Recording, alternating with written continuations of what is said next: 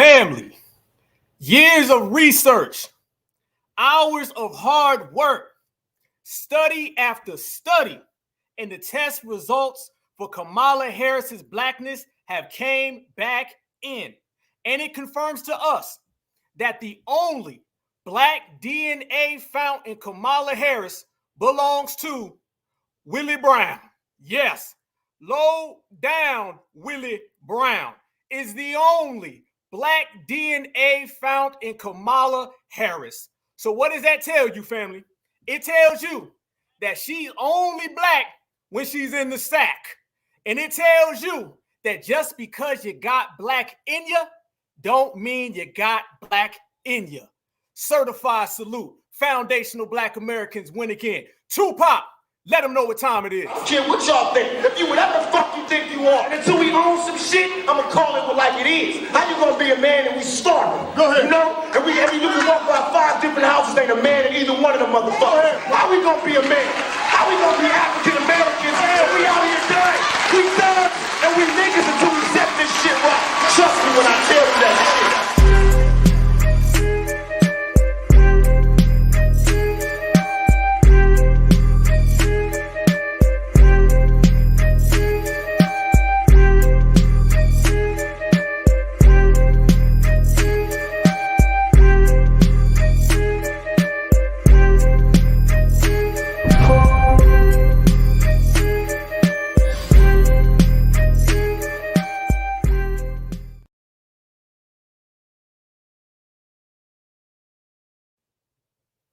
Certified salute.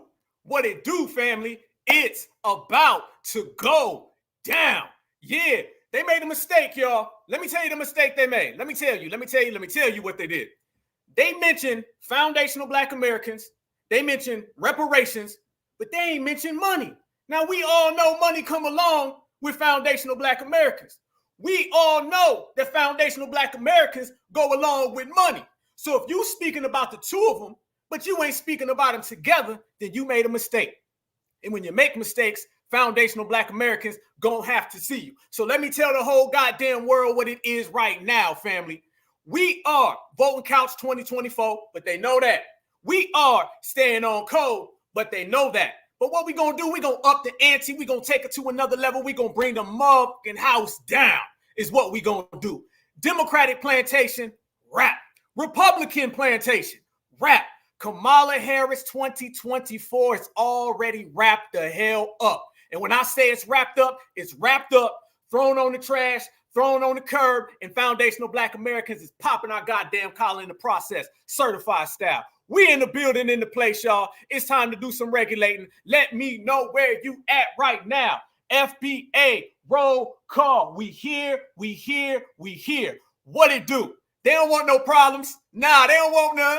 Nah, they know better. They know better, y'all. They know better than to cross that line. That line is not to be crossed because we run the yard. That's the time we on. Let's break it down. This episode, this broadcast, this is going to be historic. Last week was booming. This week, gonna boom even more, y'all.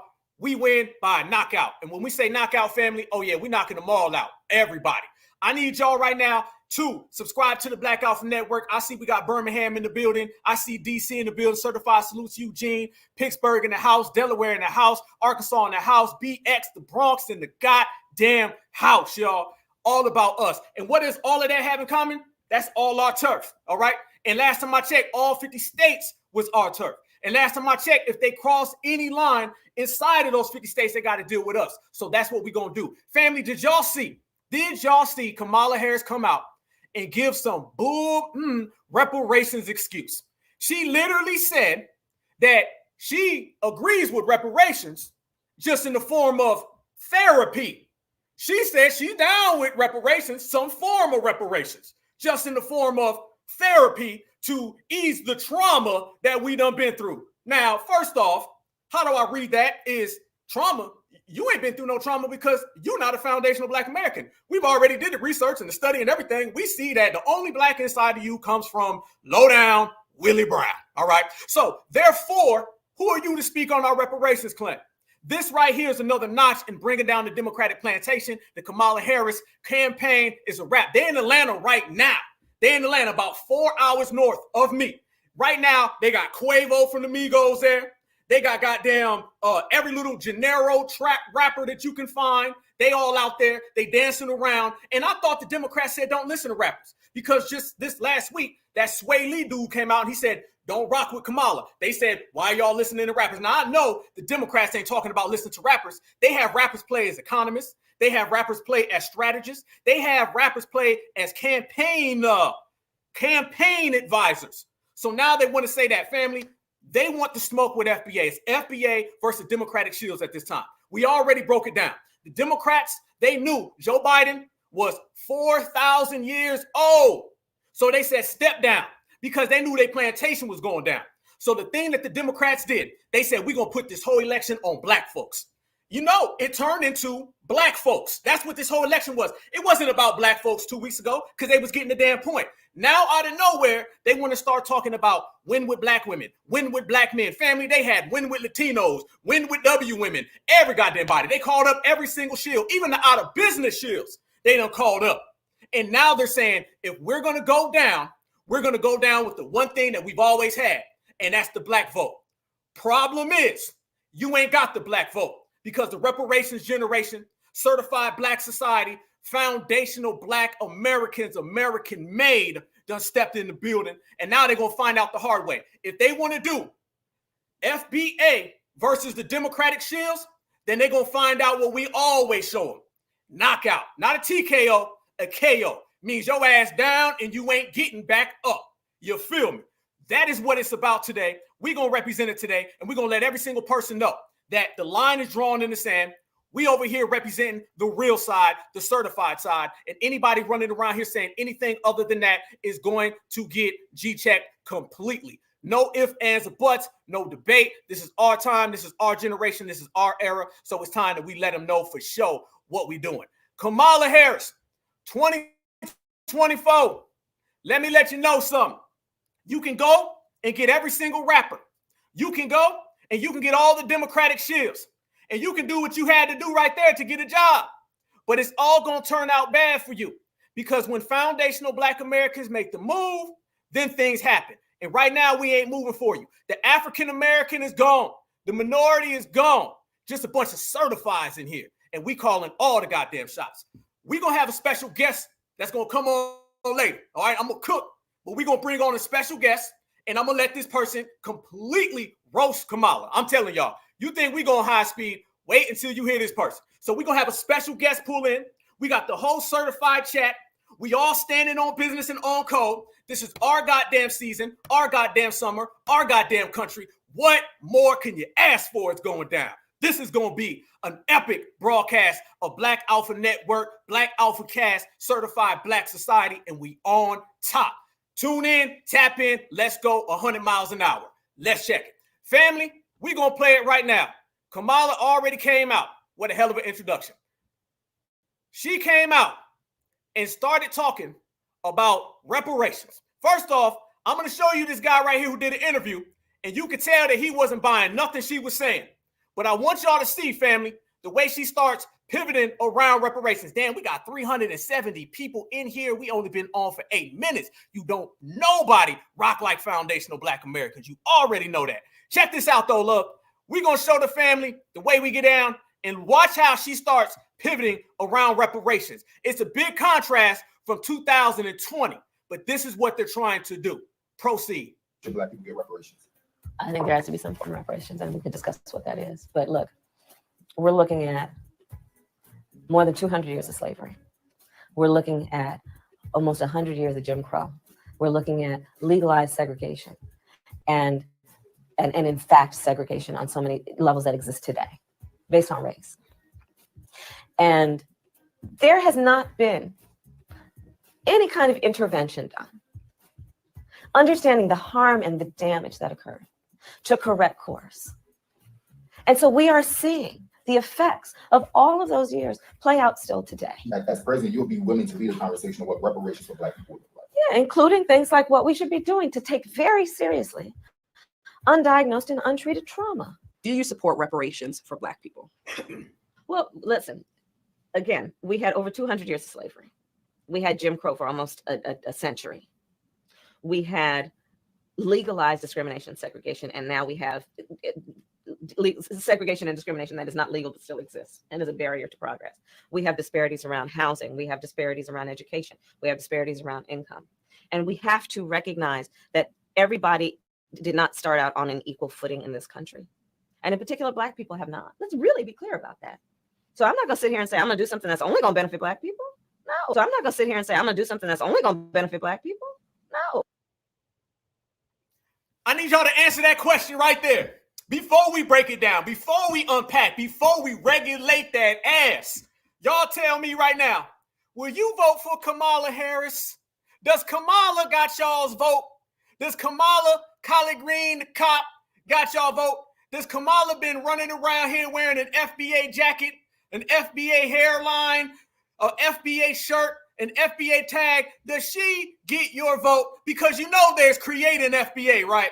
All they do is they go get fake hairlines, okay? They get fake shirts and jackets and everything, and then they try to talk like us in a black scent. Let me tell the world, we do not cosplay, we do not run, and we damn sure do not clean our greens in the bathtub.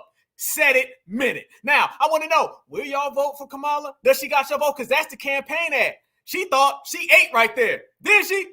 Negative. Hell no. Hell no. I love when y'all say hell no. Let's go, let's go, let's go. Hell no. That's what I'm talking about. Y'all go, let's get it. That's what I'm talking about. Certifies in here. That was her campaign push. She thought she was flexing. She thought she was eating. She thought she was going to wake up and it would be headline news, y'all. Kamala said she going to get some reparations for Black folks. She really, really, genuinely, sincerely thought that she said something special. But it looked like foundational Black Americans is saying hell to the no, Kamala.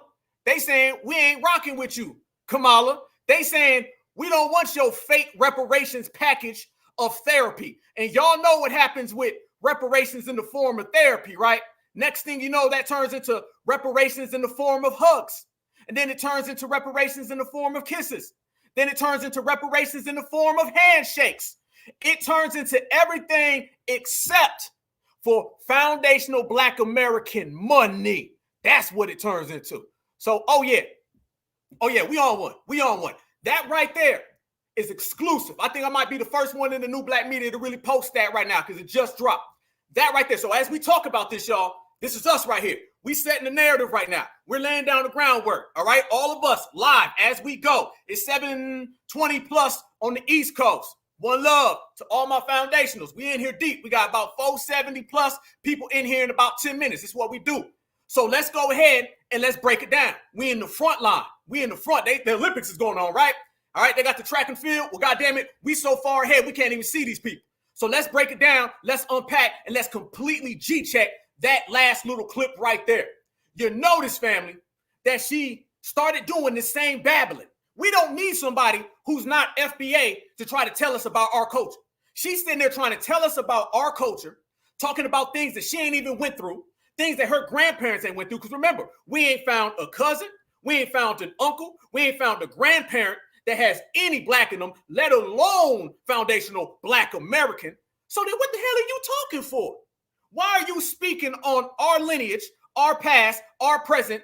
At the end of the day, it has nothing to do with you. It don't concern you because it ain't about you. Yeah, that's what it is. So we see that Kylie Green Kamala now is trying to turn into therapy Kamala. I'm telling y'all, there's a new one every single goddamn week. There was Wakanda Kamala. Y'all remember that one? Then there was Hot Sauce. And then there was Timberland. And then there was Converse. Then there was Tupac Kamala. Every time you turn around, there's somebody else. But you know what it all has in common? It's always trying to steal off of foundational Black Americans' plate. You notice you never see the Indian Kamala. You notice that? You notice you never see the Asian Kamala. You never see that. It's always some type of cosplaying decoy that is stealing off of foundational Black Americans. So as we sit here and we break this down and we regulate, we G-check, because that's what we do. FBA don't play. FBA don't play. One thing about us, y'all, and you know this before I even said it, we know when somebody's lying to us. We know when someone's faking and fronting, and we know when someone's trying to mislead and misdirect us. So Kamala, you got all the smoke right now, and FBA gonna bring it. Let's look right here, family, before we go any further. Let's look back And notice how she starts giving the same type of talking point. Black people get reparations. I think there has to be some form of reparations, and we can discuss what that is. But look, we're looking at more than 200 years of slavery. You ain't got to tell us because we're a part of it. Remember, your family owned slaves. Proceed. We're looking at almost 100 years of Jim Crow. We're looking And your people only came here because our people were dealing with that. Proceed. at Please. Y'all see old buddy right here? Y'all see old buddy right here? Please, I think my brother EJ said it in the chat. We're going to have to make that a meme. We're going to have to make that a meme. You know when they send people a text and they say, if I send this to you, this is what I mean? That right there. If I send that text to you, then that means your ass is full of bullshit. Okay? If I send that to you, that means I don't believe you. legalized segregation. If I send that to you, that means your ass is caping, capping, and fronting. If I send that to you, that means quit talking. FBA ain't going for it. In fact, segregation on so many levels that exist today based on race. Wait a minute. She's talking about segregation based on race. Remember, Kamala said America's not a racist country. I'm going to play that clip in about 2 minutes. Yeah. Remember. So now she's talking about this country based on race. How come it wasn't based on race when you said America's not a racist country? You said that a year ago. This is what I'm saying, fam. These folks will flip-flop, twist, turn, hop, skip down the block as long as they ain't got to give FBA one goddamn dollar.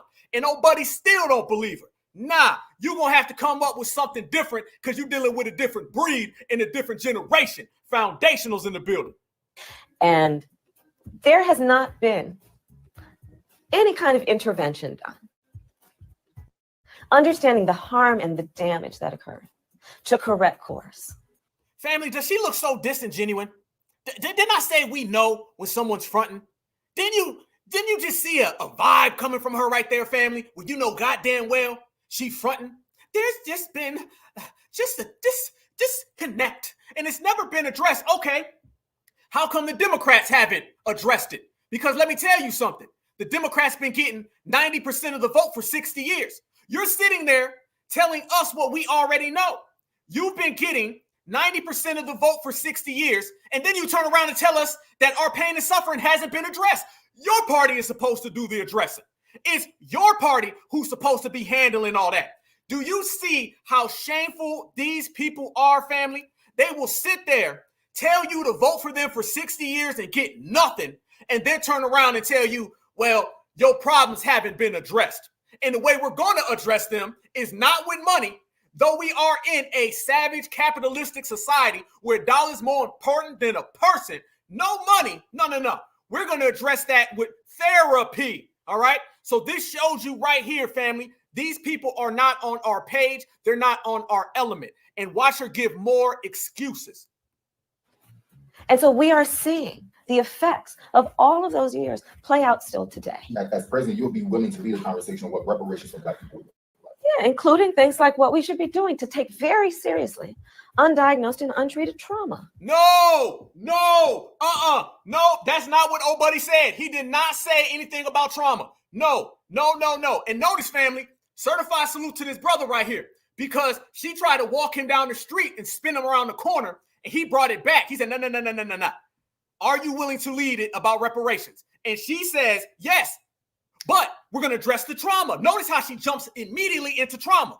She thought she was slick. He was on it, and then she tried to run it back. This gives you all the signs of someone who is being a conniver, someone who is a shyster, someone who is lying to you, someone who is trying to deceive you. And so we are seeing the effects of all of those years play out still today. As president, you'll be willing to lead a conversation on what reparations for Black people look like. Yeah, including things like what we should be doing to take very seriously undiagnosed and untreated trauma. Undiagnosed and untreated trauma. Family, where the hell do we start? I'm going to get back to that, but I got to chop it up with the family. First off, did you notice her body language? She wouldn't look at dude in his eyes. And anytime she felt comfortable looking at him in his eyes is when she was straight up lying. She'd be like, yeah, well, because they're over there and traumas and hugs and all that, because she knew based on that smirk that he was giving, he wasn't buying none of that. He wasn't buying anything that she was saying. Now, what's the difference, family, between her sitting there right there in 2024 and then her in 2020? See, in 2020, she thought it was sweet. I'm going to show you the difference. Let's talk about chronology here. In 2020, she thought reparations would be gone by now. Let's go there. She thought reparations would be gone. She thought she wouldn't have to deal with reparations. She thought that by 2024, the next election, she thought, well, these folks is on reparations. They're going to get tired because, see, they used to black folks getting tired. They used to black folks going out in the streets, having a rally, having a march, and then going home and laying down. She was not expecting black folks to actually get stronger. I always say, the more they try to get us off track, the more on code we become. The reparations movement has gained traction since 2016 to 2020, 2020 to 2024. It's going to be even stronger in 2028. So it shows you right there, she believed that there was no more problem. She thought it was all good. She thought she could sit back, relax, and enjoy not having to deal with the question. So when the question came up, that's when you start to see Kamala do the flip-flop. So when she says that right there, I'm going to go back to it. Let's talk about the difference in the contrast. Notice right here, she's talking about trauma and all these things, but notice right here, she's talking real tough. Do you support reparations for Black people? Well, listen, again, we had over 200 years of slavery. We had Jim Crow for almost a century. We had legalized discrimination and segregation, and now we have segregation and discrimination that is not legal but still exists and is a barrier to progress. We have disparities around housing. We have disparities around education. We have disparities around income. And we have to recognize that everybody did not start out on an equal footing in this country. And in particular, Black people have not. Freeze. If you look right here, oh girl, she's doing the same look. Look, fam, she's doing the same exact thing old boy was doing. I'm telling you, man, these people don't change. These people will never change. The Democrats will never give up that check. The Democrats will never do it by voting. Voting will never get you any tangibles from the Democratic Party. Foundational Black Americans, like I said in DC, we're going to have to go out there and we're going to have to take it. That's the only thing that we can do. We're going to have to go out and take it. These folks are willing to bring down their whole party to stop a Black American from getting $1. That woman right there is making the same exact gesture that the brother was making in 2024. What's the common denominator? Kamala Harris is still babbling. She was babbling about reparations in 2020. She's babbling about reparations in 2024. Not start out on an equal footing in this country. And in particular, Black people have not. Let's really be clear about that. So I'm not going to sit here and say, I'm going to do something that's only going to benefit Black people. No. So I'm not going to sit here and say, I'm going to do something that's only going to benefit Black people. No. That shows you right there, family, how she was feeling. That right there is how she was really feeling. That's Kamala that we all know about. That's the real Kamala. Once again, that's the one who thought she didn't have to deal with the reparations problem. See, reparations to them is a problem. Reparations ain't something that they really on. They wish it would just go away, never come back. That's the Kamala that we've all seen. That's the Kamala that we all goddamn know. That right there. So she was getting tough because she thought it was sweet. She was getting tough because she thought I could just dodge the question for 4 years. It'll go away. All these Black Lives Matter folks went away. Maybe these FBA folks will go away. Shit. You got another thing coming. You got another thing. So you see her trying to pivot. Then now she's trying to come and be a little more friendly now. And we seeing through all of that. And now you starting to see brothers and sisters now in the grassroots. We was already turned up to the maximum. After seeing that right there, seeing her offer therapy, family, she offered foundational Black Americans therapy for reparations. Now, let me ask everybody this. Did they give the Japanese therapy? No, they didn't. Did they give all the native tribes who actually owe foundational Black Americans they damn selves, did they get therapy for reparations? No. When Obama was earmarking millions of dollars to go to some other group on the other side of the planet for another problem, was it therapy or was they giving them cash? When they give billions of dollars to the Ukraine, which by the way, they just gave another couple billion just the other day, is that in the form of therapy? And then when they bring in all of these illegals that come here, do they send them all to a psychiatrist or do they put them in 5-star hotels? Do they give them cars and lunches? Do they give them Xboxes and PlayStations? Do they take good care of them? Yeah, they don't get no therapy. So miss me with talking about therapy. Foundational Black Americans are goddamn K. We don't run, we don't hide, we stand on business and we multiply. We don't need no foreigner coming over here talking about therapy. We don't need no tether coming over here talking about therapy. When it comes to us, we gonna stand in the paint. We gonna be good. Only thing you need to do is run that goddamn money. That's it. And I'll go get my own goddamn therapy if I want it. But at the end of the day, somebody who's not even of the lineage is trying to do that. And y'all know what we say. Therapy gonna turn into hugs and then handshakes. They're gonna be out here saying, come get your reparations. Shake your hand and go home. You already got people from the dominant society out here talking about giving hugs. Remember, truth and reconciliation that they pulled over there in South Africa. Remember, reconciliation is what they want to replace reparation with. They want to get rid of the term reparation and they give you reconciliation. Therapy, and I'm telling y'all, reparations in the form of therapy, because that's what she said, all right? Dude said, are you willing to lead the discussion? Do you believe we should get reparations? She said, yeah, I do. We should address the trauma. What is addressing the trauma? If somebody is addressing trauma, they go to a damn therapist. She wants us to go to a damn therapist. That is reparations in the form of therapy. Reparations in the form of therapy is reconciliation. And it'll be just the same way they did over there in South Africa. They was over there running after reconciliation. You want some money? Oh, no, I don't want no money. No money. I just take hug. You give me 4 hugs there. You keep money. Shit. FBA say you can keep all the hugs. You can keep the handshakes. You ain't even got to nod your goddamn head at me. Only thing you need to do is pull out that pen and write American freedmen on it, and I'll come get the rest. That's what you need to do. We dismiss, we deny, and we completely, wholeheartedly reject her reparation stance. That's her reparation stance. All right? It's documented now, y'all. It is documented. Her reparation stance is therapy. That is her reparation stance. That is Kamala 2024. All right? Anytime you see Kamala Harris 2024, I want you to remember, she wants foundational Black Americans to get therapy. That is her reparations agenda. And we are going to now forever. Anytime a shield come around here and they try to tell Black Americans, oh no, she said she supports it. Nope, that is her representation of reparations. A big ass hug. Now, speaking of that, remember, Kamala Harris now, when she talks about reparations, she speaks about racism that was never addressed. That's funny because before she told us that racism in America didn't exist. Watch this right here, family. Fair use, fair use, fair use. I believe that we need to, well, first of all, no, I don't think America is a racist country. I don't think America is a racist country. I don't think America is a racist country. I don't think America is a racist country.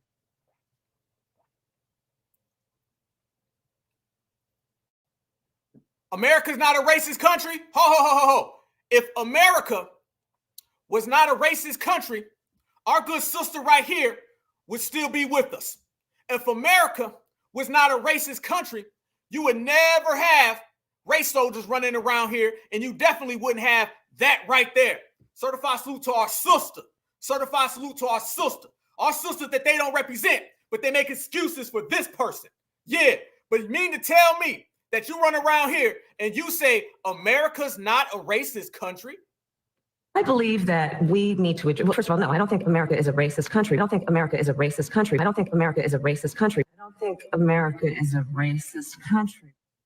That's what she said, y'all. She don't believe America is a racist country.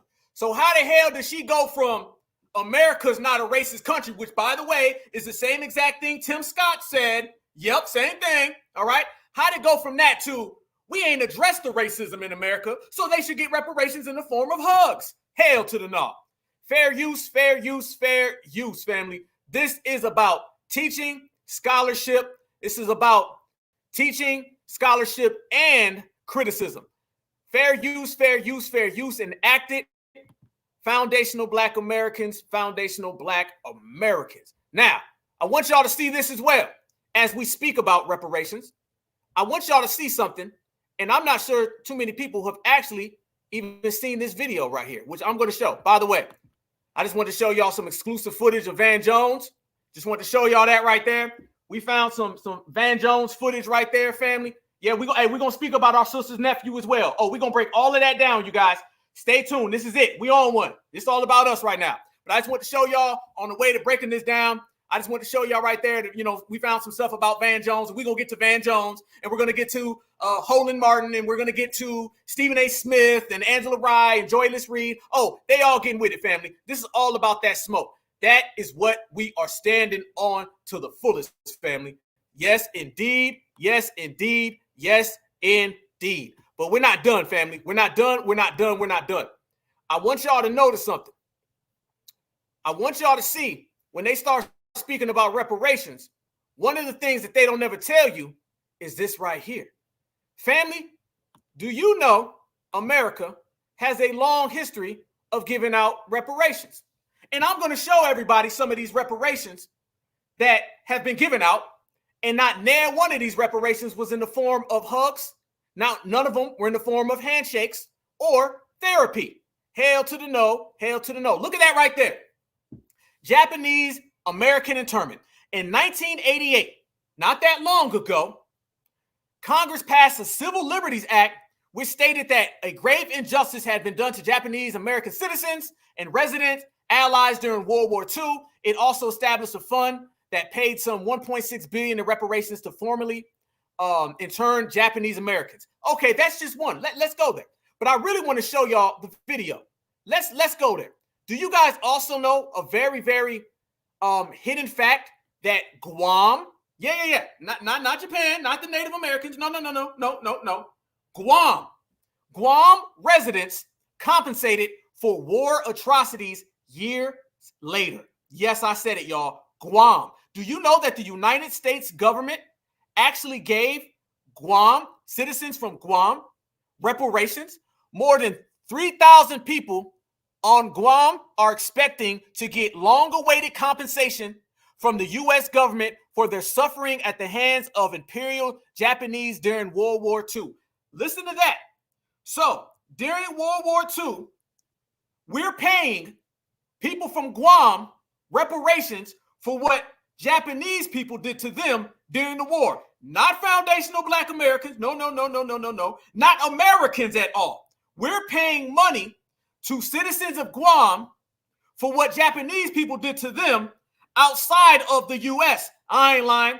And if you want to see the receipts, y'all, I'm going to show you what it looks like when people pull up to get their reparations money. Yeah. Check this out right here, family. If you want to see what reparations looks like in terms of picking up your money, look at this right here. Okay, just like Foundational Black American, Black Alpha Network, certified salute. We got more exclusives. We breaking it down. This is going to be an epic episode. If you in the building right now, I need you to smash that like button. I need you to subscribe. We almost got 900 people in here. You know we're going to push that line, family. This right here is showing residents today coming to get money. This is not from 10 years ago. This is not 30 years ago. This is not 15 years ago. This is recent. These people are coming to get their check. These are the offsprings. You know, when they tell us nobody was a slave, y'all wasn't slaves, so how come y'all need to get the money? Y'all wasn't slaves. I'm going to show you people who are not affected by it, but their offsprings are coming to get the check. Yes, they are. Fair use, fair use, fair use. Watch this right here, family. This is people coming to get their money. This is reparations being paid for, reparations being received, and reparations being picked up right here in America. Dirty secret America don't want to talk about, but we're going to talk about it right here on the Black Alpha Network because we don't give a damn. just line up for processing. Call today. My name is Crystal Pacos and Augustine, the press secretary of the Office of the Governor of Guam. It's another great day for our distributing over 300 checks for our adjudicated war claimants. This is us seeing the checks that are coming to pick up the checks already. These are the same Manhood that came through our doors in the last few weeks. They brought their adjudicated claim letters. Basically, those are the letters that say you're entitled to this amount of money. Again, they were reviewed by the Foreign Claims Settlement Commission. This is made possible through the local program. So today you're seeing our Manhood coming in. They're presenting their Stop. You think this man right here was around in World War II? Or is he an offspring? Is that an offspring of somebody? Because you see right there, that person wasn't around in World War II. It never happened to him. Well, if it ain't never happened to him, then how come he's getting a check? Oh, let me run that back. I'm going to let it ride. We're going to break it down. Tap in, family. We're going to be here all night. Again, they were reviewed by the Foreign Claims Settlement Commission. This is made possible through the local program. So today you're seeing our Manhood coming in. They're presenting their ID, saying their social security number, and then picking up their checks. It's that easy. Again, this is made possible through the local program. What's happening is that these Manhood, again, they came through our doors earlier this week. or last week when we opened here at the Huckabee building, they showed us the letters. We were able to send their documents to DC, to U.S. Treasury. They were verified, they cleared. We were able to cut the checks here at the Department of Administration. Send them to DC, the Treasury, and they cut the check. One more time for your mind. It went to DC, to the Treasury, the same place they said they can't find our money, and they cut the check. The same cut the check that we say. So these are hot off the press, and we're very excited for our greatest generation. Again, they've been waiting almost 76 years. There you go. There you go. There they go. That part. You see it right there, family. You see it right there. Right there. Already. Cutting checks, y'all.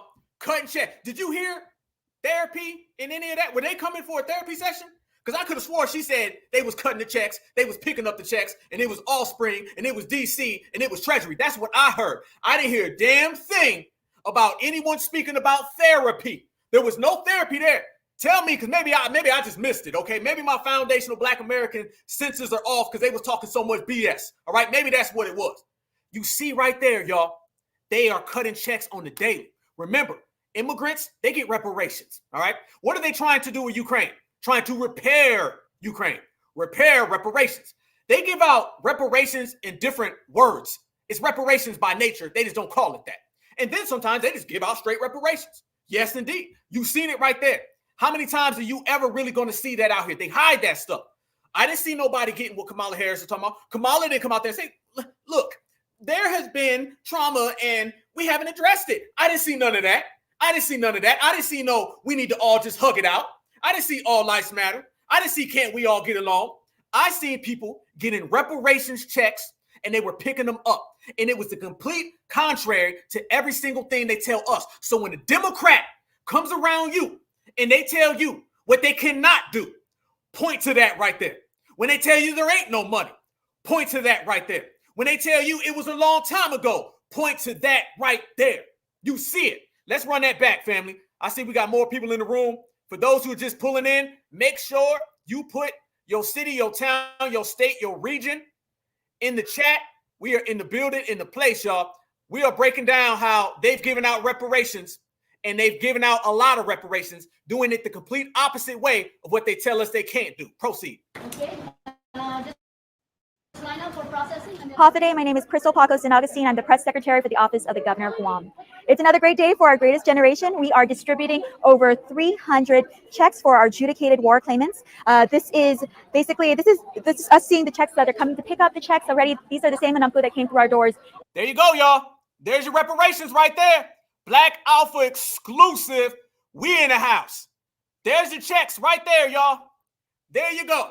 Reparations checks that have been signed off by Washington, D.C. and the U.S. Treasury, and they're going to citizens of Guam for what happened to them in World War II that was inflicted on them by the Japanese. Nothing to do with foundational Black Americans, and it didn't even happen in America. You want to see reparations, and you want to know what reparations looks like. Look at the video on your screen right now. That is a whole checklist of reparations right there, a pile of them. And they're coming with their social security number, and this woman is going to hand it to her, and then she going to walk right out and spend the goddamn money. I thought they didn't have no reparations money. I thought they couldn't find the money. There you go, right there on the table. And family, does this look like it's black and white? Does this look like it's the 1980s? Does this look like it's the 1990s? Does this even look like it's the early 2000s? No, this was just within the last 10 years. Matter of fact, it was within the last 5 years. So when they tell us they ain't got it, you see they have it, y'all. Reparations, there you go. This magic word of reparations, nobody seems to be able to find them. Damn. Certified Black Society and the Black Alpha Network, I guess we just found reparations. Only problem is it's going to non-Americans. In the last few weeks, they brought their adjudicated claim letters. Basically, those are the letters that say you're entitled to this amount of money. Again, adjudicated claim measures. Notice, listen to the terminology, y'all. When they say we don't know about reparations and they play very, very dumb, I want everybody to listen to these words. Adjudicated claim measures. That's what they're saying. They're speaking about getting reparations. All of the financial terms, all of the processes that you have to go through, they got it all down. They seem like they know how to do it very goddamn well. It looks like this is something that they are professionals at. Adjudicated claims, social security numbers, Washington, D.C., the Treasury, Guam, reparations on the table. Karen is giving them to them. Family, these folks know damn well about reparations. Don't let them play stupid. I see North Carolina in the house. Certified salute, NC. And they were reviewed by the Foreign Claims Settlement Commission. Foreign Claims Settlement Commission. Family, every time we hear these words, I want y'all to remember these terms. Remember these terms. This right here is a testimony on how reparations are done, how it's conducted by the United States federal government. This ain't just a headline in the newspaper, y'all. This is us literally seeing the way that they actually distribute reparations. This lady came, got her a goddamn donut in a goddamn reparations check. Look at this right here. Look at this. She came, got her a goddamn donut and reparations. And notice how everybody's happy. Look at the lady back here. She gave the goddamn money. She happy. She goddamn happy. She happy. She happy. She happy. Yeah, they know what the hell they doing, and they mad now that we own it. This is made possible through the local program. So today you're seeing our Manamco coming in. They're presenting their ID, saying their social security number, and then picking up their checks. It's that easy. Again, this is made It's possible that easy. And then here go Karen, handing them away, y'all. through the local. There you go. There goes your reparations. You come with your social security number. She hands you your check, and then you go home. That's simple. Program. What's happening is that these Manamco, again, they came through our doors earlier this week or last week when we opened here at the Hakputan building. They showed. Look at whoa. Look at this lady right here. Look at this lady right here. Look at her family. She ready for that goddamn money. They showed us their letters. We were able to send their documents to DC, to U.S. And notice that, fam. They collected it in Guam. Then Guam sent it to DC. America verified it and stamped it. So the United States government was full participants in this exchange of currency and reparations. Listen to the words. Listen very, very carefully. They came, got all of their paperwork in order. They sent it to America. America sent it back to them. And then voila, they proceeded. That easy, fam. Proceed. Treasury, they were verified, they cleared.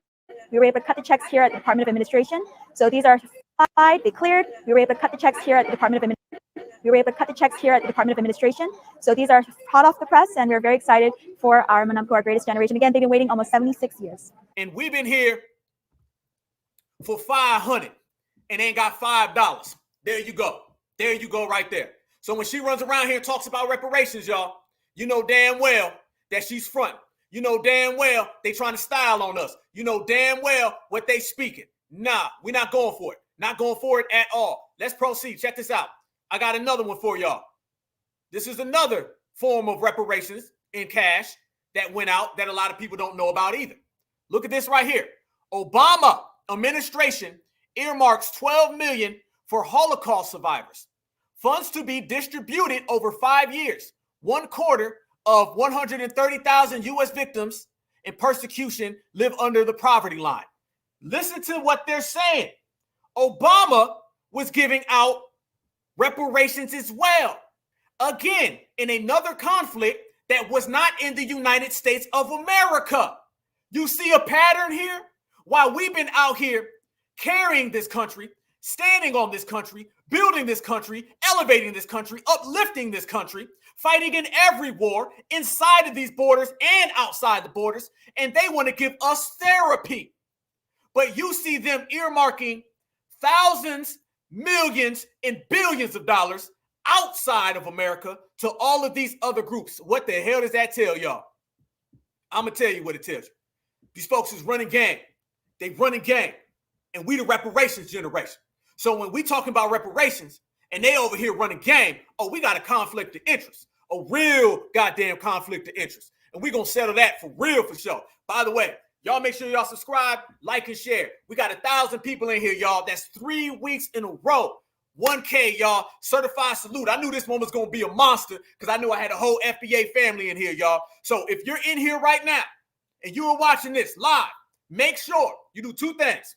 Subscribe right now while you're here. We closing in on 15K, y'all. Yes, and it's all because of us. You guys are the MVP. Make sure you subscribe to the Black Alpha Network. We got 1,000 people in here. If you're not subscribed, subscribe while you are here right now.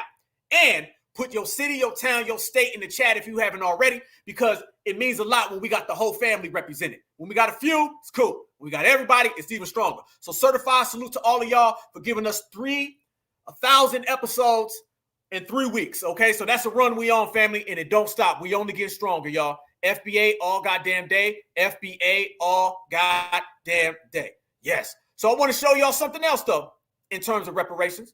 And y'all seen this one before, but we're going to show it again. Look at this right here, y'all. We speak about reparations, and then you can see right there, the United States of America, history of giving out reparations. And you can see right there, foundational Black Americans are nowhere on there. You see it's at the bottom and it says 0. Look at that. And mind you, family, this is not just about the things that you see, because we give out other reparations that they do not show. Hell to the no. So there's a lot that goes on in terms of reparations that they refuse to show us. There's a lot that goes on. You seen right there, I just showed you with Guam. You don't see that out there. That's a Black Alpha exclusive. We had to go dig and search for that. All right? But we found it. That right there was done in the dark, comes to light. You giving people our reparations money, that's our goddamn money. So when you see money going to other people, remember, family, that belongs to us.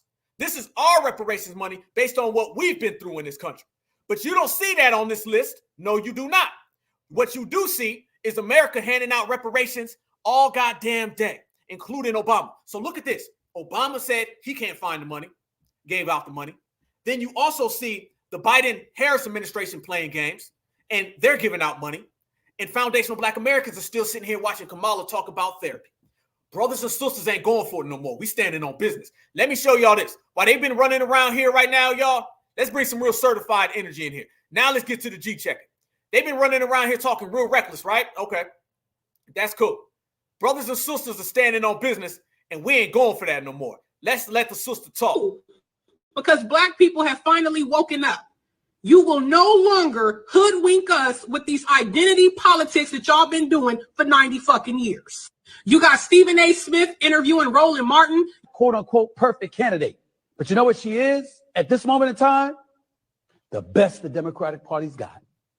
She's certainly better than Joe Biden. I don't believe she'd be better than Michelle Obama, but that ain't an option. You got Angela Rye crying like a baby because she just cannot believe that they don't have a Black vote signed, sealed, and motherfucking delivered. You got Black immigrant Joy Reid trying to tell Black America what the culture is. Baby, what is the culture? Explain to me what the culture is, because you ain't even the culture. I just gotta say it. I just gotta say it.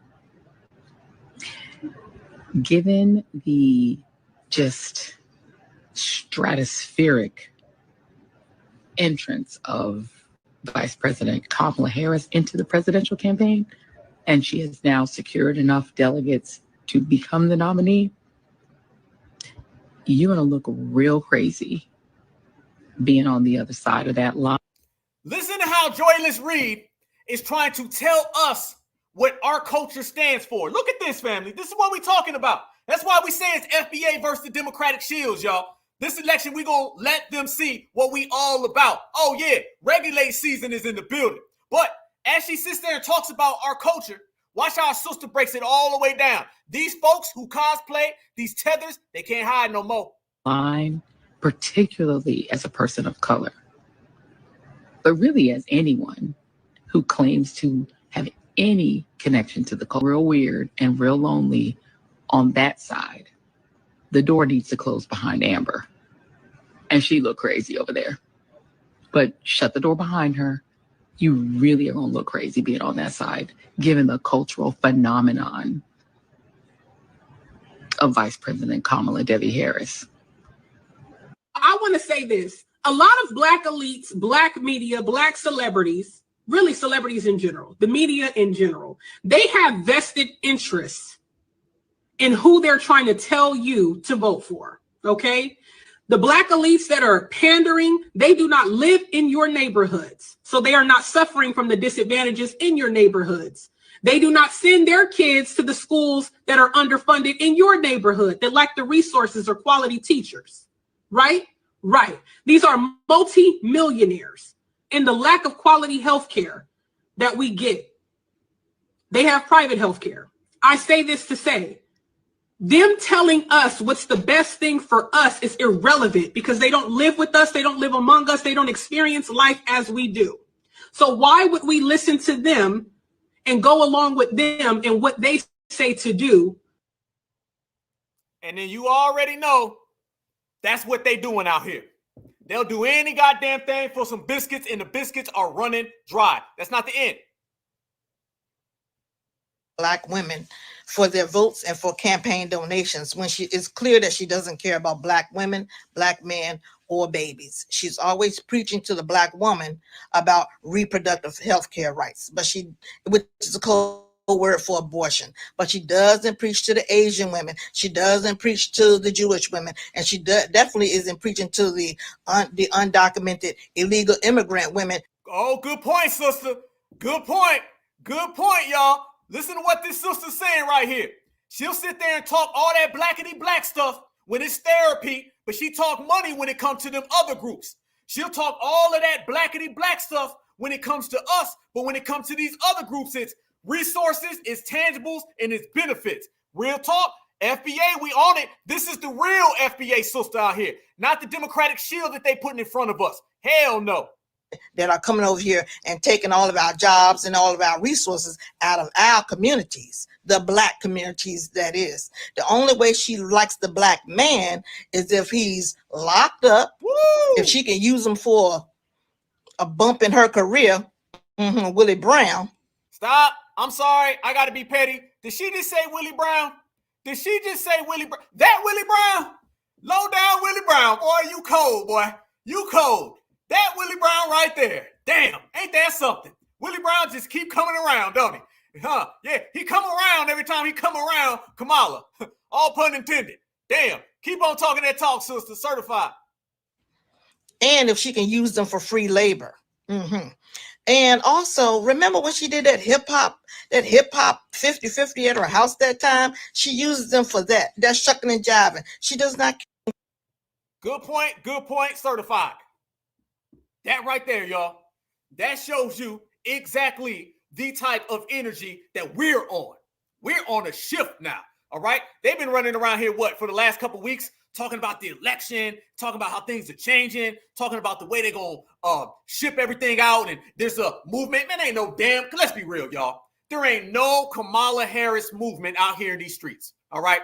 It's the same people who said that they would vote for Joe Biden if he was in a coma. Remember, they said that. They said that.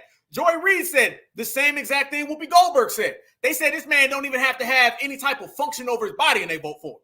It's the same people who said that who are the people out here right now saying all that Kamala movement talk. Ain't nothing changed, y'all. It's the same exact folks. We know, we see it. Foundational Black Americans are on it. But another thing that we've been calling out that they don't want to talk about, but we're going to talk about any goddamn way, is they can say whatever they want. They can speak whatever they choose to speak. But brothers and sisters been pulling out that damn lineage card. Yeah. And when the lineage card starts getting pulled out, we start seeing that paperwork is trash. And when we say that paperwork is trash, then you already know now that this woman is not of the culture, not of the culture at all. And the worst thing that you can do in this era, I don't know about the minority era, I don't know about the people of color era, but I'm going to tell you right now about the reparations generation. Worst thing you can do is try to cosplay FBA. That's the worst goddamn thing you can do. If you try to cosplay FBA, you're going to find out the hard way. We're not running for it. This is a lineage movement. There's no Kamala movement. There was no Joe Biden movement. This is the lineage movement. I always tell people, we went from the yes, we can era with Barack Obama to the hell to the no era. They were about hope and change. We about dollars and cents. That's the goddamn difference. Let me show y'all this right here as we start calling out Kamala. Let me show y'all the real Kamala. Y'all know the real Kamala. Y'all know that right there is the real Kamala. Straight up and down. Kamala Harris is not a foundational Black American. Kamala Harris is not of the culture. She is not of the lineage, and we don't owe her a damn thing. Let's make this clear, y'all. We do not owe her or the Democrats a damn thing. Do not let these people try to make you feel that you owe them something. You don't owe them nothing. But I'll tell you what, one thing that we are doing out here in these certified streets, family, we're making it very, very clear that whenever you see that right there, family, we're going to pull out the real card. See, that right there is not foundational Black American. And there's a whole lot of folks right now that tell you what we've been saying. Watch this. Checkmate, checkmate, checkmate. Village is praying hard for Kamala Harris to become the next president of the United States. Harris has often spoken of her mother, Shamla Gopalan. A small village is praying hard for Kamala Harris to become the next president of the United States. Harris has often spoken of her mother, Shamla Gopalan, and her Tamil roots. Her ancestral village in the state is holding special prayers for her success. Pramod Madhav reports. Family is my uncles, my aunts, and my chitties. There's another one. That was Kamala Harris, putting her chitties and her Indian roots on the global map the day she was nominated as Joe Biden's vice presidential. Her what? Her who? I didn't hear aunts and uncles or cousins. Tell me, did y'all hear aunts, uncles, or cousins? What did y'all hear right there? Her who? Her chi-chis? Hold on. Family is my uncles, my aunts, and my chitties. There's another one. That was Kamala Harris, putting her chitties and her Indian roots on the global map the day she was nominated as Joe Biden's vice presidential pick. 4 years later, Kamala is at the cusp of history again. Could she become the first Indian origin president of the United States? Born in Oakland, California, to two immigrant parents, an Indian-born mother and Jamaican-born father, Kamala was primarily raised by her Hindu single mother, Shamla Gopalan Harris, a cancer researcher and a civil rights activist. When I was 5, my parents split, and my mother raised us mostly on her own. It's for the pure absolute joy that Kamala Harris is. Let me ask y'all a question. Does that guy look like any of your uncles? Hey, she said that she's Black, so we just asking a simple question. Does that look like any of your uncles? I know damn well that don't look like none of mine at all. That village don't look like the place where I'm from. That don't look like Georgia at all, okay? I done been up and down Georgia. I don't see it. Is that one of her chi-chis right there? I don't know. I'm trying to learn. I just want to learn. You feel me? Because she says that she's Black, so I want to know what her culture is. I want to know about her chi-chis, all right, and her BBs and her TTs. I want to know all that. Just let us know, family. This is what we do. We got the right to ask questions. We pay taxes. We FBA. Let's go. The roots are from this village, and that's the reason they want her to win, and meaning that she is from this particular village. Her roots are from this village, and she is a daughter of this village. This tiny village is where she's a daughter of that village. I thought she was from Oakland. They told us that she was from Oaktown. That's what I heard. Damn, they still front. Kamala Harris's maternal ancestors hailed from. The residents call Kamala their daughter and are rooting for her to be the next US president. Becoming the first Indian American woman to be nominated as a vice presidential candidate in America. I stand before you as the first candidate for vice president of the United States of South Asian descent. When my mother... Whoa! Wait a minute. Of South Asian descent? I thought that she was Black. Hold on. Wait a minute. Let me hear that again. Like I said, maybe all the lies are just messing with me and I can't hear. Let's hear that again. In America. I stand before you as the first candidate for vice president of the United States of South Asian descent.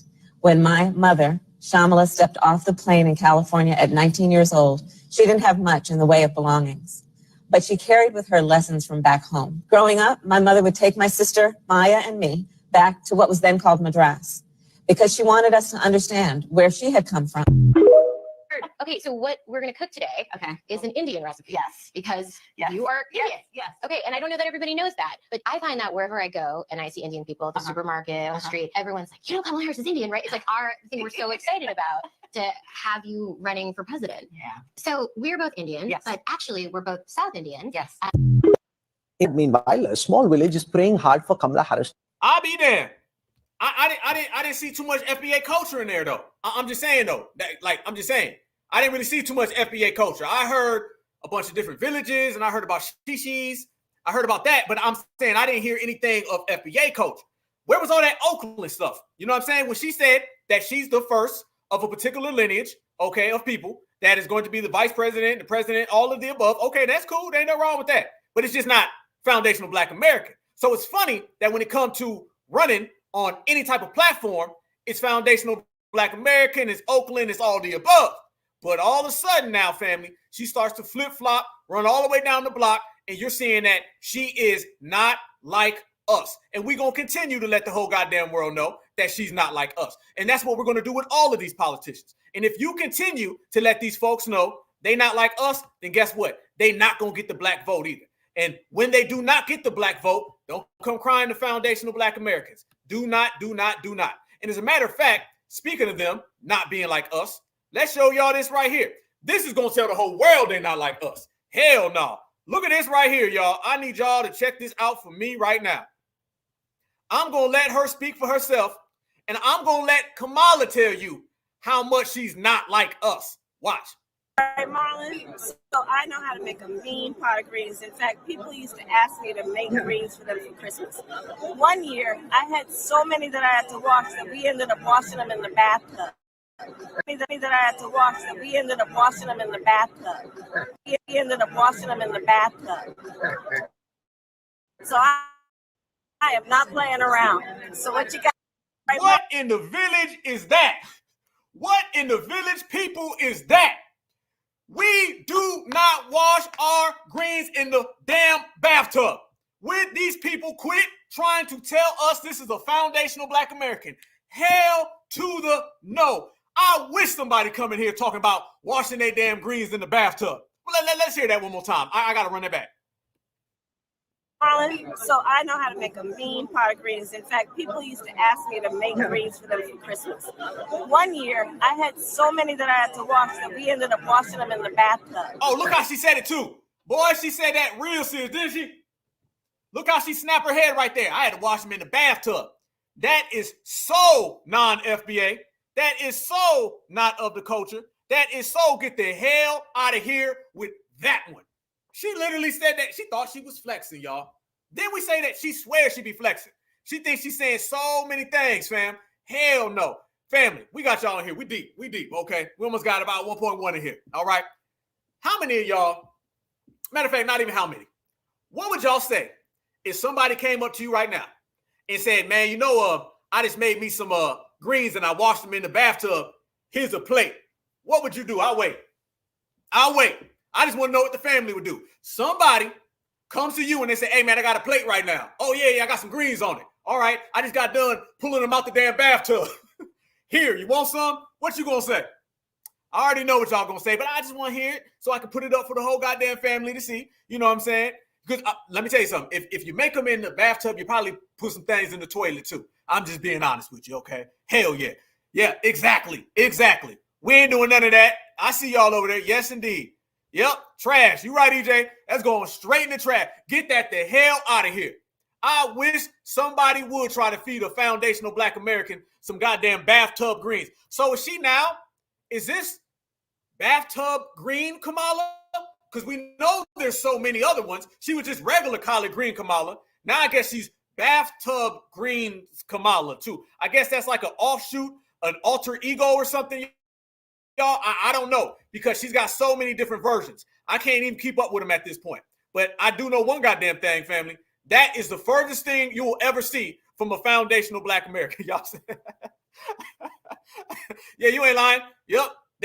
Go ahead. Yep, you're right. Absolutely. Somebody come to you talking about some damn greens in the bathtub, and then it's going to be the potatoes in the toilet. I'm telling you right now. And when you what do you use? Body wash or conditioner? What do you put on it? Like, you washed your greens in the bathtub. So I'm assuming that you wash it with some goddamn conditioner or something. That's what you do. You put some hair conditioner on it. Y'all may do that where you from, Mala, but we don't do that right here in foundational black America, okay? Hell to the no. So ain't that proving that picture right there, y'all? I mean, damn. If you need the picture proven anymore, then you can go ahead and just look at that. That right there seems to be more of the culture that she's from opposed to the culture we're from. Culture is the way you act, a way you behave. It's a part of your lineage. And you can see right there, family, that she is not part of our lineage, not just the way how she cannot dance, all right? Not just the way that she cannot speak properly, not just the way that she conducts herself. It's also to the fact, family, that you wash your greens in the toilet. That part. So as we proceed and we pull out more receipts, I had an idea, fam. I was like, okay, since we know she's not of the lineage, and we know that she's not on our side. We know that. Let's just go find some of her people. Let's go find some of her people and see what her people say. Do y'all know that I ended up finding some footage of her aunt? And I want y'all to notice how her aunt talks about her when she refers to herself as black. Let's go there. Oh, yeah. Oh, shit. Hell yeah. Black Outfit exclusive, family. We in here. I'm going to show y'all a video of Kamala's aunt. So let's get it right. Last week, it was the great grandpa. And then we found the father. Then we found the mother. We found baby pictures. We found wedding pictures. We found birth certificates. Now let's go find some aunts or some CCs or BBs or whatever they call them. Fine. But let's go find their version of what we call auntie. All right. And mind you, when she's around us, she says that she's an auntie, right? So she flip-flops all over the place. Either way, I'm going to show y'all this footage of her aunt talking about her. And I want y'all to notice when dude says she's going to be the first black, auntie says, no comment. Because remember, and we showed this last week, she comes from a caste system. Her mother is Indian of high elk, and she comes from an actual place. So it shows you that her mother and her family on that side, they are basically the puppet supremacist on their side of the family. The father, he comes from some slave owners. So on both sides, there's anti-blackness. Let's get this right. There's anti-blackness on both sides of her family. So I'm fixing to show y'all right here, her aunt talking, and I'm going to show you how she ain't really feeling the whole black thing. Let's talk about where she really from. Let's talk about how her family really get down. Let's talk about where they're really at with it. By the way, before we proceed, fair use, fair use, fair use. This is about researching, criticism, and commentary. Fair use, fair use, fair use. Let's go to work, y'all. Check this out. Let Kamala Harris's aunt talk. Y'all know we peel back all the layers, and y'all know we speak all the facts. So let's show y'all right here how her aunt feels about her. And, the mother's influence on her life. See, we were not there when her mother was bringing her up. But from what we... kindly tell us about the upbringing that Kamala Harris had and, the mother's influence on her life. See, we were not there when her mother was bringing her up. But from what we saw, she was a strict mother. She taught her values. She told her what to do. And she told her to fight for everything. That is the kind of thing.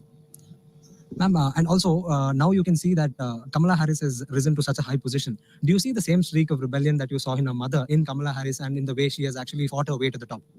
Yes, definitely. Because Shamla would have been very happy had she been alive. Unfortunately, she died very young. But, she would have been very happy. That's her aunt right there, family. Listen to how good she's talking about Kamala, all right? There's no blackness involved, family. We did not find any blackness in her lineage. We went down the list, up the list, around the list. We went through every single relative. You do not see any blackness at all. Not a quarter, not a penny, not a nickel. Watch how she's talking until the black question comes up. Because she brought them up to come up to this level. And I knew Shamla when Kamala was first fighting for the DA post in San Francisco. I was in California at that time.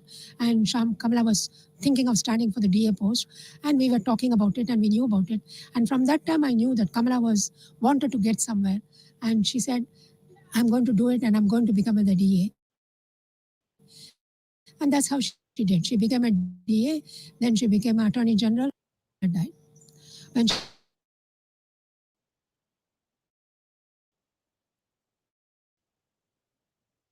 South Indian. She liked a few things in South. I'm surely you've seen her videos of making Indian cuisine and Indian food. So what do you think about that? Good for her. I'm glad about it. But mostly nowadays her cook, my younger sister, Canada, she then Kamala and I husband call her. So said that I'm gone. Comes back. Here comes the black question, y'all. Watch this. He's about to say her being a black woman, and watch the way this woman responds. Remember, listen to all that talk. Oh, Kamala makes good food, and Kamala's an Indian, and Kamala comes here. She loved going back to the village. She loved being around the village people. But watch one dude right here says she calls herself the first black. Watch how her aunt shuts that down real quick. Look Looking ahead, Kamala Harris has also said that I'm a black woman who's got into the vice president post, but I will not be the last. And many are also saying that she will be the future president in 2024. Your take on that? I don't know. I have no comment. Whoa, whoa, whoa, whoa, whoa, whoa, whoa, whoa, whoa, whoa, whoa. You had a lot of comments when you was talking about Indian cuisine. You had a lot of comments when you was talking about her going back to the village. But when it comes up about her being the first black, she says, I have nothing, no comment. Watch. Ma'am, looking ahead, Kamala Harris has also said that I'm a black woman who's got into the vice president post, but I will not be the last. And many are also saying that she will be the future president in 2024. Your take on that? I don't know. I have no comment. Ma'am, I'd like to ask president in 2024. Your take on? I have no comment. Ma'am, I'd like to ask you.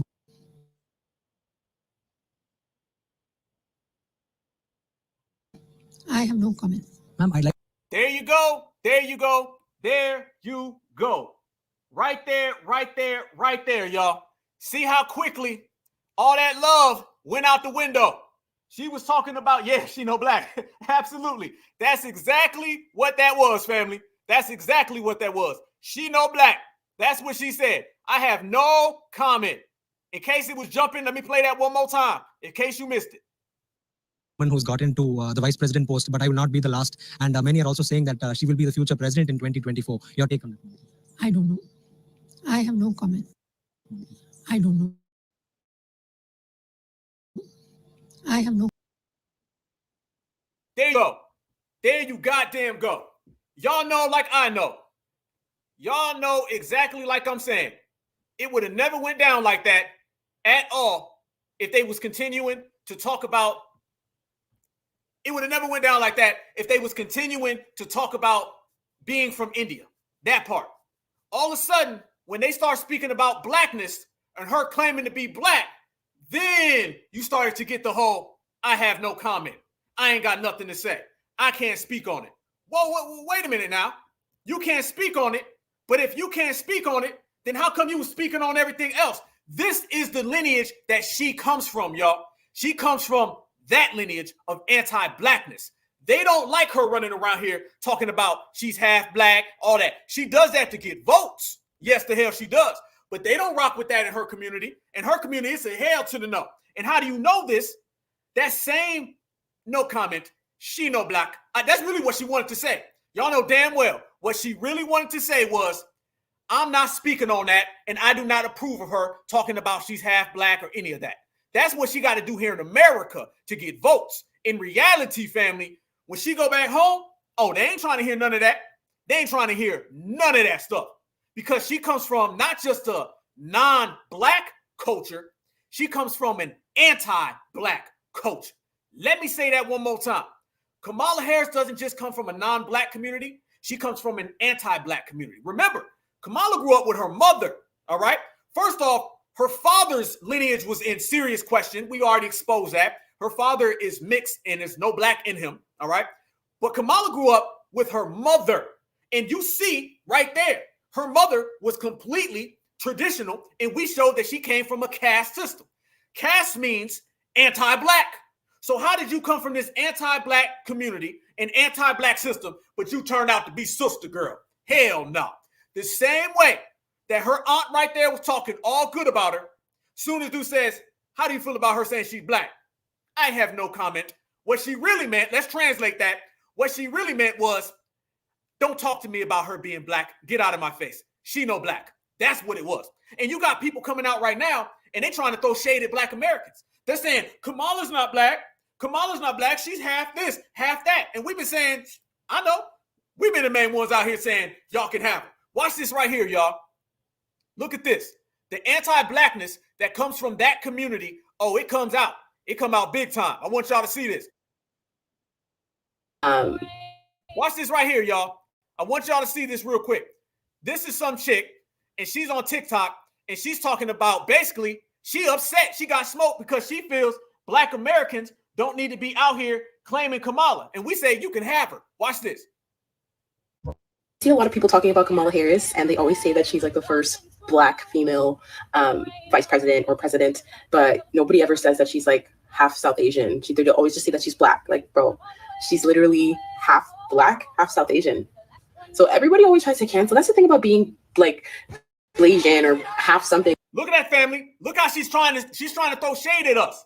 Watch out. The black, she don't really want to go there. She's trying to disrespect us, and she don't know that we don't rock with Kamala neither. When you're Black, everybody thinks that, oh, it just cancels out. No, she's Indian, like she's brown. So she's South Asian, and I need a lot more people to start like calling her when they say, oh, she's the first Black female. I need y'all to start saying she's the first Black South Asian, half Black, half South Asian, which I want to call it because she's not full Black. And that's what we've been saying. And that's exactly what we've been saying. But guess what? That's not why this person is saying it.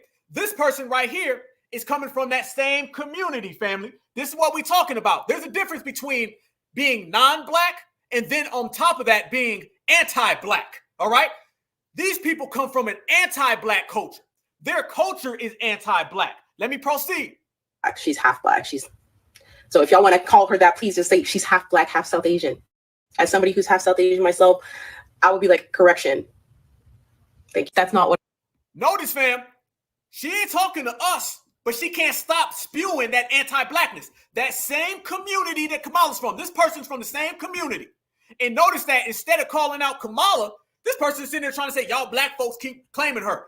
We don't claim Kamala. Kamala claims us. Big difference.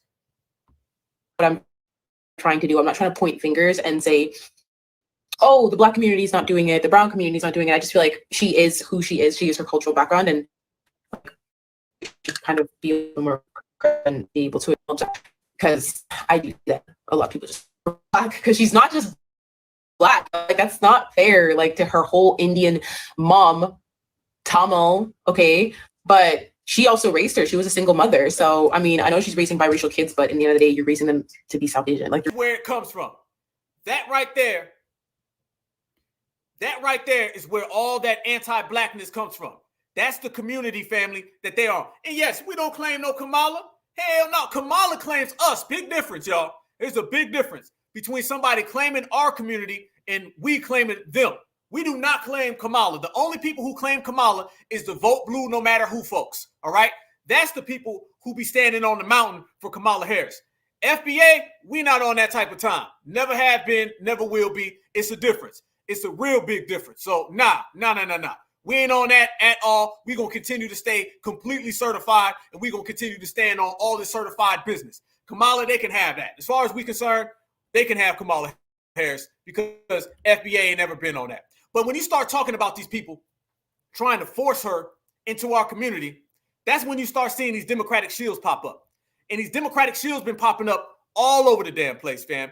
Every time you turn around, there's a new Democratic shield. And the main thing that they do, y'all, is that they try to force her into our lineage. One of the things that we're not going for is somebody trying to be forced into our lineage. We know where they come from. We know the type of energy and the type of time that they're on, and we're not going for none of that. Never have, never will. But when you start speaking about people speaking on our lineage out of pocket, you start speaking about people who claim that they know what foundational Black Americans are on. There's one person out there. There's a lot of them, all right? Because remember, y'all, these folks are trying to get in on what we've created. These people are trying to get in on our lineage. I'm going to show y'all a particular individual that's been running around here talking on FBA business, speaking on FBA business, but it's not an FBA, all right? Not FBA at all, never have, never will be. Let me show y'all a particular individual.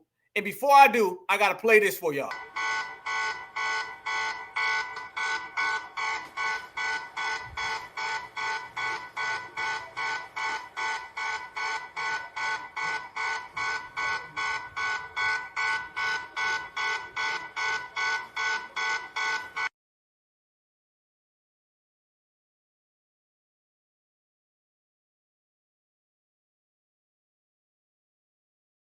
Goddamn Trump mad, Michael mad, the Republicans mad, Fox News mad, Elon Musk mad, mainstream media mad. Why everybody mad?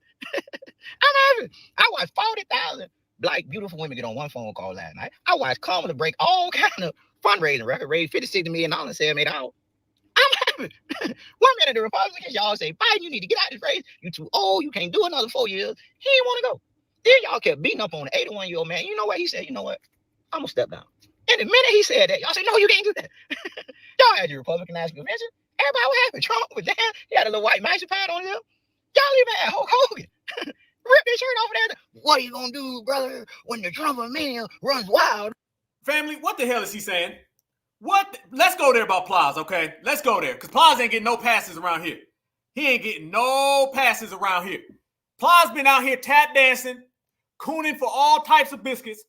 We about to go there, family, all the way live, because I know why Plies is mad. I'm going to show y'all Plies out here tap dancing. Then I'm going to show y'all why he's so goddamn mad. I'm going to show y'all why he mad. I'd be mad, too, if this particular thing happened to me. This is Plies out here. You know he done got slid that Republican is no good boogeyman Democratic bag. Because he been running out here talking about Trump so bad, Trump so bad, Trump so bad. Run to the Democrat, run to the Democrat, run to the Democrats. Okay. This show you straight up, and Plies is not of the lineage. I know some people be saying he is. From what I see, Plies is not at all of the lineage. At all. All right. He one of them South Florida guys that's not FBA. Straight up and down. Watch him out here tap dancing, but then I'm going to show y'all why. Here we go. You. And I ain't nobody said nothing. I ain't said nothing. Now all of a sudden, I did say something. I was laughing. He was struggling ripping that little thin-ass t-shirt off. But besides that, I ain't say nothing. Then all of a sudden, y'all want to say, oh, Kamala, she ain't black enough. She black enough for me, even though she already black. She went to motherfucking Howard University, HBCU, a.k.a. HBCU does not make you black. Family, y'all know like I know that the main admission to HBCU nowadays are W's. They got whole goddamn facilities filled with nothing but W's. The W's over there winning the sorority and the fraternity awards. The W's are actually over there winning high positions. You got tethers and W's who've been taking over the HBCUs. Don't talk to me about no HBCU. I knew the minute I seen you do that motherfucking electric slide, she was black enough for me. I bet Trump can't do no motherfucking electric slide. He can probably electric motherfucking lie, but he can't do no electric slide. Family. This right here, let me make this clear. Let me say this. Plies is not someone who has the Democratic bag. Plies is out here trying to audition for the Democratic bag. Big goddamn difference, y'all. Plies is out here trying to get the phone call. Remember, these Democratic shills have been out of business for quite some time. The reason why they've been out of business, y'all, is because foundational Black Americans have not been rocking with the Democratic establishment. So Plies right now is putting on his best performance because Plies wants to get a phone call. Notice he doesn't even have engagement like that on all of his little social media posts. No, the hell he don't. Plies is out here trying his damnedest, y'all, to get a phone call from the Democratic establishment, trying to get some type of love from the Democrats. He wants them to give him a call so he can get the bag. This is an audition to be a Democratic shield. Not someone who is, someone who's trying to get in. Okay, but I'm going to tell y'all something. All that tap dancing you just seen right there, I'm going to tell you why. All that, don't care now, who's mad now? All that stuff he doing right there, right? All that auditioning, all right? He's trying to find him a nice, good old person to bring him in, all right? Because his career is trash. I'm going to tell you when his career started to go down. And it was a damn bad thing. Let me show y'all this right here. Y'all remember this? This is what ended up happening to Plies. And this is why Plies is out here now trying to get that Democratic shield bag. Because Plies was on stage and somebody threw him off stage. Watch this right here. So Plies, dedicated to you, bro. I feel your pain. I know you want that bag, but it ain't gonna come because we seen you, homie. Watch this. I don't give a fuck about you touching my hand, bro. Call him on. Hey, bro, call him on. Listen, though. We supposed to be some niggas. Okay, he ain't know about it. But let's go. Call him on. Call him on. Call him on. But let's go. Call him on.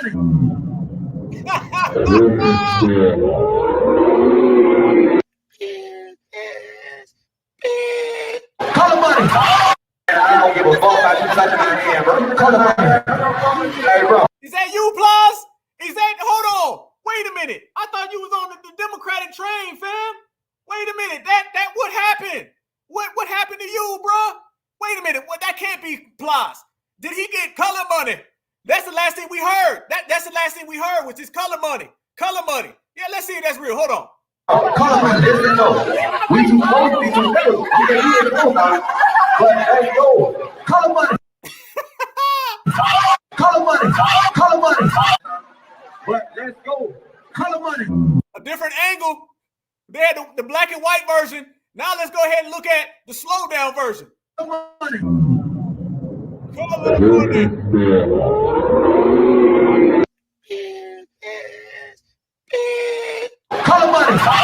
I don't give a fuck about you touching my hand, bro. Color money. Damn. So that's what happened to Plaz. That's why Plaz is out here. Bust it, baby. You wrong for that one. That's why Plaz is out here down bad. Plaz is down bad because he got tossed off stage and nobody's rocking with him no more. Oh, okay. He got color money. All right. Okay, I get it now. I get it. I see. It all makes sense now, family. It all makes sense. So he couldn't get paid because he got tossed off stage. Bad dealings, family. Bad dealings, y'all. So this is what it is when these folks trying to push Kamala on us. So what we seen them talking about therapy reparations. Then we spun around, family, and we seen them trying to tell us that Kamala Harris is one of us, and we know she's not like us. And now the next thing that we're showing everybody is that no matter how much you try to make someone of the culture, you cannot make someone authentic to the culture. They don't make fake FBAs, family. It's either you real or you not. And y'all know we certified all the time. Speaking of certified all the time, speaking about Kamala Harris, speaking about her campaign and trying to big herself up, I got one of my good friends with me. Yeah, I got one of my good friends. And this brother be going all the way in on Kamala. You know what I'm saying? And since we in the mood of breaking things down and unpacking and doing some real regulating, I got a brother right here. Y'all know I be going in. This brother right here go in for real, for real. We're going to talk about some of the falsehoods of Kamala Harris. We're going to talk about how she's trying to steal our lineage, our heritage, and our culture. We're going to talk about how she's trying to get all the mammies and all the con folks on board, but how it's not going to work. So I need everybody in here right now to send a certified salute to my good brother. And he about an hour up the road from me, but y'all know him already. Greg Marcel Dixon. What it do, family? I'm good, Alpha. How are you? Man, I'm lovely, brother. I'm lovely. You know that it wouldn't be a certified roast without bringing some of that Southeast energy because, you know, Kamala's in Atlanta right now. So she's getting real close to our home, brother. You know, I told you they're going to make their way towards Georgia because that's an important swing state. And when she does, we have to make sure we're there. Yes, indeed. Brother, I want to hear you cook. So I'm just going to throw you. You know how they be doing them interviews and they be throwing her some softballs? I'm going to throw you some softballs, brother, because I want to see you go ahead and cook. What are you feeling right now? I heard you on Space the other day speaking. What are you feeling right now about this whole campaign, the way they're trying to run and infuse her, the way she's trying to cosplay our lineage, just everything around her, family? How are you feeling about everything right now in this political atmosphere? It's a lot to say. First of all, it just goes to show that some people, I'm not going to say our people, are never going to wake up. We just have 4 years of Biden straight neglecting us, complete neglect. She's going to be Biden's successor. She's not offering us one tangible policy, and you've already, supposedly, because I'm a little iffy about if these stats are real, you've already have 45,000 black women, and let's be very clear. These black women are the same ones that will probably go and vote blue no matter who, so it's nothing special about that in and of itself. But she supposedly have had $81 million donated to her that's only verified by Act Blue. No other verification has been done. Then she had a call with black men that raised $1 million. That's strange. Should have been more than that. Then she had a call with white women only raised $1 million. You know, white women have way more money than that. So that's a sign. Then she had a call with white men that I don't think has raised anything, or at least I haven't read anything. She's not offering one tangible, but these people are doing the same hook, line, and sinker. Right now, she's in Atlanta. Her Megan Thee Stallion is there twerking. It's the same disrespect. The same disrespect. Let's talk about some soul food. Let's get a famous rapper. Let's offer empty symbolism. And this is from a woman who is not even Black American. So my thing is, she's going to have to make a public appearance. She's been trying not to. Not sure if you read about the National Association of Black Journalists having a convention in Chicago. They've invited Trump, and he accepted. They invited Kamala Harris. She said she could do it virtually. They declined. They said it has to be in person or not at all. So technically, she came up with a way to excuse herself. She's trying to avoid being pressed, and we have to not make that easy for her somehow, some way. Brother, I heard about that. I think that's tomorrow in Chicago, if I'm not mistaken, right? I'm not sure when it is, but I know it's soon. Okay, family, for y'all don't know, okay, they're having a black journalist thing. And Kamala was asked to come, and she basically did what they told Ice Cube before the last election, go to hell, we'll get around to you. And Trump accepted this. This goes absolutely against the narrative of what we've been seeing. Now, fam, you down here with me, so you know about these folks. I don't see a bunch of new Democratic people who are on board. I see the same old blue, no matter who folks. Same was me and you saw on King Day when we got kicked out. I see the same people.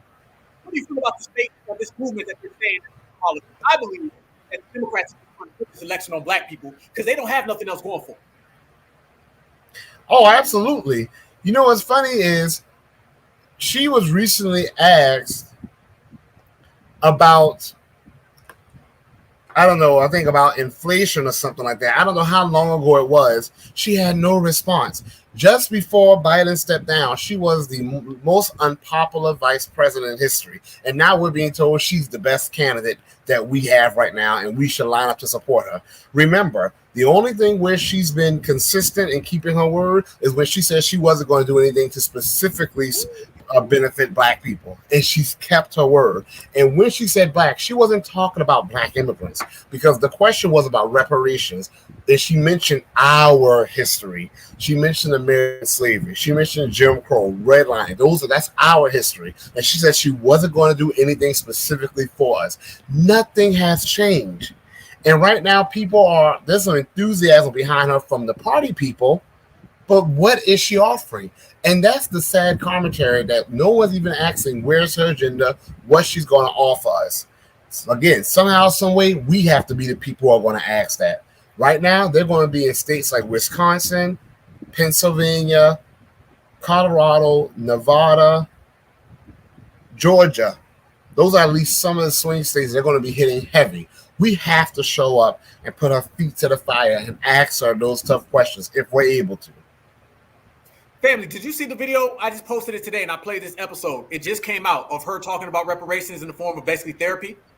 You know what? I don't know if that video is new or is it old, because she said that nonsense before. She said that when she ran for president before that, reparations could be mental health counseling.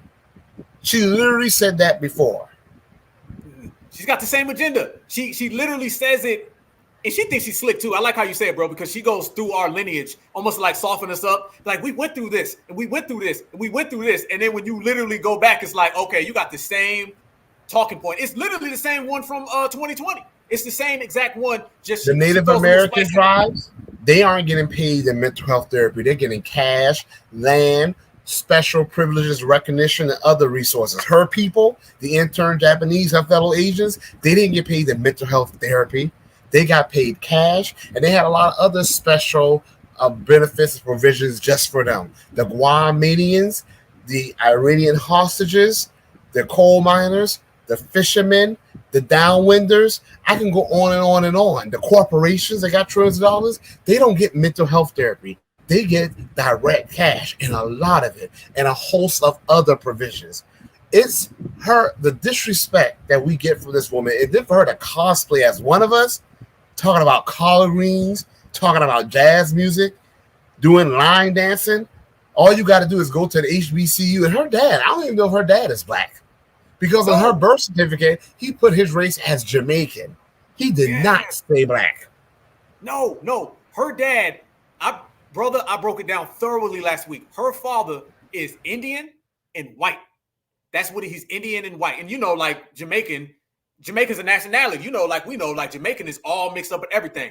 Her father is just basically a melanated mulatto, basically. And when you look at her lineage, there is zero. We find no blackness in her at all, not across the board, none. That's what I want to ask you, family, because there'd be a lot of folks. Our brother Tariq talks about this. A lot of folks, man, who are non-FBA, they try to eat off the Gullah Geechee culture, family. They try to make it look like, well, I'm Gullah Geechee, so that's why brother, please break this shit down for me, family, because the first thing a tether does, and I don't think tethers really knew about Gullah Geechee culture until they started seeing people like you come up and they were reading our history, and then they said, oh, that's my way in. Oh, I can act like I'm from here. Tell us about that, family. Well, you know, you got this thing even here where some people think that the Gullah Geechee culture is a Caribbean asset. So sometimes they think that's the way to cosplay us more effectively. I mean, hell, soon Kamala will probably be saying that she's Gullah Geechee and this is where her roots are. You don't know. There's nothing foreign about Gullah Geechee culture. You only find Gullah Geechee in coastal North Carolina to the southern tip, all throughout the coast of South Carolina and Georgia, and the northern coast of Florida. There's nothing foreign about it. It started uniquely here in the United States of America. But you know what? We have to start checking their paperwork. We really do. We have to start checking their paperwork. You know, there's something I noticed with Tariq when he engages with these tethers. He always asks them a simple question that completely dumbfounds them. He says, "Where are you from?" And that's the hardest question. They either get offended or they try to evade the question. You ask me where I'm from, I can easily tell you. My family roots are in South Carolina, United States of America. If I ask you where you're from, you can easily answer that question. You ask them that question, it really, really offends them. And then when they try to give an American city or a state, you ask them where their parents are from, where their grandparents are from, where their great-grandparents are from. We don't get offended by those questions. I promise you, if Kamala Harris were on this show and you started asking her where she was from, where her mother was from, where her mother's parents were from, her father's parents were from, I bet you she would get that little attitude that she tried to get with Charlemagne the fraud. Which I think that whole thing was a setup, by the way. That's just to make her look like she had some kind of attitude and some strength of character. It was pathetic. But Charlemagne has a history of letting people come on his show and walk all over. Like he let Biden tell him that he ain't black, and he said nothing about it. Not a damn thing. Not a damn thing.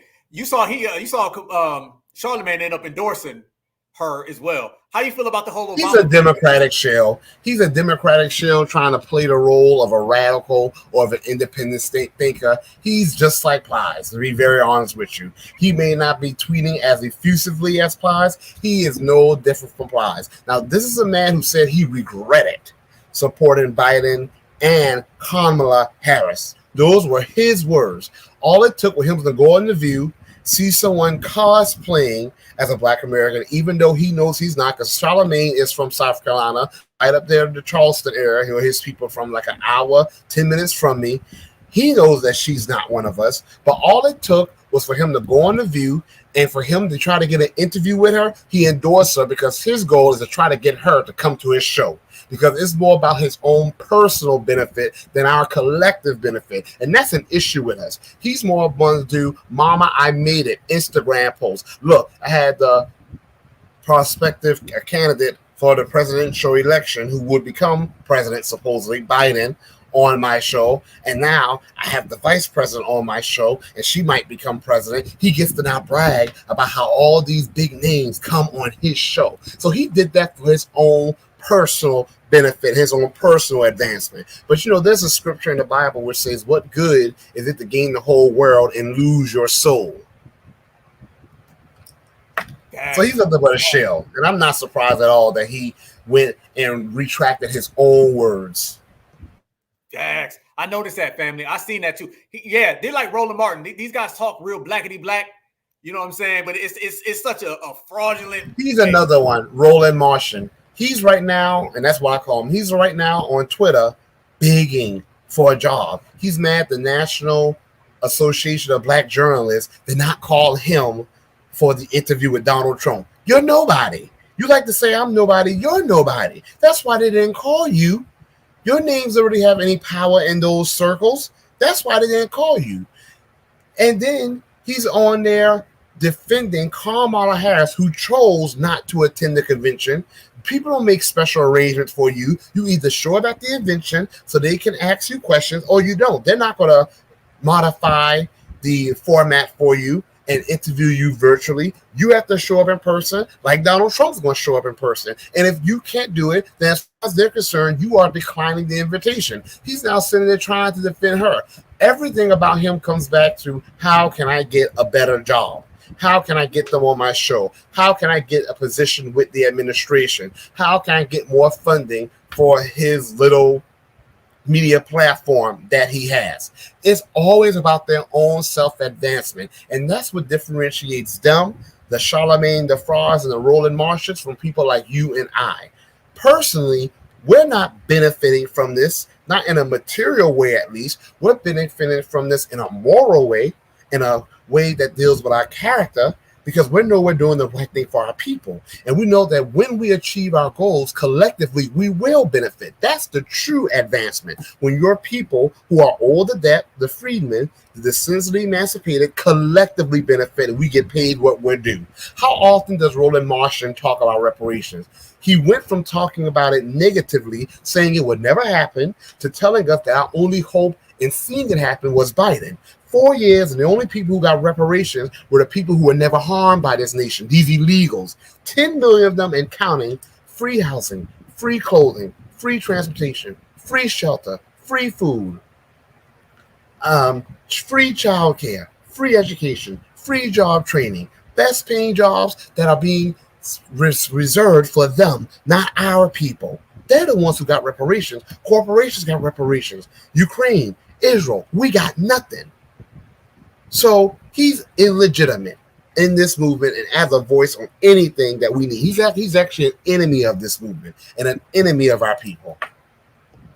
That's what we be saying. This guy don't talk for the streets. They're so disconnected from reality, these Democratic shields, because they are loyalists and they will go down with the plantation. I always tell people the Democratic plantation is no different than a plantation that you read about in slavery. It's the same thing. Roland Martin and these guys are no different than the guy who ran around and he rounded up all the slaves. He told on every goddamn body. A lot of people don't know is that the House NIGG, you know what I'm talking about? They weren't nice, all right? They did a lot of beating of slaves themselves. It wasn't just the master who was out there beating the slaves. A lot of times it was the house guy. And this is why the Democrats cuss us out all the time. That's why them days are over. All they do, really, who talks worse to a Black American than a Democrat? The Democratic shields talk so terribly to Black Americans. They cuss us out. They tell us we're dumb. Literally, Roland Martin, they tell people just to shut up and vote. I mean, they are literally the absolute replica of the past and everybody that we've always seen, that how they speak to foundational Black Americans. This is what they've always been. They are just the person who Master said, go out there and round them up. You go bring back Marcel and Alpha. Or they say, hey, Alpha's over there talking bad and him and Marcel talking about revolting. You go tell on them. It's the same thing. But speaking of that, and you know I got to ask you this, brother. 4 more years of not just Kamala, but Democratic policy in terms of illegal and legal immigration. Because you brought up a point a long time ago. Legal immigration is getting out of hand. And when you compile that behind immigration, it's a terrible thing. Kamala, who was the border czar, you know, they're having that whole thing. And she's saying that they never said that, but we literally have documents to show her. We have actual footage of them saying that she was. Kamala Harris is going to carry out the same exact policies, if not worse, in terms of immigration that Joe Biden did. Tell everybody how detrimental that would be to foundational Black American society and why we have to stop her from actually becoming president to facilitate what Joe Biden already started. 22 million illegals. Well, Elizabeth Warren already spilled the beans on that. She was on an interview on some news channel, and she said Kamala will get the job done. She will provide a path to citizenship for 11 million illegals. Now, Elizabeth Warren's being slick. We know it's way more than 11 million. It's like 20, 25 million illegals here. And keep in mind, places like California and Maryland, California doesn't have a large freedman population. Maryland does. They already have places in D.C. where they're giving illegals the right to vote. Now look at us. We have the least amount of wealth in this nation. We're the least protected. We are old the most, and we've been given the least, and we've been through the most. Okay? And look at what we're getting for our vote right now. Nothing. Imagine now 20, 25 million anti-freeman illegals, that includes the Black immigrants, being given the right to vote.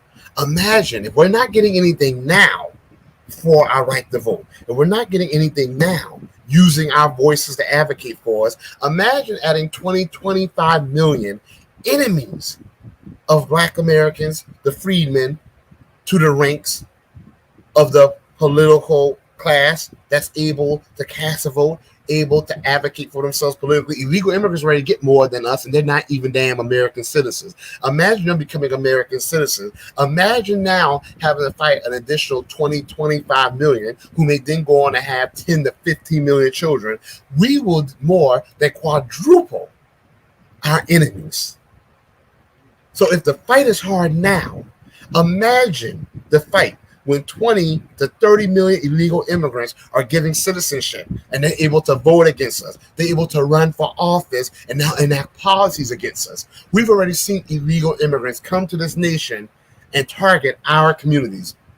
We've already seen their children, like that person in California, that lady in California, that white Hispanic lady who was talking about how reparations should not something due to Black Americans or immigrants shouldn't have to pay. We saw Byron Donalds, who's a tether of Jamaican Panamanian heritage, speaking against reparation because he's an immigrant or the child of immigrants. Well, we saw that that old-looking Colombian woman in Missouri talk against reparations, say that if we want reparations, get the heck out the country, and she still has her accent from Colombia. These are illegal immigrants, or sometimes legal immigrants, or these are their children. Imagine additional 30 million of them. So I know some people will choose the couch, and I support that. If they don't earn our vote, they don't earn our vote. Don't damn give it to them. I am going to vote for the policy of stopping mass immigration. And that is why, as of now, I'm voting for Trump, because for no other reason, he's the only person in elected office in modern times that actually took action to stop mass immigration. When Trump was in office, these illegals were keeping their head down and keeping their head low. They were terrified. I can even tell you from my own personal experience, we had family neighborhoods, whole neighborhoods were shut down when they saw a Black SUV driving down the street. We saw raids being done on corporations. We saw 11 million visas, non-immigrant visas, be denied under him. And we were seeing mass deportation. We would have seen more, but some Democratic municipalities just did not cooperate with the federal directive. They started doing that underneath Obama. Matter of fact, Trump even talked about that during his speech in Milwaukee. He even talked about how when he comes in, he's not going to allow them anymore to find ways to resist his directive. So I'm voting for the policy of stopping mass immigration, because that is one of the biggest existential threats to us, social, economically speaking, and politically speaking. Those two things, family. Remember, we said this before: reparations and immigration to go hand in hand, because they give the immigrants your reparations money, and then they're coming to replace you. I'm glad you brought up something, fam. I want to show this to everybody. Why I got you here, fam? This right here is exactly what our brother was talking about. I want everybody to see this right here. That's right there what you was talking about right there. That's Nui Martinez out there in California, and she's the one who said F the Black child and everybody else. And look who she's snuggled up next to right there, y'all. She's right there with Kamala Harris right there. So you see already automatically the type of people that they keep company with. Birds of a tether flock together. So you can see all the time, this is the energy that these people are on. This is the energy that they rock with. Kamala is very cool with her because they share the same anti-Black sentiments. Kamala looks out for this person's friends. So therefore, this is why you see these type of pictures. Everyone knows, and mind you, y'all, they're not showing this on no mainstream. You're not going to see Holly Martin talking about this. You ain't going to see Vanessa Jones, Joyless Reed, none of them. That right there. Yes, please screenshot that. This right there. But it shows you exactly what you're talking about in terms of. And you know, they both really said the same thing. That Nuri guy said, whatever woman said, F him, he's with the blacks, talked about how they wanted to. And she was in a room filled with other first, second generation Mexican Americans. Okay, it was a whole group of them. And somehow the recording leaked where they were talking about all kinds of things they wanted to do, gerrymander, so that the few Black Californians left in that state would not have political power. They were trying to deprive us of the little bit of power that we still have in a state where we're only like 5% of the population. Kamala Harris has the same attitude when she said, I'm not going to do anything that's only going to benefit Black people. No, it's the same attitude, just using different words to express it. family, and I know you know, like you very well know this.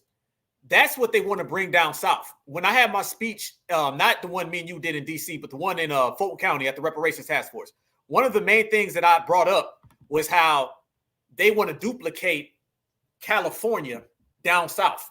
And me and you have been on the front line of telling everybody we cannot have what goes on the West Coast happening down south. And they've tried it. That's why you had Raphael Warnock with all of his all life matter policies. And me and you personally saw Stacey Abrams. And by the way, I heard she's back, by the way. I haven't seen her since me and you seen her in Savannah. I heard she's back right now in Atlanta with the whole Kamala Harris thing on the low key. So of course, that's what they're trying to run is all lives matter and turn California style down here. You know, it's funny. I've always, you know, they always say as California goes, so goes the nation. And that's a very, very, very, very scary slogan to me. Okay, maybe in regards to reparations advocacy, that's a good thing. But everything else, I don't want the nation going the way of California. Okay, we've already seen how things are working out for our people in California.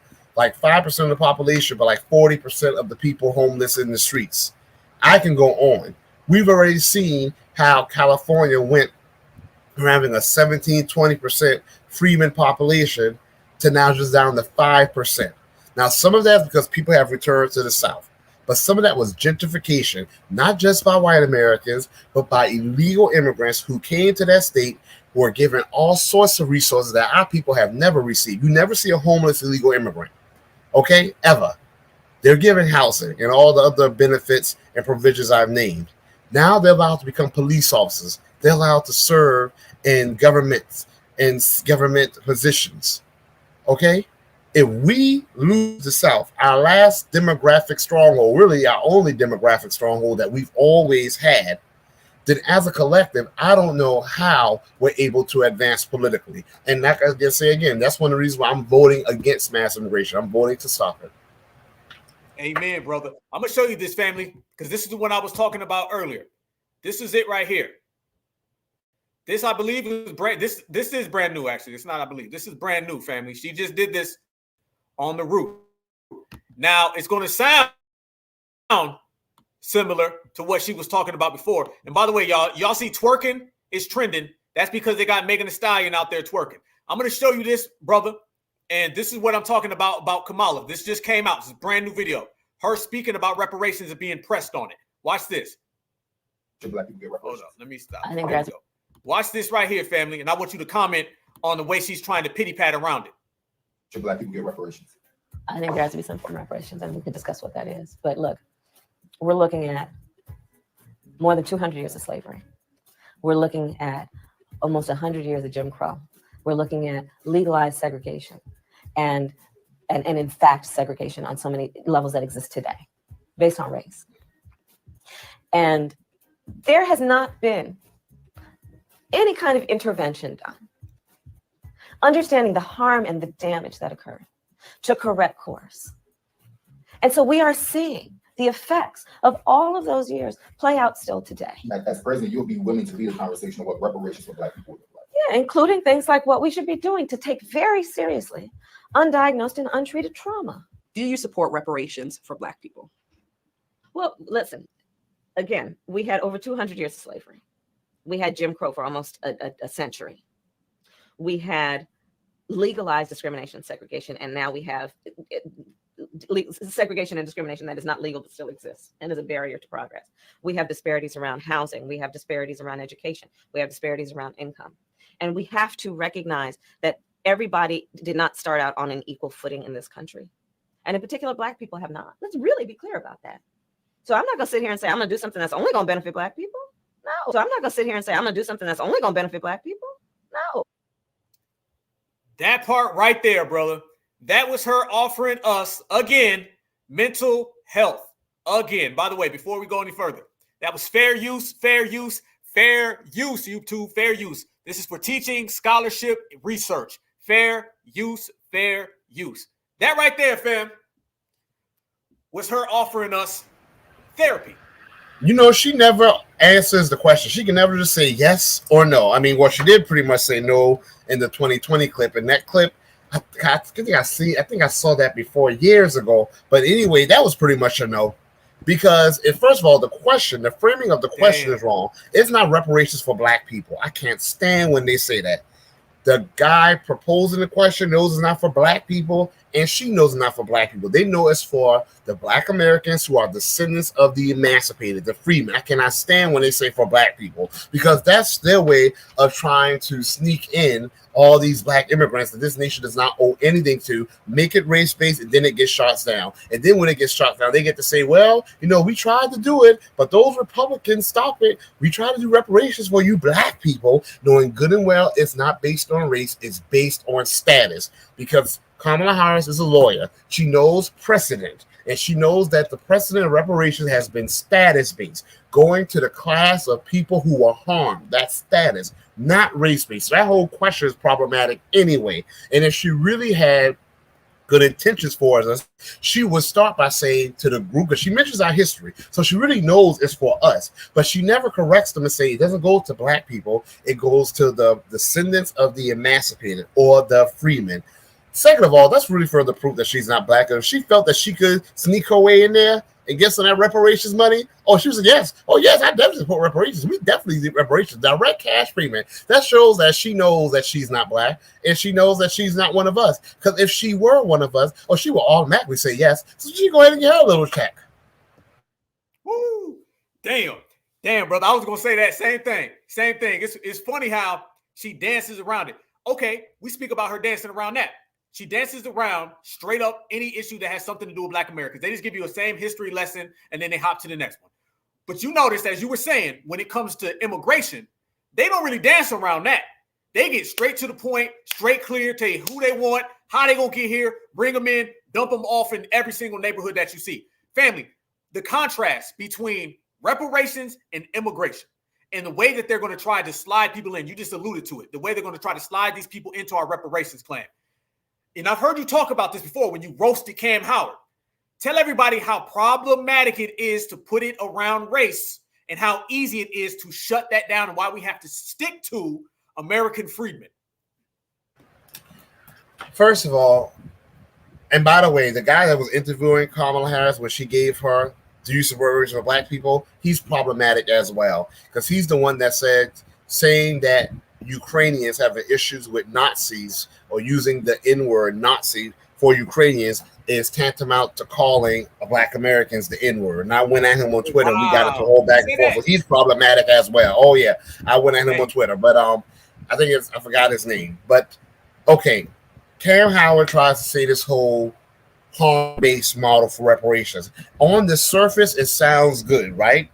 But he then tries to say that anyone who was harmed by American slavery, Jim Crow, redlining should qualify for reparations. Here's the problem. That's just another way of trying to make it race-based. Because when he says anyone who was harmed, he really only means anyone black, quote unquote, who was harmed.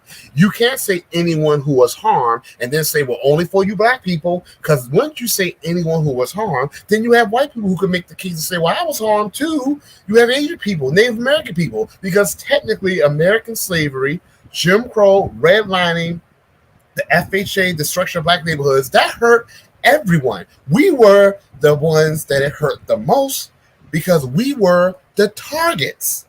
So that's why reparations for black Americans, freemen, it started in 1865 at the end of American slavery. You can't come in after that and now say you're old too when our debt was owed to us in 1865, long before you got here. It has to be based on status, because following Cam's model, he's only saying that the quote-unquote black people are old. That will immediately get struck down on the grounds of the 14th Amendment that says equal protection under law. Now, if he wants to do a harms-based model where anyone who was harmed by quote-unquote racism gets reparations, okay, he needs to go ahead and try to push that. But don't try to conflate that with our reparations push, which is the actual way you go about it, that at the end of slavery, we were owed the debt, and instead of having that debt paid, they continued to target us with sharecropping, debtors' prison, chain gangs, racial massacres, land theft, Jim Crow, exclusion from the GI Bill, exclusion from the New Deal, exclusion from the Homestead Acts. Other people may have been hurt by it too. We were the targets.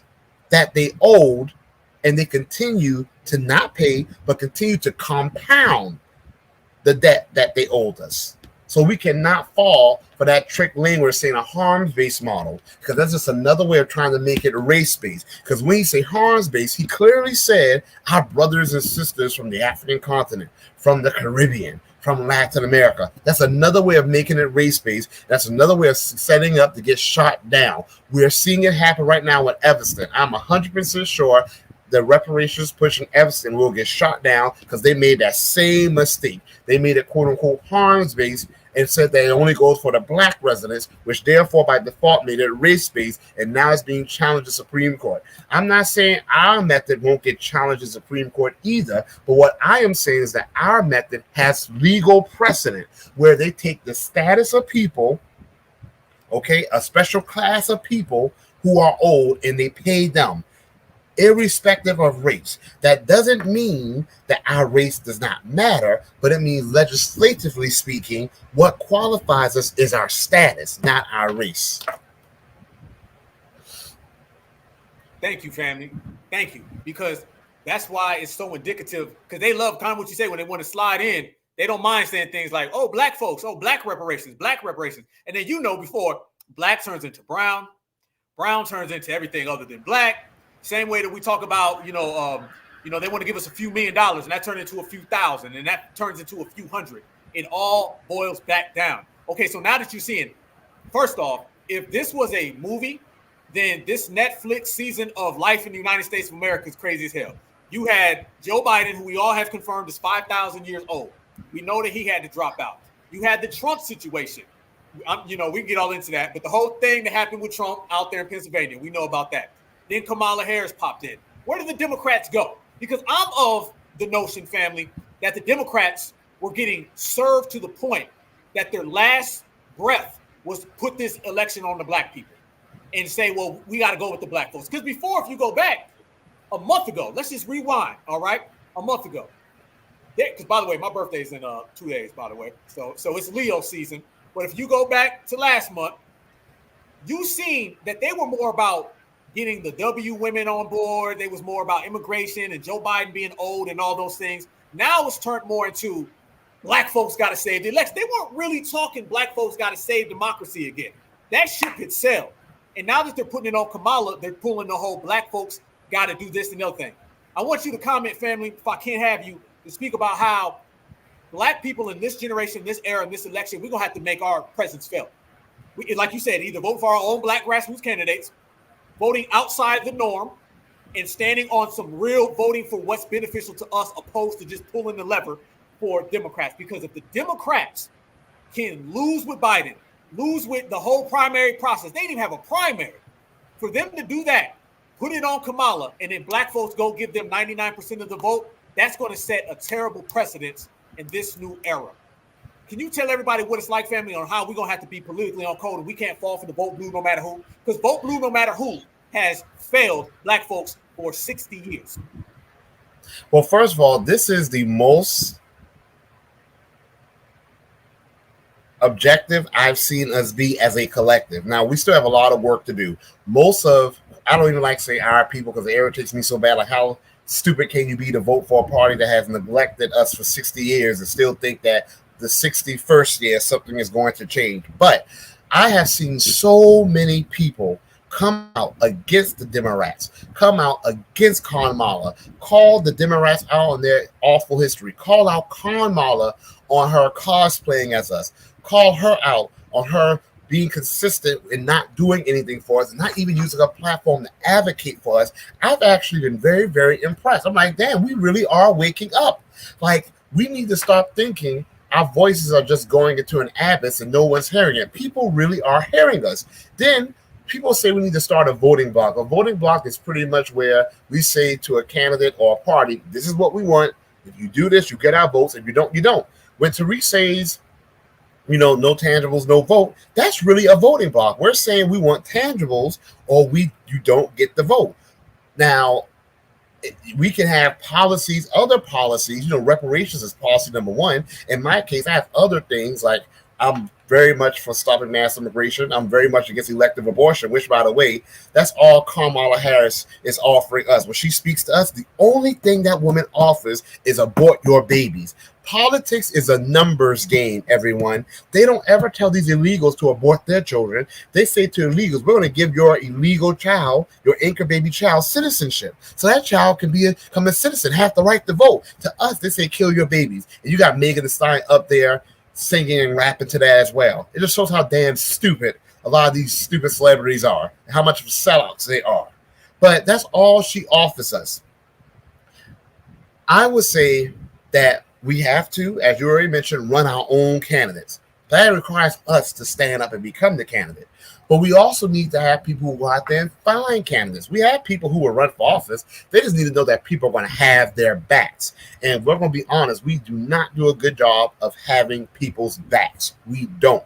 We also need people who are going to lobby. People who are going to go there and let them look, hey, I have 48,000 people in your area who these are their demands. If you can't meet it, we will go to the other candidate. And whoever meets it first, whoever comes with the best offer and proposal that we can see as a plan of action will get our vote, or none of you will get it. And instead, us 48,000 will organize against you. I know people like to say, well, we shouldn't have to do all that. Other groups don't do it. Actually, they do. But I do agree, we shouldn't have to do it. Like I said during my speech at the Right for Reparations, we shouldn't have been the ones fighting to end slavery. We were the ones enslaved. Why did we have to fight to end a system where we were the victims? But we did. We brought it to an end. It wasn't fair, but we did it. We shouldn't have had to fight to end Jim Crow and redlining. We were the victims. We were the ones being targeted. We were the ones being abused. But we did. We fought against it and we stopped it. So now here in the reparations era, we shouldn't have to be the ones working day and night, organizing day and night, giving of the few resources we have to get it. But because we're the ones owed the debt. We are the ones that have not yet been paid and other groups have. But we're doing it and we are going to get it. So when we have to do these other organizational initiatives, just think about that. This is what our ancestors did before us. It wasn't fair they had to do it, but they did it and they accomplished it. It'll be likewise with us. But we have to have more voices like you. Other people in the chat have to be voices too. We cannot just be standing on the sidelines. So this is something where we need everyone out on the field. Standing on the sidelines is not sufficient. Right now, she's having a rally where after Megan Thee Stallion performed, I was told everyone left. And I don't even know how many people came to see Megan Thee Stallion because her album that she just released only sold like 6,000 copies. So I'm not sure how many people really came to see her either. But, I guess she is good to look at. But, that's about it. However, we cannot have them be the only voices out there. We cannot have Roland Martians be the main voices out there. Joyless Reed, and Joyless Reed is not one of us. Roland Martin claims is only one of his great-grandparents was Haitian. He said the rest were Black Americans, but I don't know. But we cannot have them be our only voices. You could be a tether, or you could be a raccoon, okay? So a tether, you're just a raccoon who's of immigrant descent, Black immigrant descent, and if you are a raccoon, then you come from the ranks of a Black American, but you work against your own people's interests, makes you our enemy. We cannot have them be the only voices out there. We cannot let them be the face of our people. Right now, as we speak, there's many rallies being held, whether it's for Trump, whether it's for Kamala, whether it's for RFK Jr., Jill Stein, and we are not there. No one's speaking up for us. We are in this chamber where we think that everyone's speaking like this. No, right now, there's thousands, if not millions, of interactions happening in the political spectrum, and no one is talking like this. We are speaking like this to each other. No one is talking like this about us. When it comes to other groups, then they talk like this. They talk about what's old. They talk about specificity. They talk about what's due. They talk about how they're not going to vote for nothing. When it comes to us, it's just give us abortion.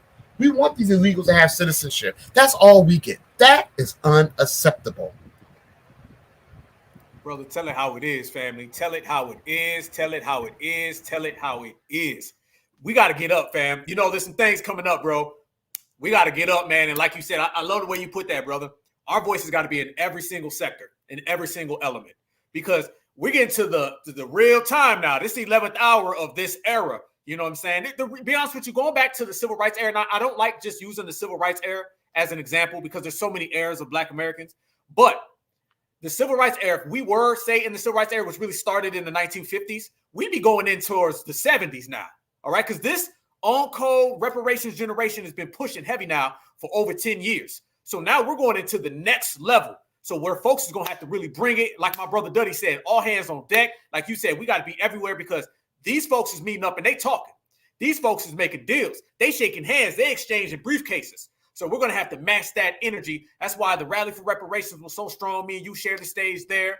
Me and you ran people out. And by the way, brother, you know that guy that we ran out of Savannah, that one dude, the little state senator? I just saw him.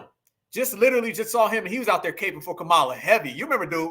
I forget his name. Of course, I remember him. Yeah, who was getting flustered because, God forbid, freedmen advocate for themselves and press you on what you're going to do for us. They get so offended by it, and it really angers me. Like, how dare you think that we're not supposed to advocate for ourselves? How dare you think that these illegal immigrants, these children of immigrants, because a lot of Asians and Hispanics, whatever race they want to claim, because, depending on the day, they're Black one day, they're white the other day, they want to be mixed the other day.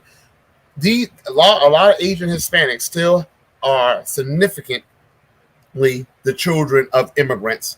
Of course, they don't have any issues with white Americans advocating for themselves, whether they are of immigrant lineage or not.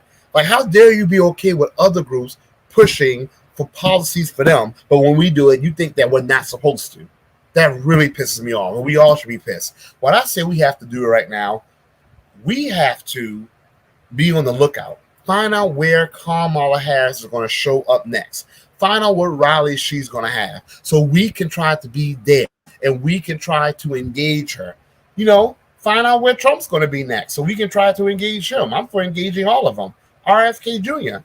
But right now, since the Democrats think they have our vote, since they think that we are going to go out there and stump for them, they're the ones who need to be pressed the hardest. They've been getting 90% of our vote. We didn't give 90% of our vote to Trump. Last time you only had 8%, I believe. Okay? Most of it went to the Democrats. And even though a lot of us, over half of us, didn't vote, and I think for this one, I don't know what's going to be. I do think Trump will see a significant increase. I think the couch will see a significant increase. But right now, since they claim they're speaking for us, since they want to make it seem like all Black people, since it's just one big Negro, it's just all Black people. We don't have any differences among us. But since they think they got the Black American, the freedmen vote, we need to find out where they are going to be. We need to get in those spaces. And we have to stop being afraid to speak up. We can speak up on a YouTube channel. We can speak up in a Twitter space. We can do it in a real, actual space where policy is being discussed and these politicians are engaging us. We should not have them show up somewhere and none of us are there to speak on our behalf. So we need to be trying to find them, everyone. Too often they come and do these little events, and then we were like, when did that happen? I didn't know that was going on. We have to find out where they're going to be. Now that's coming from two brothers who've seen these folks hand in hand, and they kicked us out. Y'all know the real story. They kicked me and this brother out on a couple occasions. Okay, that one guy we was talking about, the state senator, he called security on us, and then y'all know what the NAACP did. So we've been on the front line of this and seen it happen. So some of my brothers and sisters in the chat, EJ and my brother Duddy. All right, with that said, brother, I have you say one more thing before I let you get up out of here, fam. Certified salute to you. If you are President Marcel, first day, give me I already know your reparations. Cut the goddamn check. There you go. Y'all check out our brother's site. I'm going to put it in the link too so everybody can check it out, reparations. Immigration, brother, you give it to me in 2 minutes. What's your stance, your immigration policy on day one when it's President Marcel, and all I need to do, dog, is be security, family, and I got you. Well, immediately, and I'm getting this from what Trump said, declare an invasion or a state of national emergency and completely shut down the border. It has to happen. We're not going to do that whole stupid plan the Democrats and some of the Republicans came up with, where after you have a certain amount of encounters, the border shuts down. No. We already have an invasion. Why are you waiting for more encounters? Shut it down now. Number 2, mandate E-Verify. Mandated every single corporation. Instead of Biden hiring 12 to 20,000 more IRS agents. Hire 12 to 20,000 more ICE agents. Okay, hire more agents to audit these corporations to make sure they're not hiring people here illegally. And if they are, you deport these illegals. If they come back, you put the illegals in prison and use them for menial labor, because unlike our people and people who have been taken advantage of by the criminal justice system, the illegal immigrants are criminals and need to be treated as such. But also throw the people in charge of these corporations in prison. If it's found out that they acted in bad faith, that this was not something where they acted in good faith and they just by chance, not doing any better, hire someone illegally, but it was shown that there's a pattern of them hiring illegal immigrants and they had every reason to know, but they acted recklessly, put them in prison as well and put them to work. Number 3, it should be mandatory. Every single municipality, federal regulation, in order to rent a home or buy a home in the United States of America, you have to prove you are a citizen. And we need to use E-Verify for that as well. Illegal immigrants should not be able to come here and have some place to live. You are a criminal. You do not belong in this nation. And every home you take from an American citizen, that causes the prices of the available homes to rise dramatically. Once we do that, you will see wages drastically increase. Coretta Scott King, our beautiful there, Freeman, foundational Black American warrior activist. She wrote a letter to Congress in the 1990s, said that when you allow these immigrants, she didn't specify illegal or legal, she just said immigrants to come, and they accept work for lower wages, she said they will bring the quality of life down for everyone. And she was right. They bring down everyone's wages and prices increase. After we do what I just recommended, prices of homes, rentals will decrease drastically. Prices of wages would increase dramatically. The classroom sizes would decrease dramatically, allowing students, especially our kids, to get a lot more of the teacher engagement and assistance that they need. I'm not saying all of the issues can be traced down to immigration, but it exacerbates the issues that we already had, and it causes issues that we definitely don't need. Amen, brother. Certified salute to you, family. Hey, brother, I'm glad you pulled in. By the way, Marcel gave that in 2 minutes, family, and that's a better immigration policy than every single politician you can find out there. That's when you on code. That's when you grassroots. That's when you FBA all goddamn day, brother. Appreciate you for coming through, family. We're going to get up, man. I'm going to hit you up, family, so we can click up. Thanks, my family, Alpha. You take care. All right, brother. All right. That's my brother right there. Certified salute to you, man. That's one of the leaders of the new school, one of the pillars in the community, man. So when we all look back on this generation and eras, you're going to see a bunch of new faces, family. And our brother Marcel going to be right there on one of them, man. I'm going to drop his link in the chat. I'm going to drop his link in this video. Y'all make sure y'all support our brother. Passion, very, very clear, very, very direct, on code, bringing that business. And that's the type of energy we bring to get what foundational Black American freedmen deserve. And we bring down the Democratic plantation in the process, and we G-check in the process. That's what we do. And we ain't done G-checking on this episode. I had to bring my brother in to drop some smoke on Kamala. We done already dropped that smoke on Kamala, and we gonna continue to drop that smoke going forward. Right now, we not done. As we sit here and we talk, y'all, oh yeah, 100 miles an hour. Y'all know how we get out. Oh, no. We not done yet. We not done right here. No. That person right there, that individual right there, no. The smoke is still here, and we still gonna go ahead and deliver, y'all. As we sit there and we break that all the way down in the thorough fashion that we do, I'm going to go ahead and take that alley-oop from our brother right there, and we're going to slam dunk this, because a lot of brothers and sisters is looking at this whole win with Black women, win with Black men, and we see now that done turned into some all lives matter talk. That went from some Black stuff, and if you notice, family, it was Black women got to save the election, and now you're not even seeing that anymore. Now, out of nowhere, y'all, that turned into every single other community, and they've literally pushed out a lot of the Black women. Yes, they have. That's what the Democrats do. That's what the Democrats always do. They always run them games and them hustles. I want y'all to look at this right here. Check this out, family. This goes to show you what it was, and look how it is now. It was all about putting the vote on the Black women. But now, family, that done turned into all lives matter. And they just gave it away. Watch. Fabulous news. Mama, how many white women was on the call for Kamala? Over 200,000. Over 200,000 white women got on the call in support of Kamala Kamala Harris. And how much money did they raise? Over $8 million. Over $8 million raised. Come on, white women. Yes. White Women for Kamala broke Zoom, y'all. There was over 160,000 of us women on there, and we raised more than $2 million, and it was so crazy. Pink even showed up. Pink showed up. That was amazing? insane. She had just finished a show, and she jumped on when she was on her. Family, look how quick it went from black women, and now they slowly starting to slide that off into every other woman. This is what it is. That's how they do it. These W women, we broke it down last week. The first thing they do, y'all, is that they come around and they start trying to get everybody on board with their movement. They don't give a damn about anything other than themselves. They're out here trying to use sisters so they can try to get a come up. Them two W's are going to go home to their two W men after they hustled and they did the same con game they did with the feminist movement back in the 1960s and 70s. Guarantee that's what's going to happen. So I want everybody to see how all of that win with black women, that is taking the shift now, and now it turned into win with all's women. How about just everybody? How about we all's together? Watch this right here, family. Watch the way they out here tap dancing. Her private jet. It was insane. Wow. And there's a call for all women on Sunday. I'll post the details. You know, interesting. White women. I mean, here we are. I have to admit, when I was writing stuff down, I was like, Karens for Kamala? I don't know. You know, why is it so difficult, as Glennon was saying, to acknowledge and address ourselves as white women? As white women, we are the ones that... Watch that right. Watch how she's talking right there now, y'all. Look how she's talking.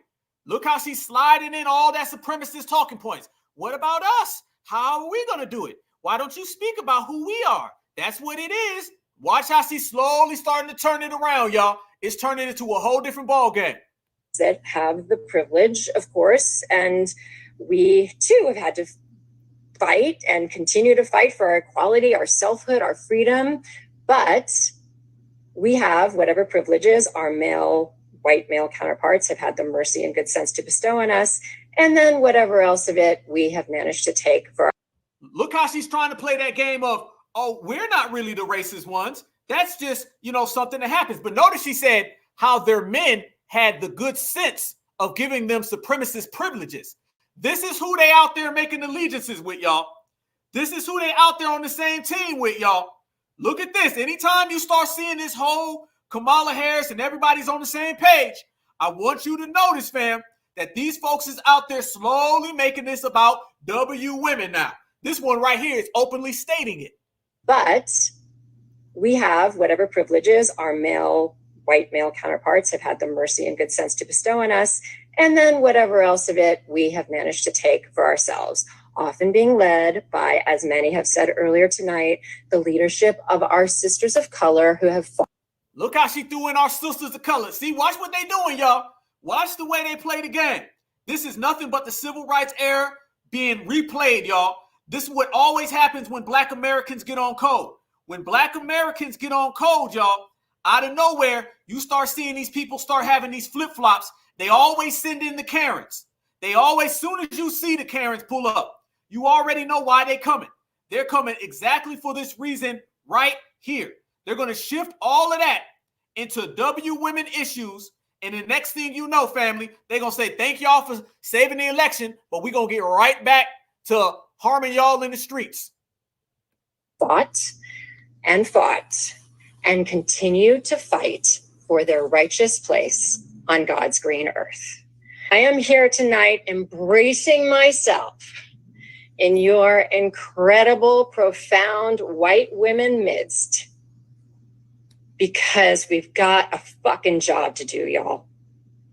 On Sunday, when Biden stepped down from his run for president and endorsed Kamala Harris, the world blew up. Did you feel it?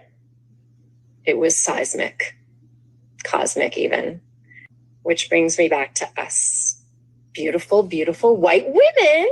Here we are. There you go, right there, y'all. There you go. You see the shift coming now. You already see the way they trying to flip-flop and they running that game. Folks was out here really dancing in the street. That first one was out there screaming. Talking about all the W women. They not coming for you. They not on your team. They not on your page. They're just coming to steal. That's what they're coming to do, y'all. And we've been saying it for the longest. This is what they got to do. They're slowly trying to shift this into something different, something that does not have anything to do with their own, trying to get their own tangibles. Now they're trying to make it like it's their own. I'm going to show y'all this as well. Watch this right here. This sister right here was trying to get loud with Becky. Now Becky done came and did the whole hijack. Last week it was win with black women. Now I want y'all to see this right here. Watch how Becky done came in and said, who you talking to? Watch the way they trying to flip-flop. Watch this right here, y'all. Not what they want. I'm a part of that they. No. And what I'm saying, yes. You said white women. No, what they want. I'm a part of that they. No. And what I'm saying, yes. You said white women. No, what I am saying right now is that I believe in equity. And when I say equity, I want everyone to have a fair, level playing field. I do not want That's not the definition of equity. Take a look at Kamala Harris's if you would let me 2020 finish, campaign ad. That's not actually. Just because you talk so much doesn't make you right, okay? A conversation is that you listen, you actually hear what somebody says, and then we have a discourse. Just talking over someone doesn't make your point any stronger. Equity we can say, we know that there are people who are some disadvantaged, some white poor folks who are more disadvantaged than some people who are black middle class. We know that. But what equity is that, and I will just say, white women are the ones who have benefited the most from affirmative action. So maybe you're sitting at this chair because somebody thought you deserve to have an equal playing field. I don't agree with them. You don't have to, but the facts are the facts. Like, you don't have to agree with it, but numbers are numbers and facts are facts. And we do know white women benefited more from affirmative action than even Anna and myself. Look at Karen right there. Karen is saying, listen, you got one thing to do, and it's for you to carry all the weight for the community and for us to milk ourselves off you. Don't get to thinking you bold now. And by the way, fair use, and acted. Fair use. Notice how Karen ain't playing that game. See what it is? She starts thinking that they friends. She starts thinking that they really own it. Nah, no the hell they not. No, they moving completely separate and completely different. Karen's not having that. See what it is? These folks start thinking that they all one big family. You ain't one big family with them W women. They are only there to use you, to get what they got to get from you. And slowly now, y'all, you're seeing that movement shift completely. And it's going to get to the point where they're not even going to bring up the black women no more. That's why Kamala Harris is being the person who facilitates all this. Kamala Harris has been the main one out there, y'all, talking about we all together and all this. Notice how it shifted. Now they literally have white dudes for Kamala. Yeah, they do, y'all. They got white dudes for Kamala. It is completely did a 360, and now everybody's sitting back watching it in real time. Watch this right here. Fair use, fair use. Watch now, family. They not even bringing up the black women no more. Not even bringing them up at all. Watch this. Fair use. Before, there was a Zoom call that had over 200,000 white women on it. We also saw the same kind of call with black women, right? Win with black women, Zoom for Harris. I'm telling you, if these moments get momentum and become a movement, this could be what this election is about. Mallory, did I get it right? And what was the vibe? And why this time? Why haven't we seen this before? You did get the vibe right. It was incredible. First of all, Zoom has never had a meeting larger than 100,000 people. This happened completely organically. Look at that now, family. They said the black women had 40,000. So now they're saying all the W women had 100,000. And they're saying that the W women broke the record. So now they're saying that the W women are the ones in front of the movement. Yes, they are. This is what you're seeing now. Within 1 week, it went from win with black women to now it's win with everybody except for black women. This is what happens when they want to play that game. They want to dance with these folks. They think it's all sweet. It done turned into some straight up W lives matter. And they're going to try to ride all the black women, got to save the election. And now they're starting to see that these W women coming in to take everything. Shannon Watts, who's the founder of Moms Demand Action, tweeted in response to the Win with Black Women call that you mentioned that white women should do this. It's on us now. It was so exciting. And I think to your point, from 2016 to now, white women have seen the impacts of a Donald Trump presidency in a way that we didn't in 2016. There's a level of responsibility knowing that elections are decided by white women. Wow, wait a minute now. Look how that just flipped real quick, y'all. Look how they start talking about W women issues. Notice when it comes to win with black women, it's just black women come save the election, right? When it comes to win with W women, then it's about policies, specifics, resources. See, the win with W women, that is specific with policies. Win with black women, it's just vague and come save the election. Hold up. There we go. Then it turns into just come save the election and win. Now, a lot of folks out there, and I see some of y'all in the chat, a lot of y'all out there, like myself, we weren't really buying that, all right? Because a lot of this Kamala movement, family, that's all fabricated. Just this last week, they got all these things with Kamala, and everybody's out here talking about how Kamala did this and Kamala did that, and she's winning in all these polls. I don't buy it. I'm going to tell you right now, I think the polls right now are only being pushed out there to give the illusion that Donald Trump is in some deep trouble and to give this illusion that they're actually out here winning and doing something for real. Do you know, and I got some receipts, by the way. I'm going to show y'all something, and I want y'all to see this. This shows you that a lot of this Kamala talk ain't really real. A lot of these Zooms are very funny style. And brothers and sisters, we was calling that out. Like they said they had to call the CEO up of Zoom and they had to switch it up real quick. Let me show y'all this right here. Tell me that this right here ain't funny style as hell. We talk about that Zoom call, right? Watch how you see some real funny things on this Zoom call. Watch this. Okay, so we're watching this Kamala Harris live. Okay, so we're watching this Kamala Harris live. And I don't know if anybody else noticed, but that all these people on Zoom. Watch this. Watch this. Watch everybody on the Zoom. This is confirming what we were saying. But that all these people on Zoom. So this lady, it's also this lady. Whoa! Say that one more time. Hold it for all the folks who was calling bluff on these 40,000, 50,000, 60,000 Zooms, on the 80,000, 90,000, 100,000 Zooms. I want y'all to see who is on these Zoom calls. It's also this lady.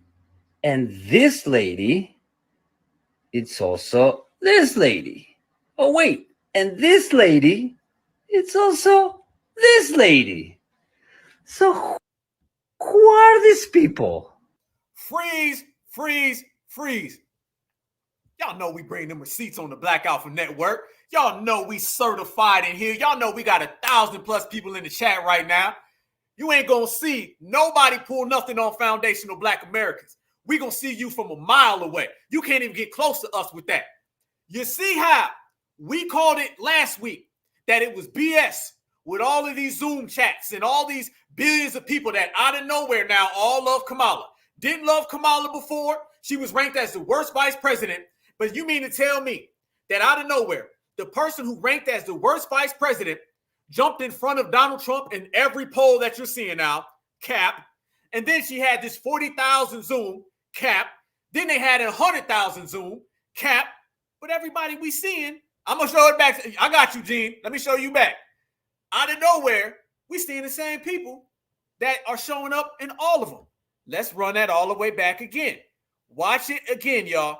This shows you when the Democrats want to take, when the Democrats want to cap, when they want to front, they're going to do it. Okay, so we're watching this Kamala Harris live. And I don't know if anybody else noticed, but that all these people on Zoom. So this lady, it's also this lady. And this lady, it's also this lady. Oh, wait. And this lady, it's also this lady. So who are these people? Right there. Go ahead and screenshot if you need to. Go ahead and screenshot that if you need to. Goes to show you again, y'all. This is what they be doing. Don't buy none of the excuses. Don't listen to none of that talk. That's all they trying to do, y'all, is run that game on FBA. Problem is the same thing it always is. They didn't think that we'd be right here holding down the front line, calling out every single move before they make it, calling out every single step before they try it. You cannot hustle foundational Black Americans because the people who built this country are the ones who hold it all the way down. That part. You see it. We seen it. What they gonna say now, y'all? What are they gonna say? They ain't got nothing. So hold on. Let's show y'all some more. We got some more. We not done. We not done. No. We got more. Let's show this right here. I'm going to show y'all some more funny style things that's been popping up that we not really going for, that only foundational Black Americans can genuinely, sincerely see. Y'all remember Obama came out just this week, and Obama endorsed Kamala Harris, right? Y'all seen it. We all seen it. Okay.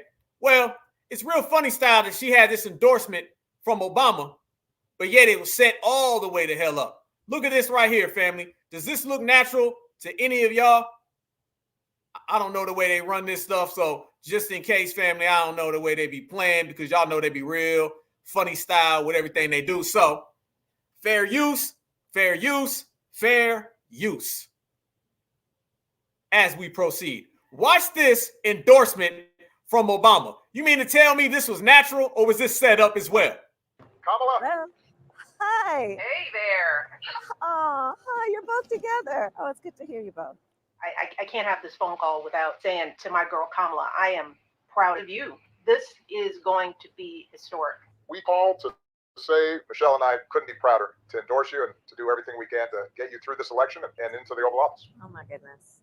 Michelle, Brock, this means so much to me. I'm looking forward to doing this with the two of you, Doug and I both, and getting out there, being on the road. But most of all, I just want to tell you the words you have spoken and the friendship that you have given over all these years mean more than I can express. So thank you both. It means so much. And we're going to have some fun with this too, aren't we? Kamala. Hello.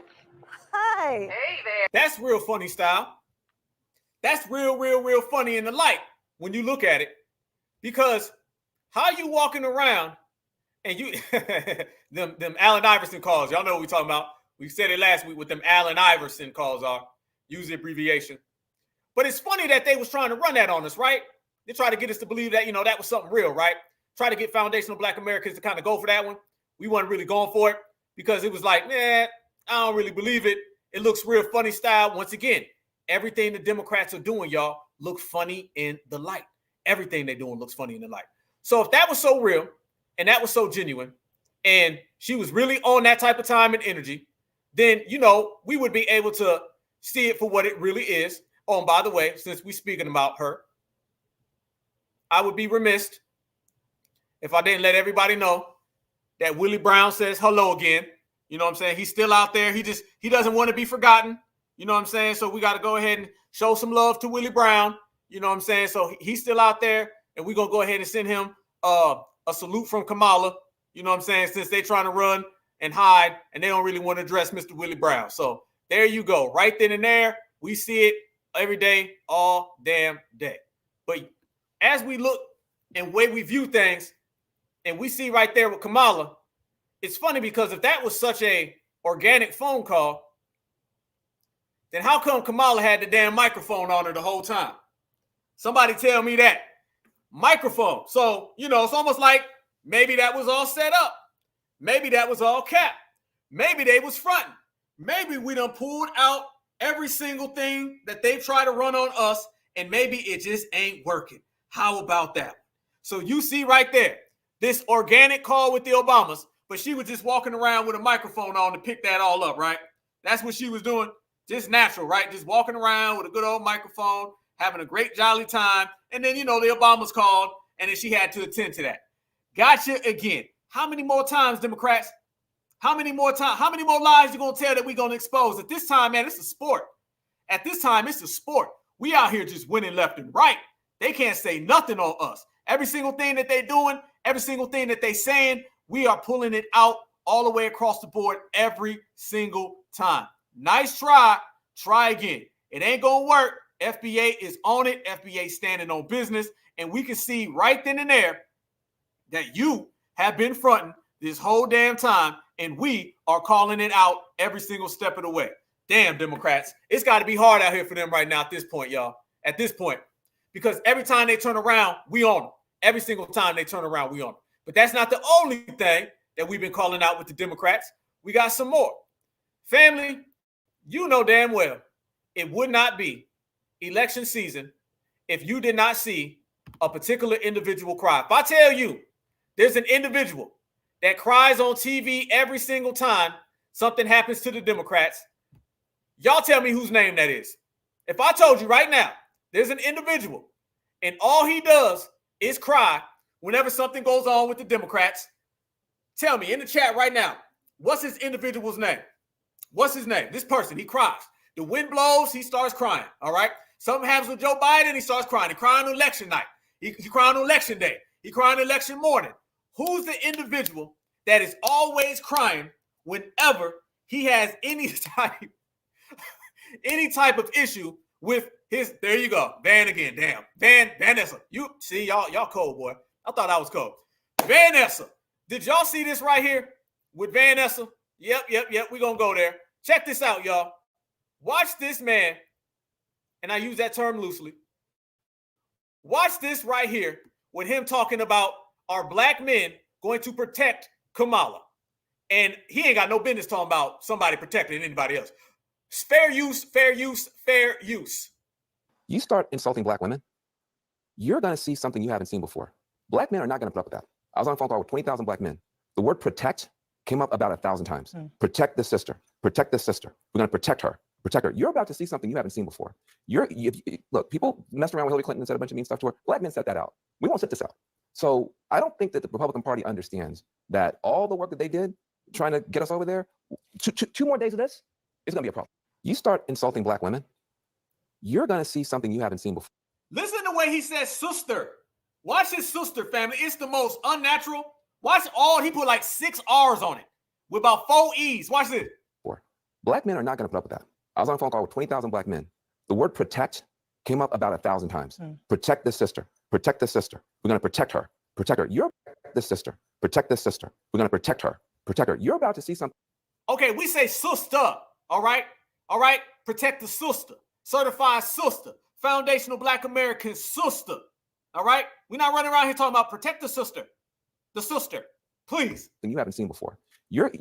Look, people messed around with Hillary Clinton and said a bunch of mean stuff to her. Black men set that out. We won't sit this out. So I don't think that the Republican Party understands that all the work that they did trying to get us over there, two more days of this, it's going to be a problem. You start insulting black women. Man, please. Man, let me tell you something. Van Nessa, if you do not stop, with that, nobody is believing that coming from you, okay? And how about this? Since y'all want to talk all this stuff, that's what we're saying about the Democrats, y'all. They're always speaking on behalf of black Americans. You can tell right there, he's completely in left field when it comes to us. He don't know nothing about the way we stand. By the way, he don't even go home to no sister. Let's keep that a buck.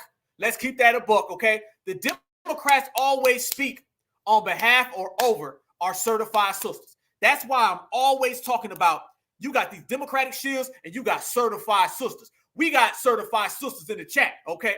Our sisters and our grandparents, our aunts and our nieces, those are real sisters. These little Democrats that they put in front of us, they do not represent our real foundationals. Hell no. We ain't standing for none of that. So you seen him already right there talking that, and we already know what type of time he's on. We already seen it. Matter of fact, do I got to go there again? I'll go there again since we here. Let's go there again. Since we talking about Van Nessa, he can run around all damn day long, and he can say whatever he wants to say. But at the end of the day, and by the way, y'all make sure y'all subscribe and follow me on Twitter, Black Alpha Net W1, and on Instagram, Black Alpha Net W1. This came up earlier, and it's going to have to come up again, y'all. Van Jones, we see you, partner. We see you. Yes, indeed. So, yeah, we're not going to have nobody sitting there saying sister like he's in the goddamn social studies class, all right? We're not going to have anybody sitting there speaking on our foundational Black American women, because what we've been seeing is certified sisters ain't rocking with Kamala. Brothers ain't out here saying, if you say something about Kamala, I'm going to get you. They're trying to manufacture this up. This is what we're saying, y'all. This is all manufactured. All manufactured. our real brothers and sisters in the black grassroots, I'm talking about all thousands of us, we are the ones who are really pushing that line. We're the ones really saying what's happening. Don't listen to none of these people trying to speak on behalf of us. Do not listen to them. Talking about speaking on behalf of us. Remember before? And then my mother would tell a funny story. Remember before, family, we played Kamala Harris and she was she completely plagiarized Dr. Martin Luther King's story. Let's talk about what a real sister does opposed to somebody who's cosplaying. Vanessa Jones was Cry's playing. Now let's talk about Kamala. Watch this right here. For the second time, I'm going to show you a receipt of her speaking about something Dr. Martin Luther King Jr. said, and she steals a story about Dr. Martin Luther King and what he saw on a protest. Watch this, y'all. And then my mother would tell a funny story about how, like, one day and I was fussing, and so I'm fussing and fussing. It's much cuter when she would tell the story, but she'd say, so then she would look down at me and, Kamala, what do you want? What do you want? And I looked back up at her and I said, freedom.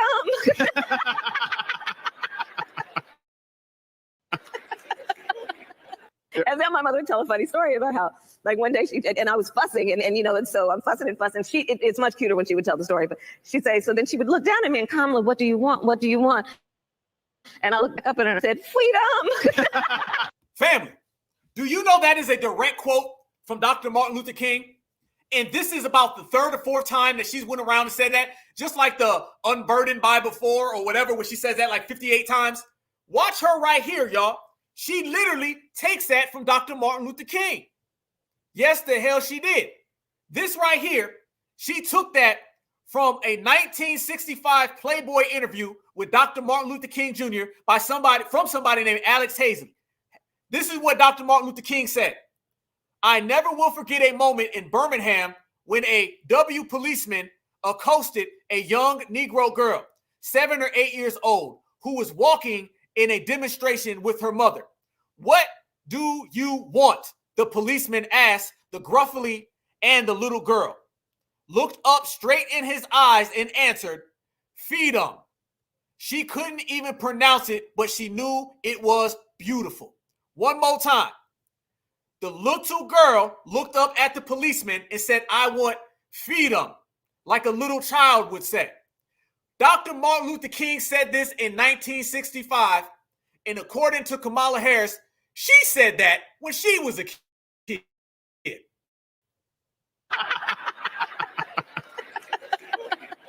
And then my mother would tell a funny story about how, like, one day and I was fussing, and so I'm fussing and fussing. It's much cuter when she would tell the story, but she'd say, so then she would look down at me and, Kamala, what do you want? What do you want? And I looked back up at her and I said, freedom.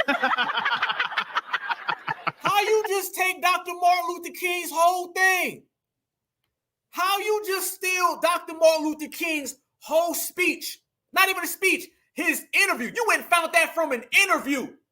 You went and took Dr. Martin Luther King's interview. This is how deep they get with cosplaying, y'all. This is how direct they are. They literally have people who study us. They watch us. They take everything that we say and then they just write it down and then they hand it on over. She literally took that from Dr. Martin Luther King Jr.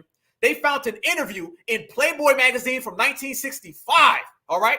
Malcolm X was assassinated in 65. She's running around here stealing stuff from back then, from Dr. Martin Luther King, and then trying to sell it back to us like we wouldn't even catch that. You better get out of here with that one, fam. You better get the hell lost with that. But that's not the only thing that she's been running around here faking. No, the faking don't stop, y'all. No, it don't. You can tell absolutely when you're dealing with this individual because this individual knows how to run game, but they also know that foundational Black Americans, we own it. They can't run from it. And this is what they don't like. They're meeting resistance in the form of the certified Black grassroots. That's what they own. Check this out right here too, family. As we sit here and we talk about all the things that they've been trying to run, don't forget Kamala Harris, the borders are, remember, she's the one responsible for all the things going on at the border. They're going to tell you she's not, but I want y'all to listen to her right here speaking about the border. Watch this. I know the work that I've done with immigrants in the state of California on this issue, be it getting legal assistance for unaccompanied minors or directing local law enforcement that they should make decisions in the best interest of security for their community, and that does not them to comply with ICE. I know the work that I've done with immigrants in the state of California on this issue, be it getting legal assistance for unaccompanied minors or directing local law enforcement that they should make decisions in the best interest of security for their community, and that does not require them to comply with ICE detainment. She right there, you heard her, fam. She's one of those, you don't have to comply with ICE. That's what she said, y'all. She's one of them. You do not have to comply with ICE. This is her future immigration plan. So when they run around here and they talk about win with black women, do not forget, y'all, she's got all those other women in the back. And those people are the ones who are coming over here that they're trying to use and elevate above us. Watch her right here say an undocumented immigrant is not a criminal. Watch this. An undocumented immigrant is not a criminal, and we have to correct course in this conversation. Una persona sin papeles no es criminal. Sí se puede. Whoa, wait a minute now. We need reparations therapy. She says that they're not criminals, and then she tells them in Spanish. An undocumented immigrant is not a criminal, and we have to correct course in this conversation. Una persona sin papeles no es criminal. Sí se puede. There you go. And even gave them the cackle at the end. You see the type of time that they are on, y'all. Not done. This is showing you right now where she's been, the way she operates, and the way she focuses, y'all. This is it clearly. Watch this. Matter of fact, forget that. We're going to skip over her. Let's get some real certified energy up in here. Watch the way brothers and sisters are really standing on business. AKA. And letting the world know we ain't on that time. Okay, this is to the AKA that keeps inboxing me about my comment on Kamala Harris. Number one, if you're African American, the Boule, Greek organization, Talented 10 are your problem. When you're in a work environment and can't get ahead, it's because of them. If you in church and you getting a snub, it's because of them. If you anywhere socially and they around each other, they are your problem. And I don't care if you walk through the sand, the earth, the desert, the lake. I really don't care what made you bind together. I don't need to join an organization to be where I'm at, and I'm an executive in what I do. Okay? So back off and move on. She's not competent to be president. Period. Okay, that's the real energy that's out here, not what they trying to sell us. So we sitting here right now and we separating the two of them. We letting everybody know that they can run that game. They can come up with all the fake people they want. They can stand on whatever they're trying to stand on. Family, we ain't going for none of that. Foundational Black Americans ain't going for none of that. We out here putting in real business out here in these streets. Now, y'all seen that rapper the other day. I want to say his name is Sway Lee. He came out and he told everybody, don't vote for Kamala. All right? He said, do your research. Do not vote for Kamala. Next thing you know, all these Democrats came out and they said, don't you be listening to no rapper. Yeah. Sway Lee, he's from the group Ray Sherman. And he said, if you want to vote for Kamala, you better do your research because it ain't too good. And all these Democrats got mad. And they said, well, how are you going to say that now? Man, don't listen to no rapper. Now it's don't listen to no rapper. But ain't it funny how they're always selling us rappers left and right? As we speak, and since we've been on air, I'm going to show y'all right now what's going on in Atlanta. Right now, live. Let's go on to Atlanta right now, and let's show y'all a Kamala, the cop, Collie Green in the bathtub, Harris, Ermoff. Let's show you what one of her rallies looks like. Let's go there. Look this right here, y'all.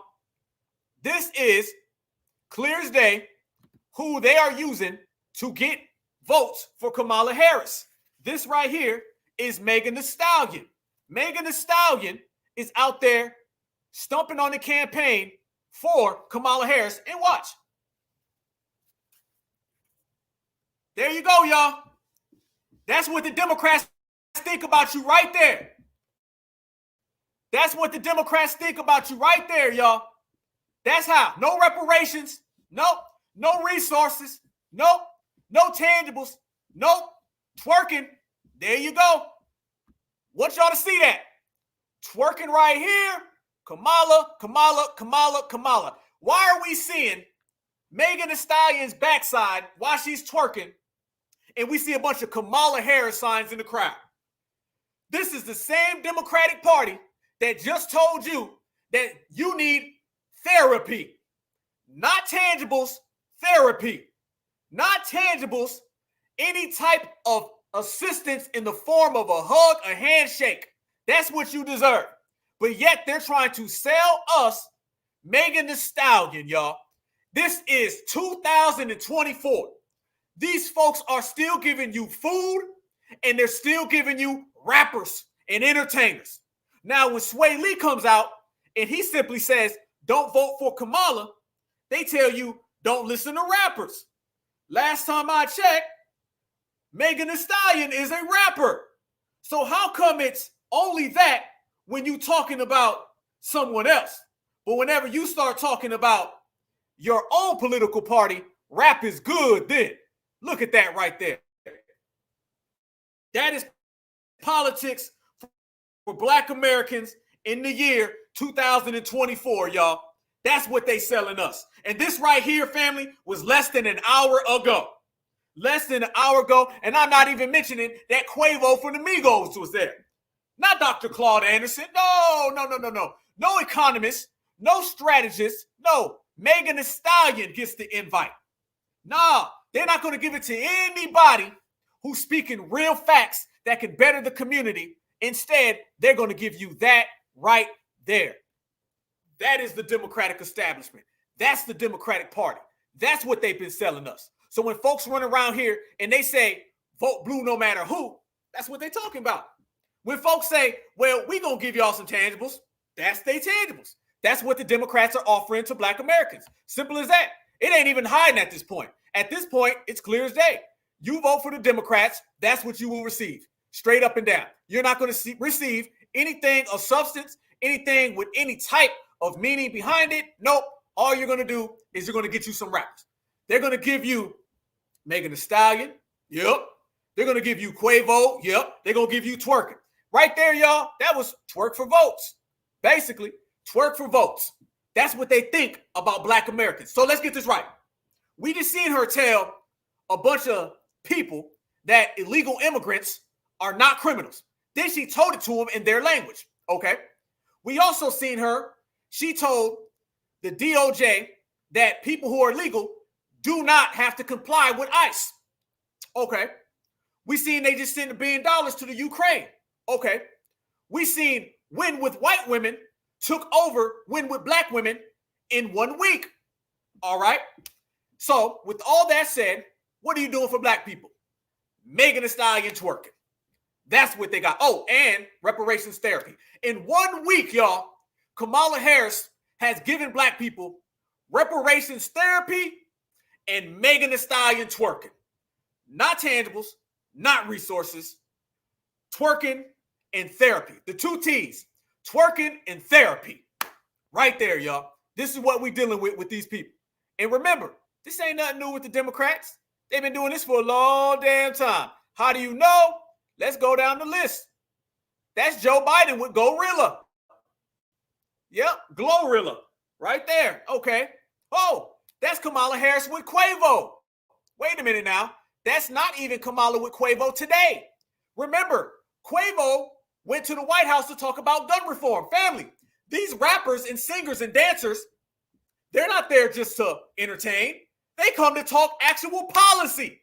No Black lawyers, no Black economists, no Black strategies. Our entertainers go there to actually speak on policies. Quavo's not rapping right there. Quavo is sitting there with a microphone. Proceed. Who else did she talk to? Oh, Lil Wayne. Mr. I've never seen racism. Wait a minute. Little Baby. Look at that right there. Whoa. Run it back. Little Baby. Look at Little Baby. He's actually inside of the White House, sitting on a damn seat. They're talking. He's not performing. He's not singing. He's not dancing. He's actually there having a meeting about substantial policies for Black Americans. This is what the Democrats are offering us 6 months away from the election, y'all. You're still getting rappers. Let's proceed. Who else do we have? Oh, we can't forget about Flab Joe. He's sitting at the damn table. Look at this, family. That's 3 folks we showed right there inside of the White House sitting down and talking. These folks ain't got no microphones. These folks are there talking and discussing policies. This is why we say down goes the Democrats. This is why we say canceling the Democratic plantation. Don't talk to me about the Republicans and Trump. We don't give them 90% of our vote so we can see a bunch of washed up rappers. All right?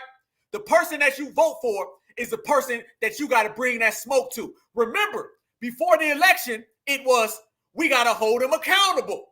But when we hold the Democrats accountable, people want us to hold the Republicans accountable. Why are we holding accountable the people we don't even vote for? These folks are still giving you food and rappers, and we're not even done. Who else?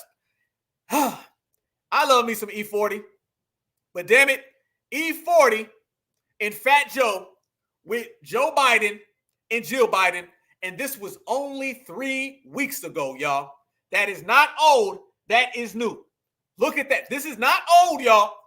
Everything that I'm showing you is just from the Biden-Harris administration, which is only 3.5 years old. I didn't show you Obama, where he literally was taking pictures with a whole goddamn room full of rappers. Ludacris was there, Kendrick Lamar, a whole gang of people. But we not done. 2 Chainz. Once again, 2 Chainz is not rapping. 2 Chainz is there holding the microphone talking about policies. You would never see Enrique Iglesias talking policies on the campaign trail. You never see Ricky Martin, Mark Anthony sitting down talking policies for the Latino community. It ain't happening. But when it comes to Black Americans, family, you're going to get you some 2 Chainz. You're going to get some Little Baby. You're going to get some Glorilla. Glorilla is like 21 years old. Is she even that old? Okay. Glorilla was probably in middle school when Joe Biden got elected. But they say skip over all of the people in their 60s, 70s, 40s, 50s, 30s. Forget them. Let's talk to the 20-year-old and let her talk policy. We ain't done. Young Jeezy, the man who raps about selling drugs to Black people. Okay? This man been rapping about the trap for years. Notice this too, y'all. In real life, the dominant society hates people like Megan Thee Stallion. Let's keep it $1.50. Matter of fact, let me see y'all. In real life, what does the dominant society say about people like Megan Thee Stallion? Huh? What do they call people like her? All right? I'm going to tell you what they call people like Megan Thee Stallion. They call them welfare queens, right? In real life, what do they say about people like Cardi B, who's not Black, by the way? And notice they always try to push her off into Black people. Y'all notice that? Cardi B never has to deal with her community. When people start naming Black people, they be like, her, Cardi B. Cardi B is not Black. But notice, like all tethers, when it's negative, they push them off into our community. If it's positive, they push them off into their own community. They ain't even got to push them. They just walk over. Cardi B in real life, Megan Thee Stallion in real life, and Glorilla in real life are the Black women that the dominant society says terrible things about. But when it comes to voting, all of a sudden they love them Black women. You notice that if you see some ratchet Black men and women on the corner, the dominant society drives right by them and calls the police on them. There's 5 Black men on the corner. They got 3 Black women. It's a bunch of Jeromes and Marquises. There's a couple Shaquitas there too. I think they're doing drugs. I need you to send a dispatch here quickly. How many times do brothers and sisters get harmed by race soldiers and the race soldier always says this Black person was doing something? Our sister right now, Sonia Macy, okay? What about Sandra Bland? What about Breonna Taylor? All right, let's go to Trayvon Martin. Let's go to Mike Brown. It's funny how the dominant society cause race soldiers who come and harm us in real life. The same black folks who are doing well, they got problems with. But the ratchet ones, oh, let's bring them in to talk about economics. Let's bring them in to talk about everything. Always notice, y'all, the dominant society, they have this problem with black people, but they always elevate ratchet community. Our degenerate culture always is getting uplifted by the dominant society. Why do they do that, y'all? We know damn well why they do that. They do that, family, because the more they lift that up, the more they can bring us down. And they do it on purpose. The same ones who run around all day long and talk about how bad rap music and all that is, let them be talking about some policies. Yep. No, notice, fam. Name me a black economist that gets to talk about economics. They don't show you none. They'll show you Young Jeezy. Name me a black political strategist that gets to talk about political strategy. They won't show you that. They'll give you 2 Chainz, though. Name me a black entrepreneur that gets to talk about black businesses. They won't do that, though. But I'll tell you who they will give you. They will give you Glorilla and Quavo. You see the difference, y'all? This is what we talk about. This is why the Democratic plantation going down fast as hell. This is why foundational black Americans ain't standing with it. And this is why it's a change of guard. And the reason why it's that way, because we making it that damn way. That's why. That's why. One of the main people, though, that's been running around here completely caping for Kamala, completely talking reckless to black Americans for doing so, has been D.L. Hughley. Down low Hughley, he been running around here talking crazy, talking real reckless about black Americans. Man, y'all need to go vote. Y'all need to go vote. Y'all need to go vote. And just like Vanessa Jones, D.L. Hughley has something in common. I see both of these dudes crying on national television. Yeah, I have. And matter of fact, being the person that I am, petty, I'm going to go ahead and show everybody. This right here was D.L. Hughley, and he was having some issues. And D.L. Hughley started to break down as well. This would be the second time. Fair use, fair use, fair use. Watch D.L. Hughley right here, y'all. Remember, he runs around here and he tells black Americans what we need to do. And remember, to be a Democratic Kamala Harris supporting man, you got to let the tears flow. The initiation as a man to support Kamala Harris, you got to do this. Because it will cripple him. It'll be, you could literally get your son killed by not getting him ready for a world that won't see him that way. So I think for a lot of his existence, a lot of his growing up. Okay.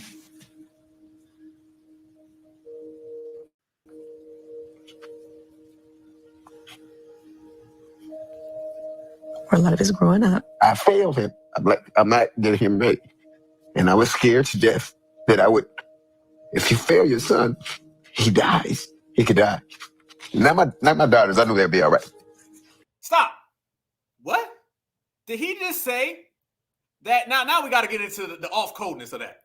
Did he just sit there and say that if you fail your sons, they will be unalived, but your daughters won't?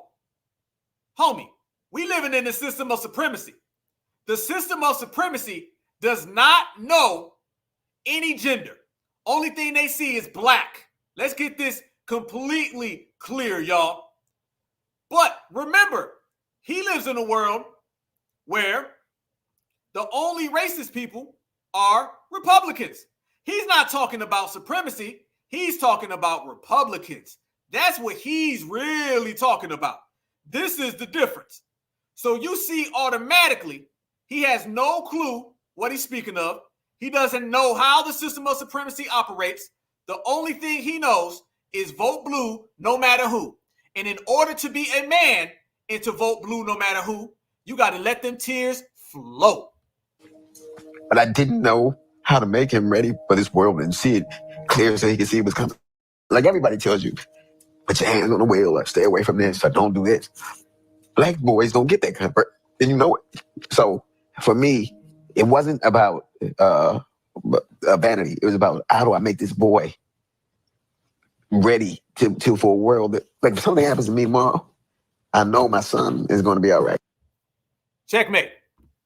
No. The Democrats will take good care of you, man. You be all right. You be good. You'll be fine. You'll be fine. Don't talk to me about all that. No, down low. By the way, that's twice. So you have Van Esther Jones whenever the wind blows. Yep. Then you have Dale Hughley, apparently whenever it's about the Republicans. That same person right there, you're going to be good. You're going to be good because guess what? If you go and you vote blue, then you ain't going to have to worry about any of that because you live in a world where there's no such thing as supremacy. The world you live in is just Donald Trump. All right? So since it's just Donald Trump, then, you're going to have to go ahead and just deal with just Donald Trump then, okay? That's what you see with these people, and that's what they just going to have to deal with. That's just what it's going to be, all right? We ain't got no time for these folks. Go ahead, let the tears, go ahead, let them slide, let them ride, and do whatever they needs to do. But at the end of the day, y'all, this is what they try to teach us, and we ain't scared. Let me tell you this as well. Our brother Tariq made a point the other night. When we start talking about an anti-black race war, it's going to take our brothers and our sisters, the black family, to hold things down. But black American men, we got to hold things down, and we got to make sure that whatever go on in our family, with our wives, with our nieces, with our sisters, with our mothers, our grandmothers, we're going to have to hold that line. There's nothing powerful about a community when the men are crying on TV every week. You name me another community with a particular political party. Let's just take this. How many times do you see anybody from any other race crying on TV as much as you see black men? Can I say this? Do you see more W women or black men crying on TV? And those black men are all Democrats. Let's make it clear. They're all I don't want to hear, well, no, that one guy over there on the left 3 rows back. No. The majority of black men that you see crying on television are Democrats. Let me take that a step further. The majority of men you see crying on TV are black men, and the majority of those men are black Democratic men. It is some straight up buck brokenness, and they are willingly, yep, I see y'all, you absolutely right, buck broken all day long. I literally seen Van Jones crying one time, and the W woman gave him Kleenex. She was looking at him like, this dude crying again? God, this is the 3rd time this week. It is only Monday. And she said, here's some Kleenex, some toilet paper. Here, take some goddamn napkins. Just get out of here. How do you have a grown black man literally crying on national TV and getting some tissue? Now, notice, y'all, from a W woman, Karen is taking care of Van Jones. But notice this, too. They don't never cry about reparations, about tangibles, about resources, about benefits. They don't cry about black people being harmed. They only cry about something that got something to do with their party. That shows you all the emotions are in them being Democrats. They not black, they Democrats. That's what you see right there, the Pussycrats. You wrong for that one, but you're right. Absolutely. And y'all think we done? What I say? We ain't done. We don't hide. We don't run. You know, a party ain't a party if we don't come. We not done. Since we talking about it, let's stay there right now. I know y'all seen, speaking of Bucks, did y'all see Broken Buck Kari Sellers? Did you see him? By the way, he cried. Now let's make this straight, y'all. Van Jones and Bakari Sellers, both, hold on, before we go there, I got to see y'all when I say this. Van Jones and Bakari Sellers both cried on TV within the last 3 days. How many W women have you seen crying on TV in the last 3 days? One more time. Van Jones and Bakari Sellers both have cried on national TV. Tell me, how many Karens have you seen crying on TV in the same time span? Matter of fact, it wasn't 3 days. I'll give you, it wasn't even 2 weeks. 1 week. It was 1 week. Van Jones cried about Biden. I can't believe he's stepping down. I just love him so damn dearly. And then Broken Buck was crying about Kamala. Van Nessel cried about Joe. Buck cried about Kamala. They literally cried about the damn same ticket. All right? How many Karens have you seen crying on TV in 1 week? So have you seen more black Democratic men crying or W Karens crying? The Karens is out here having goddamn win with W Zoom calls. And the black Democrats are crying. Proceed to give them what they need. Check this out right here. This is Broken Buck. He started breaking down crying. And I'm going to show it to you right here, right now. Fair use, YouTube. scholarship, teaching, and research. Fair use and acted. Here we go. Like me, I'm not sure people understand what it means to stay strong. I'm not sure people understand what it means to have your back against the wall. There they go. He hurt. I understand with her because she's stupid.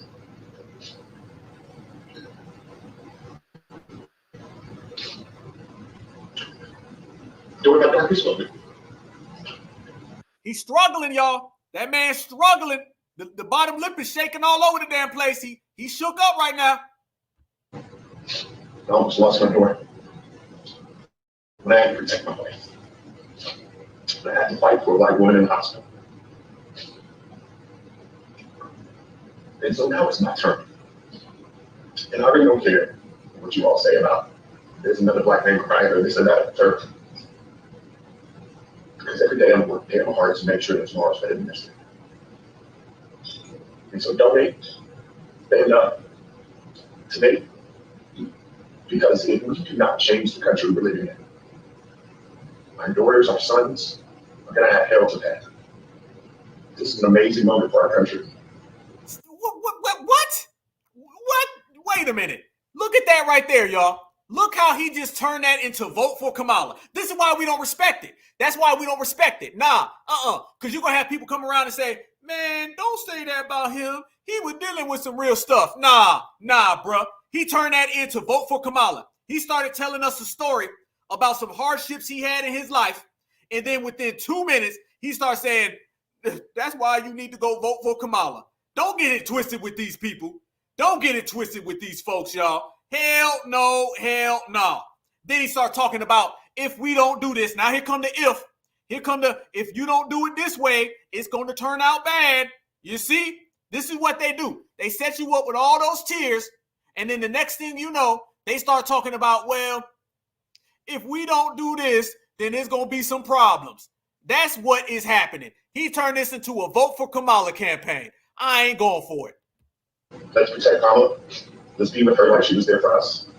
And at the end of the day, we're going to disagree along this road. Disagree about a lot. But let's call that petty bickering aside. Let's just stop all the petty BS. Let's stop all the silos. Let's stop with this organization versus that organization, or this city versus that city. And let's stand up and be the black men that change this country. No. See, he did the same exact thing Vanessa Jones did. Listen what he says, y'all. Listen what he says. He says, let's stand up and be black men. These people don't speak for black men. Hell no. These are guys crying on TV and then in the same breath talking about what black men need to do and show strength. He literally is crying to us about a democratic plantation and then trying to talk about strength.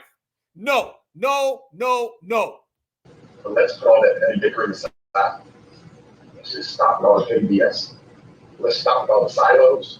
Let's stop with this organization versus that organization, or this city versus that city. And let's stand up and be the black men that change this country. We built this country. We built our communities. No, Broken Buck. No. Did y'all catch that right there? Did you notice how he said we built this country? Tell me y'all heard that. No, let's run that back. Not only did he start talking about black Americans built this country, he started talking about what black men needs to do.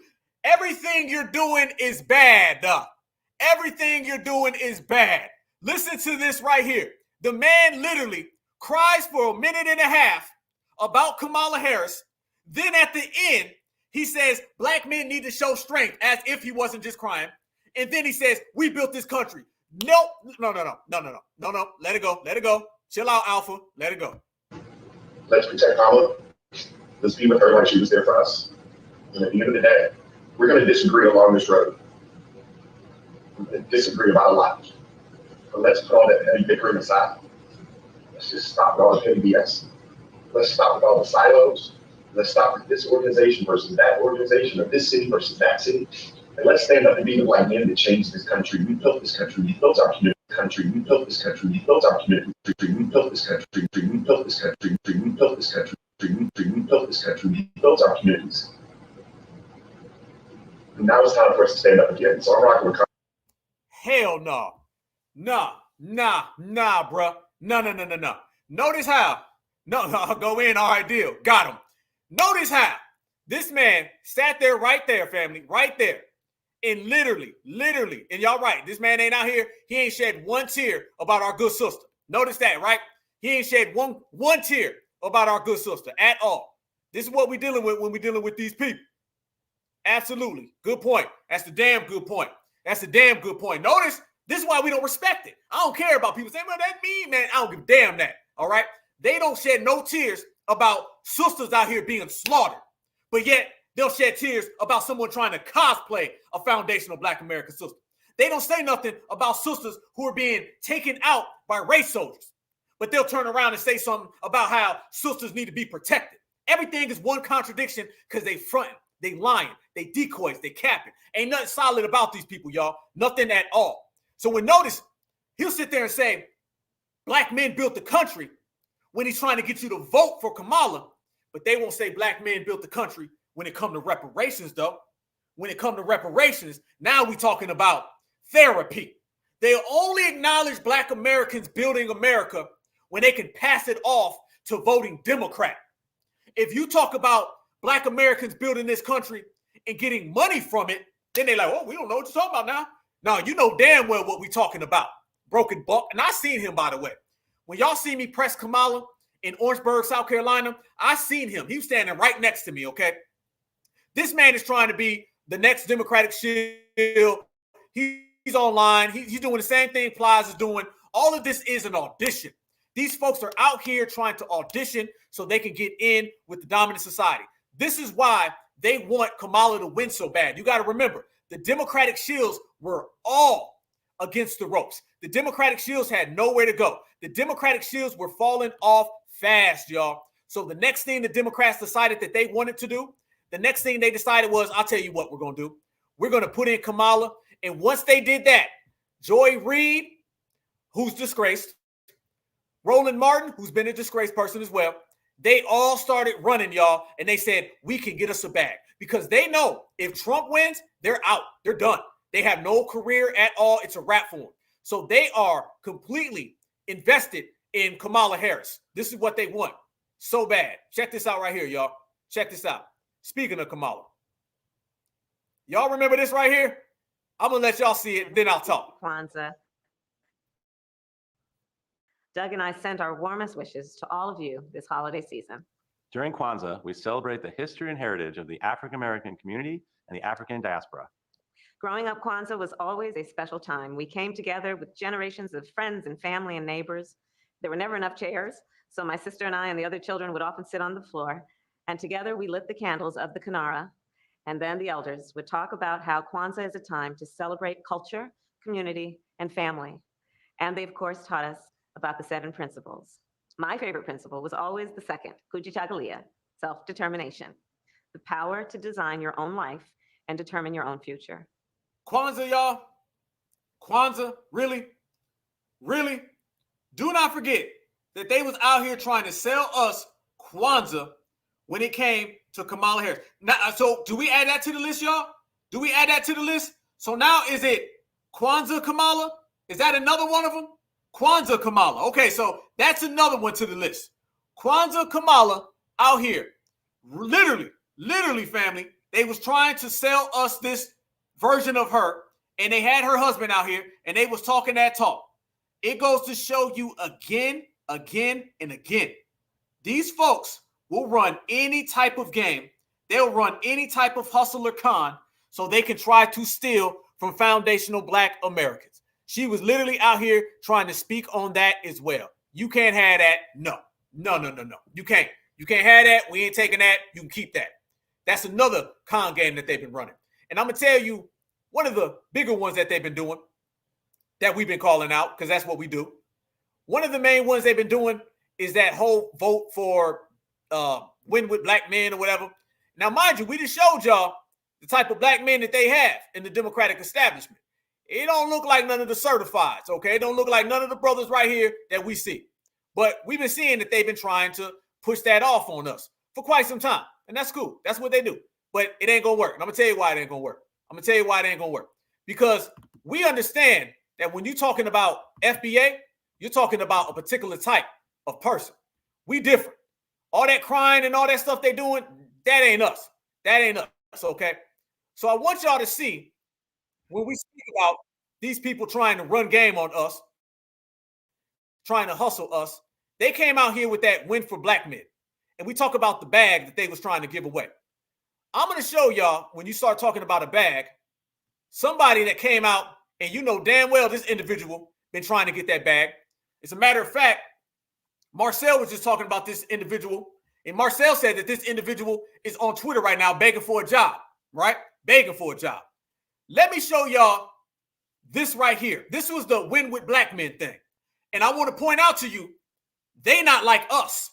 So when we talk about these people not being like us, not being of the lineage, not having that style that we have, I'm going to show you. We already showed you that the win with black women is ran by Joteka Edie that we exposed right here. We broke that story that she is a tether.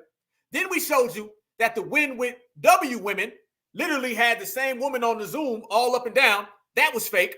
Now let me show y'all the win with black men. And let me show y'all some of these faces on this. And I'm going to show y'all this right here, right now, on deck. Check this out. Here we go. Here we go. Here we go. This was the win with black men. By the way, fair use, fair use, fair use enacted. Fair use, YouTube. Teaching, scholarship, research, fair use, and commentary. Watch this, though, y'all. It had a bunch of folks on here that we don't know who they are. They had that same Van Jones and Bakari Sellers energy, but look who shows up. Let's go there.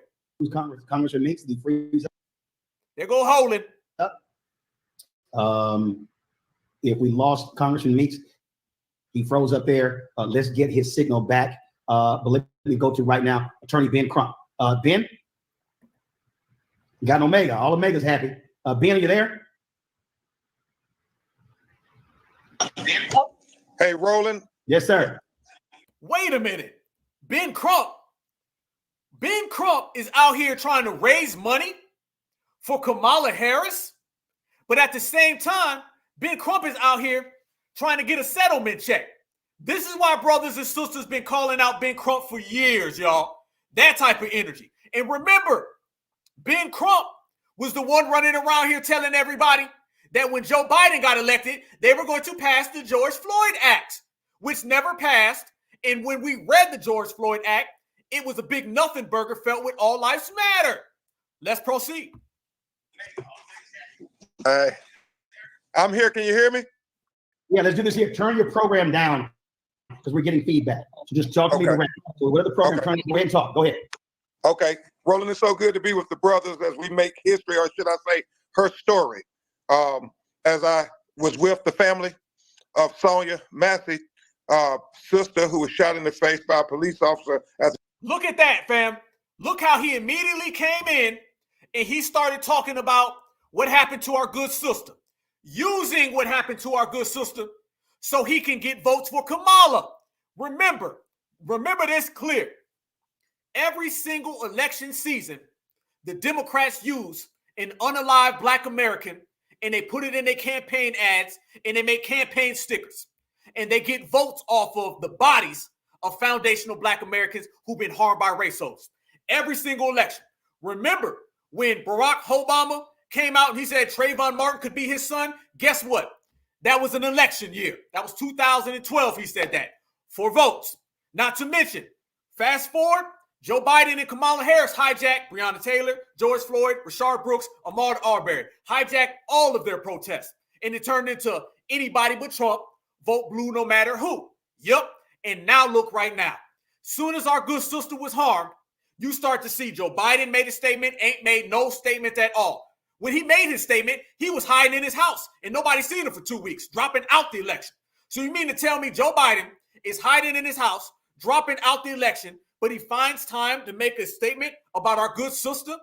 Or was that the Democrats saying we got an opportunity to hijack what's going on and get more votes off the body of a Black American who was harmed?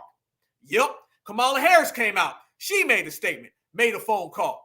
Black Americans are out here fighting for an anti-foundational Black American hate crime law. I'm one person who's been on the scene of 2 hate crimes, and I did them both within 1 year, within this year. And I don't see them out here pushing for that. They was talking about the damn George Floyd Act. But out of nowhere, they start talking about, well, let's take this situation and let's act like we care. Benjamin Crump on a show trying to raise money for Kamala, first thing he does is he mentions our good sister. So he can take the energy from her and shift it right on over to the Democratic plantation every single year. 4 years from now, there'll be another Black American harmed, and whoever the hell's running for president then will be using it for votes. So this win with Black men, first thing he does, he comes out and he starts running his mouth. She called 911. As busy as the vice president is, she always finds time to give a voice to those who are often forgot about, as you very well know, Roland. And obviously, when as busy as she is, she always finds time to help people, to speak about us. No, she don't. She finds time to give money to the Ukraine. She finds time to advocate for illegals. Y'all tell me one time that y'all seen this busy Kamala show up and then advocate for a Black American outside of getting votes. If Benjamin Crump don't sit down. You know, I am 110% committed to Vice President Kamala Harris because of the relationship going back to the days after Trayvon, when I handled a police case out in California, and she was their attorney general. And even though we were against one another, we had such healthy respect, and she really— Stop. Notice what he said. Notice what he said. He said he has respect for her because when he was out there in California, they were going against each other. What do you think was happening when they was going against each other, y'all? Yeah, I'm going to tell you. She was prosecuting. They sit there and admit every single thing that we say. We say it, then they do it. Right there, he just said it. When we say that she was prosecuting Black men, they say, no, she wasn't. No, y'all notice this too now? You got all these people running around making these little TikTok videos trying to tell us that she was not prosecuting folks. And then when we look at the paperwork, she was. Now you got all these people trying to debunk it. Be careful of the Democratic shield who thinks they're debunking things, because in reality, they just trying to lie. You got all these people popping up with videos saying, no, that's a lie. She didn't do this. She didn't do this. She didn't do this. Paperwork says different. She didn't do this. She didn't do this. She didn't do this. Witnesses say different. So he just sat there and told us that he was in California and he was working on a case and she was the prosecutor. 9 times out of 10, a Black person was harmed. Benjamin Trump was there trying to get a settlement check, and Kamala was the prosecutor saying, no, I'm going to put this person in jail, and she was defending the cop. All they do is literally confirm every damn thing that we say. Benjamin Trump was out there trying to get a settlement check off of a harmed Black person. Kamala Harris was saying, damn your settlement check. I'm trying to protect the police officers. Same way Barack Obama wrote the Vote Blue. Yeah, so when everybody talk about Trump and immunity, remember, Barack is the one who gave him that. But that's a whole nother issue for a whole nother day, and I'm going to break that down. But it shows you Kamala and Trump were both going at it about Black people, and he just snitched on himself. Proceed to give them what they need. Here we go. really showed me and demonstrated to me that she cares about our people passionately. And she cares about our people while you're literally trying to fight her about getting justice for a Black person. Cap. So what we have to do, brothers and sisters, is protect her. We have to protect her from all of those who are going to try to attack her because of racism, sexism, classism, and just all around haterade. Haterade? That's what happens. When I talk to her, she sometimes don't even understand why they're being so visceral and nasty to her. And the one thing I always say, Roland, Madam Vice President, you've been chosen for this moment. Some people don't want to accept that. And so you just go ahead and keep your eyes on the prize. And us strong Black men and us strong Black women, we gonna watch your 9 and we got your back. So tonight is a testament to that. As I'll say this, Roland, she is the perfect person to be able to prosecute and cross-examine Trump's Project 2025. Oh, God. Y'all knew it was coming. Y'all knew it was coming. Project 2025. If you don't get out of here. He just gave a whole campaign speech for her. A whole campaign speech for her right there, y'all. A whole campaign speech. That right there is what you get with these people. That right there is what they consistently show us. He's sitting there. He's supposed to be a impartial lawyer, but the man is out here caping and capping for Kamala Harris. Goes to show y'all again. But family, enough of all that. Look who else popped up on this chat. Watch this right here. I appreciate that. That's one of the reasons why we're collecting as much data as we can. Thank you so very much. All right, Pastor Rudy McKissick. Let me bring up another Omega. Derek Johnson, President, CEO, NAACP. He is speaking on his personal capacity. He's about to hop on a plane. Wait a minute. Whoa. Derek Johnson of the NAACP? I thought that the NAACP was not supposed to be partisan. I thought that the NAACP was supposed to stay out of politics. That shows you right there, clearly, on top of all of the 170 plus documents that we have compiled on our petition, which we still got going. Y'all make sure y'all sign it. That shows you clear as day that the NAACP is taking political positions. He's not supposed to be on no fundraiser. Family, the NAACP is not supposed to be fundraising for any political party. The NAACP is not supposed to take any sides in a political party. But yet right here, you have the president of the NAACP, and he is out here on a fundraising call for a person who is a sitting candidate for the president of the United States of America. Come on. You tell me that when we speak on these people and we call their ass out, that we ain't got receipts. Hey, Derek, go right ahead. Derek, you're on mute. Hit the mute button. Hold on. Can you hear me? Now we got you. Go ahead. Can you hear me?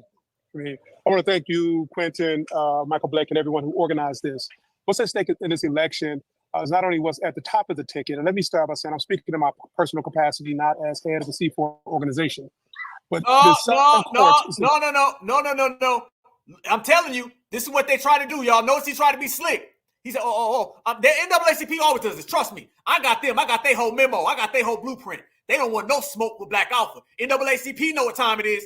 They know they get G-checked and regulated around here.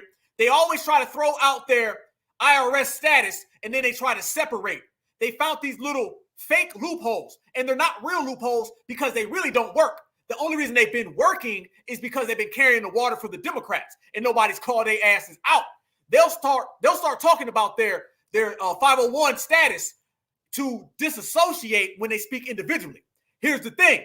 He is the president of the NAACP, was introduced as such, so therefore his positions are still a clearly legal violation of their charter. So if the president is speaking about it and he's being introduced as the president and he's speaking on behalf, that means that is still defined as a violation. I've done all the legal work to the T.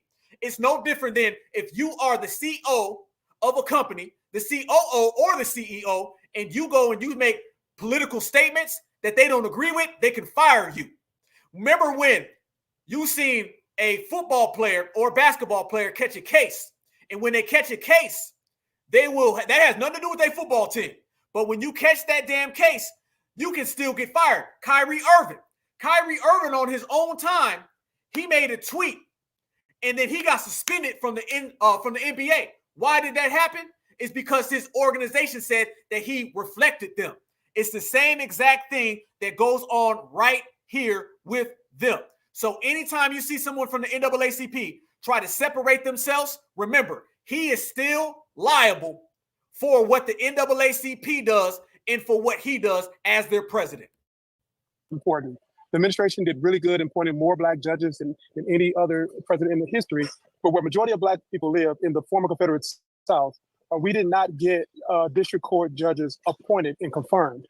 This election is as important as any other time. They're playing chess, not checkers. It's not about the one election cycle. It's about controlling the federal courts for the next 40 years. And at the clear point, they are prepared to that.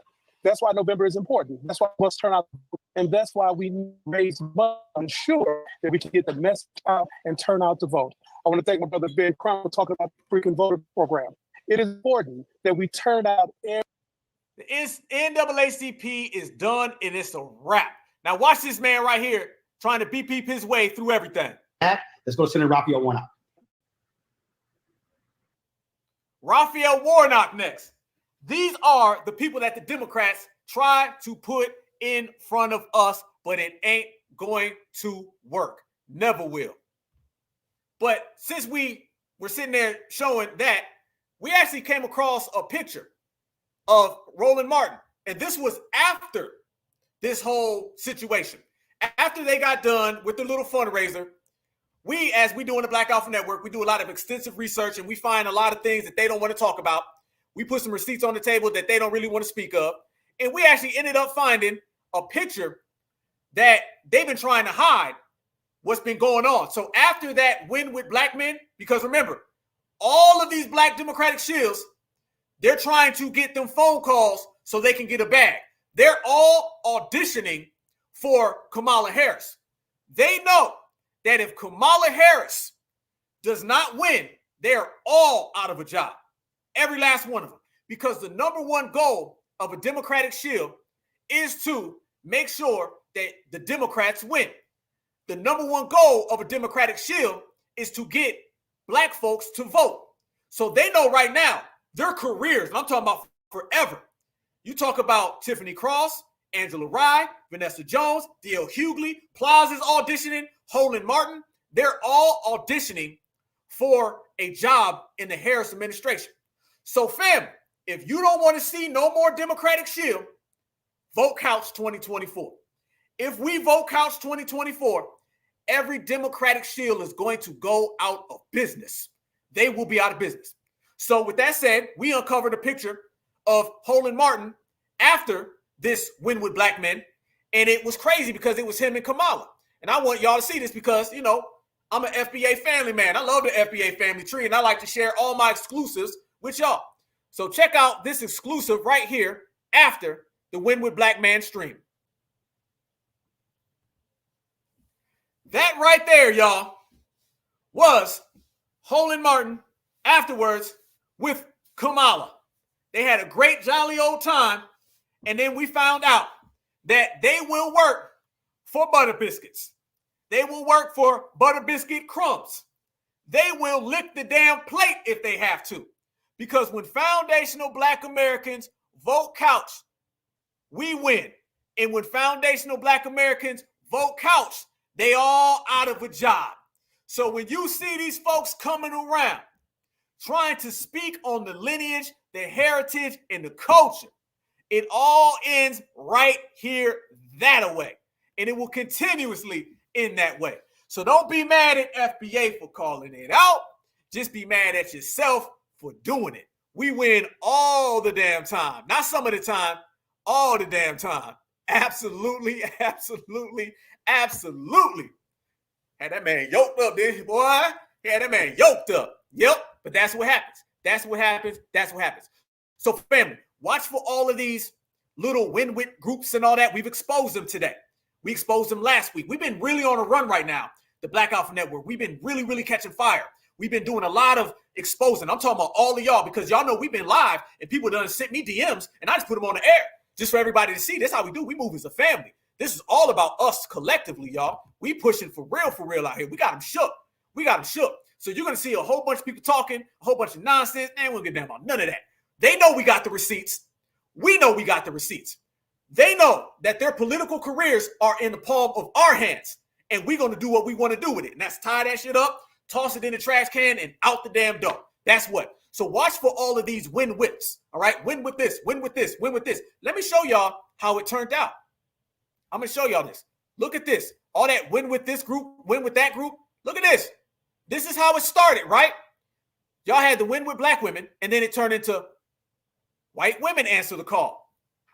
Then that turned around, and that went into Native women for Kamala Harris. Then that went into Caribbean women for Kamala Harris. Look at this, y'all. This is how it starts. Remember, when they was out here talking about black folks and black women need to save the election, they were just trying to exploit black women. When they was out here talking about black men, they were just out here trying to exploit black men. All that win-with stuff that only means, in translation, is go out here and go do all the heavy lifting, black people, and we will give all your tangibles to everybody else. Proceed. Then it turned into white dudes for Harris. Damn, no lie. This is real. This literally just happened this week, y'all. It turned into white dudes for Harris. Yep, it did. They were literally out here having that. That phone call, if I'm not mistaken, was yesterday. Yes, the hell it was. Look at that. Let's do our part to help elect Kamala Harris. Now, remember this, fam. You sit there and you see them talking about all that for Harris and all this, that, and the other thing, right? Okay. Where are all these people when that W race soldier just harmed our sister? Where's all that energy? How come ain't nobody hopping on no Zoom calls to stop that? Yeah, let's go there. Let's speak what it really, really, really is. Notice you don't see none of these people out here talking about let's get on a Zoom call so we can stop anti-black racism. We can stop these race soldiers who are harming us. How come you don't ever see that? I'm going to tell you why. It's because they don't care about that, because that's something that would benefit us.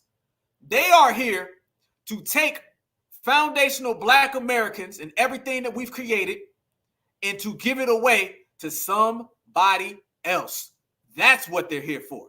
So out of nowhere, it starts off with black folks is going to do all the heavy lifting. Black folks is going to win. And then it turns into white dudes for Harris.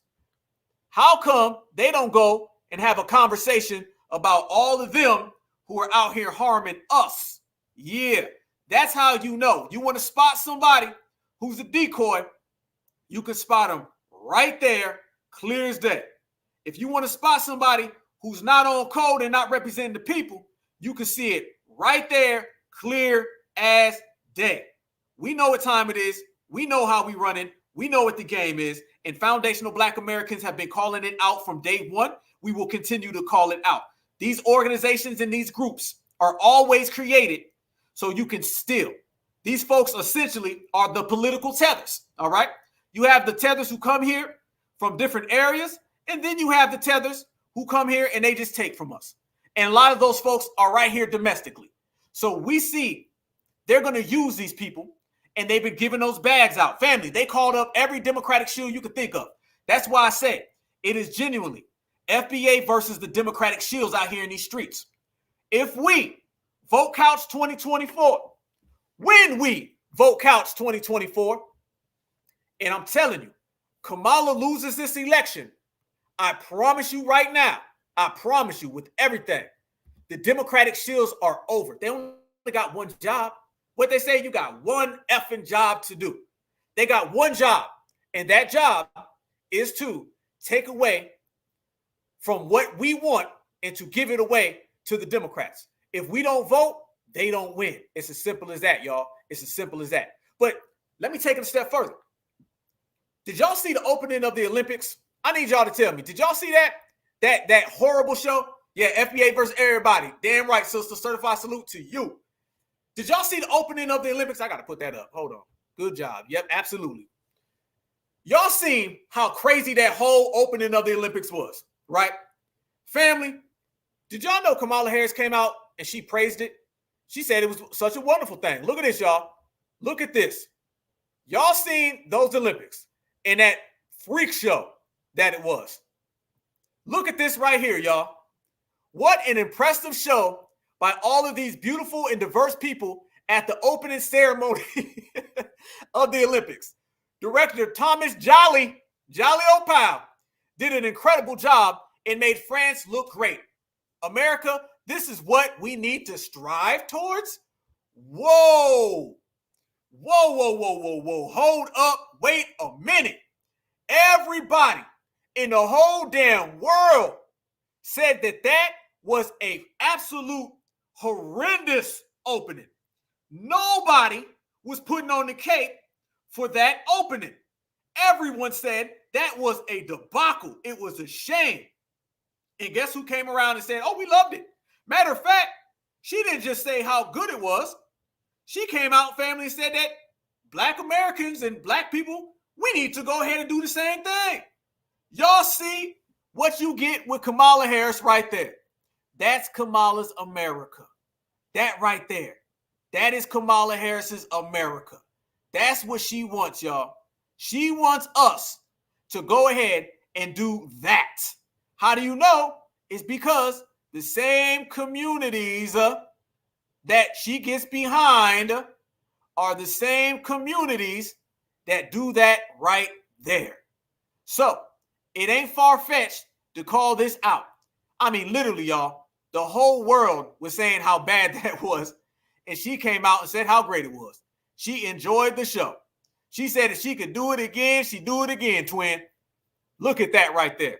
Put out a tweet and then told America, man, America, we need to do our own version of that. Hell no, hell no, hell no. But is that surprising? Because I'm going to show y'all some stuff with Kamala and these agendas. Remember, these are the same communities that always get things above foundational Black Americans, right? These are the same communities that always get tangible benefits and resources above us. So when we sit here and we say that Kamala is real funny style, and remember, y'all, do not forget, as she sat there and was enjoying all of that, it's from the same political party that gave Skittles people things above foundational Black Americans. But if you want to see Kamala's America, I'm going to show y'all. Check this out. This is what we see when we talk about that right there. Look at this, y'all. This was Kamala Harris right here. This is her version of America.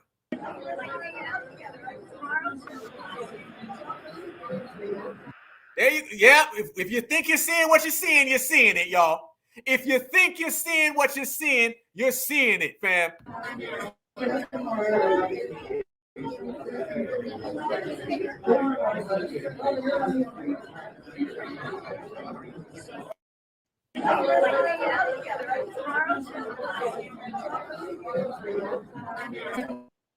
Whoa up. Whoa up. Wait a minute. Yep, you're seeing it, y'all.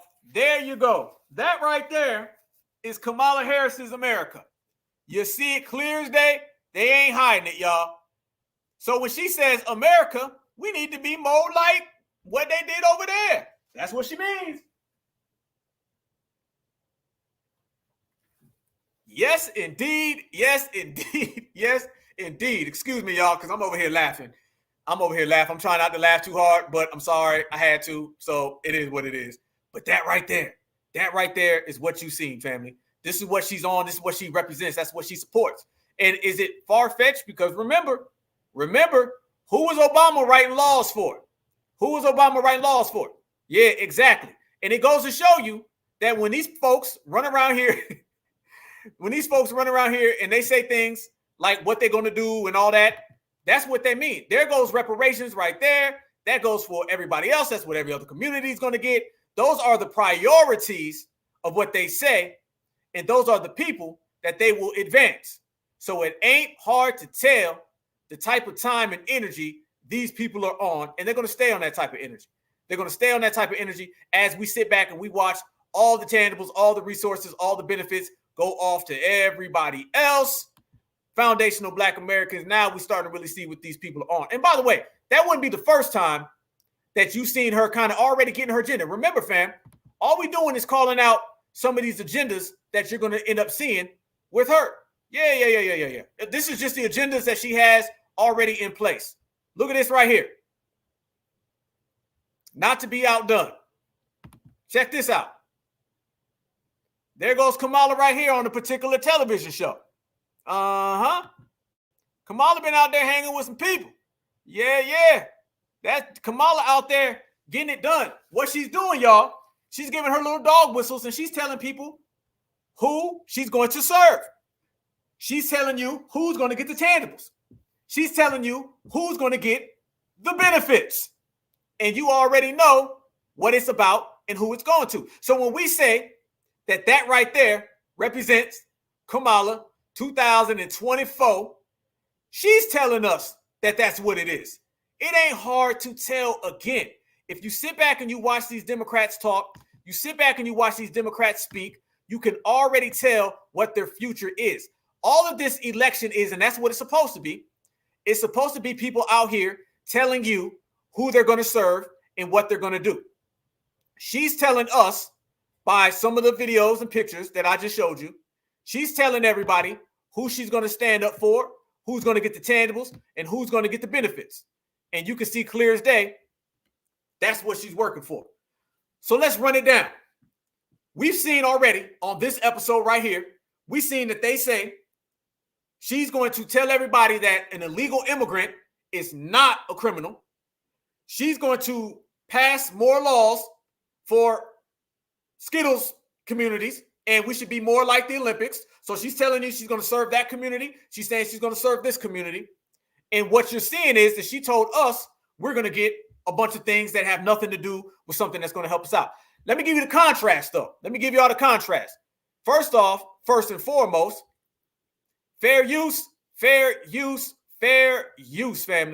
Check this out right here, though. Fair use. This is about scholarship, teaching, and criticism. Fair use, fair use. The contrary to that, the Olympics, let me tell you what Donald Trump said about the Olympics.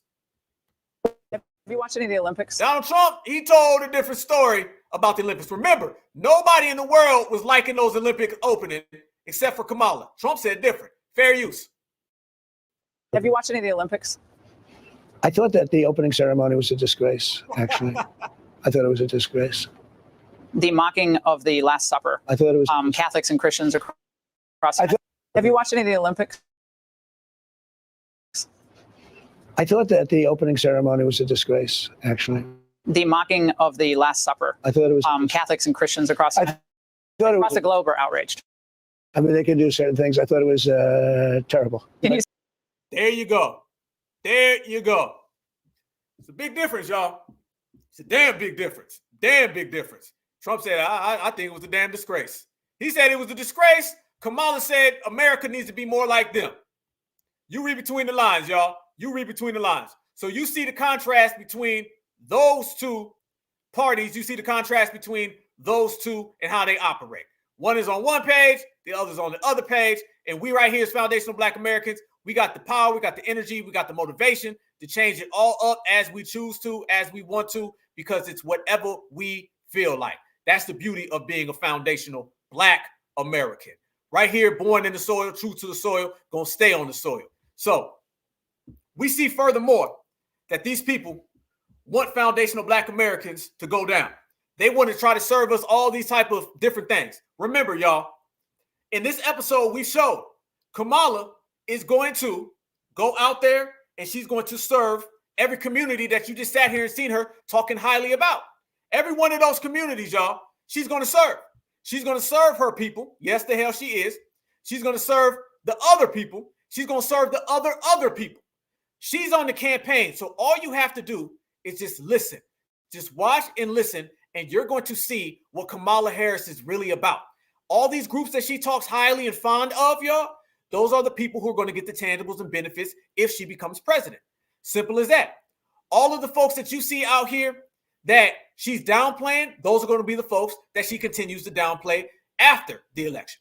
That's just what it is. This is what these elections are for. It's for them to run around to speak about what they ain't going to do for foundational Black Americans, and we see it clear as day. Clear as day, it can't go away. So, knowing what we know and seeing what we see, you see folks out there trying to take it to another level, and y'all know damn well they had to go get the Black church. The Black church is out here running around trying to advocate and trying to audition as well. We know that the Black church, they up against the ropes too. We ran out the Democratic Shields. Family, we are in great times right now. I'm going to tell you why foundational Black Americans are winning. I'm going to tell you why we on game. I'm going to tell you why we on code.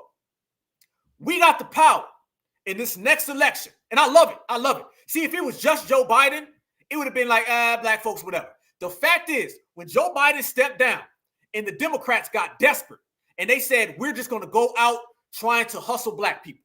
It's the only thing we got. At this point, they had nothing in their pockets. Only thing the Democrats had left was to try to use black folks. So that made it a good thing. Yeah, we're going to hear about Kamala. Yeah, they're going to talk about win with black women. Yeah, they're going to try to pull the gender divide. Ain't none of that going to work. Brothers and sisters are on code more than ever. The FBA family is stronger. The FBA family tree is stronger. So the fact is, now the spotlight's on us. It wasn't really on us like that with Biden because they knew what it was. Now, since they're trying to do one last pitch effort to get the black people to save the election, this is the, we don't have this, we don't have that, Joe Biden's gone, Barack Obama ain't nothing. This is the last thing we have is we need black people to save us. Now the spotlight's on us to save them. So whatever we do is going to be magnified by 10. So if we sit on the couch, it's magnified by 10 than it was if Joe Biden was president.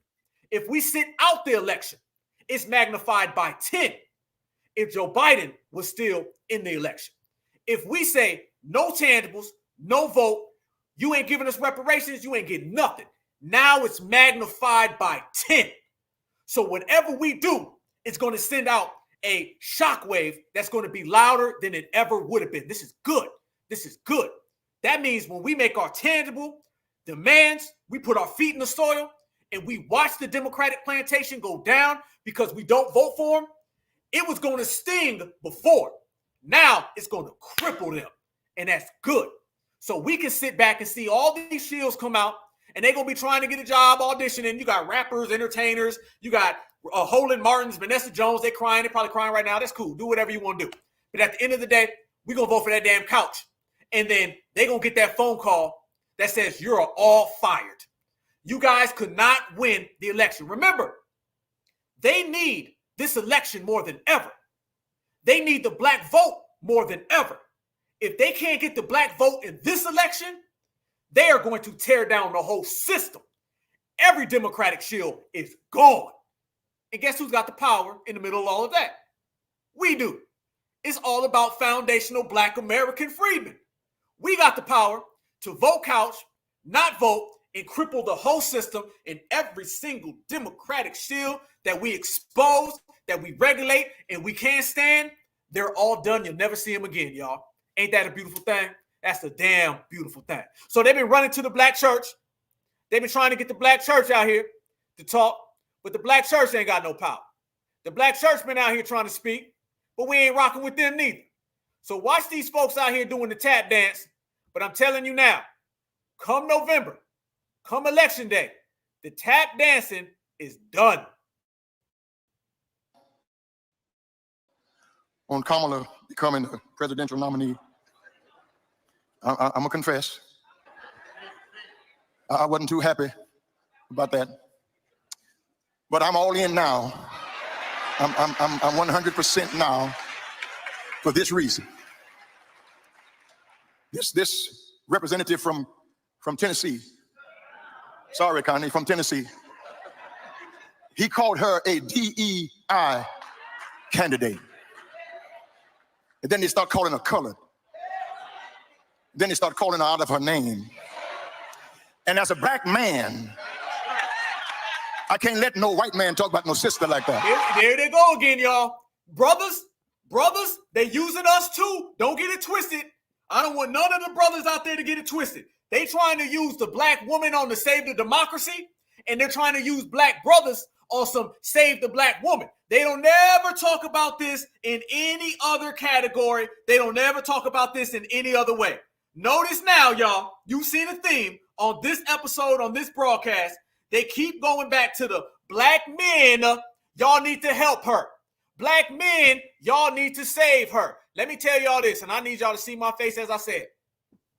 I'm going to ride with 24/7, 365 for my certified foundational black American women. Mr. Habib, he can go ride for Kamala. Let me say that one more time, one more back. I'm going to ride for my certified foundational black American sisters as a black man, and Mr. Habib, he can ride for Kamala because that is his Indian woman. Don't come asking brothers to go do the hard lifting for someone else's community. He can go ride for his, and he can stay the hell up out of mine. That part. We ain't done. and I'm not take offense to it. Because who is more disqualified than Donald Trump? And Republicans are all in because he is the avatar for their grievance. How qualified does a black person have to be? Graduated at the top of her class at Howard, went to law school, was Attorney General of a state, a United States Senator, a Vice President of the United States, but she's not qualified? I'm all in. Because I'm not going to let any white man tell me how I ought to feel about a black person. Stony the road we've tried.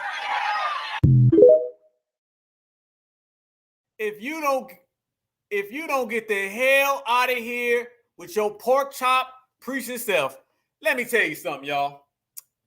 Let me tell you something. These folks, they can try to use our lineage, heritage, and culture for votes. They can try to get real clever with using our lineage, heritage, and culture for votes. But what they don't understand is that on this turf, on this soil, the land that our ancestors built, the land that our blood created, we got X-ray vision. Yeah. When you say go left, you really mean right. When you say up, you really mean down.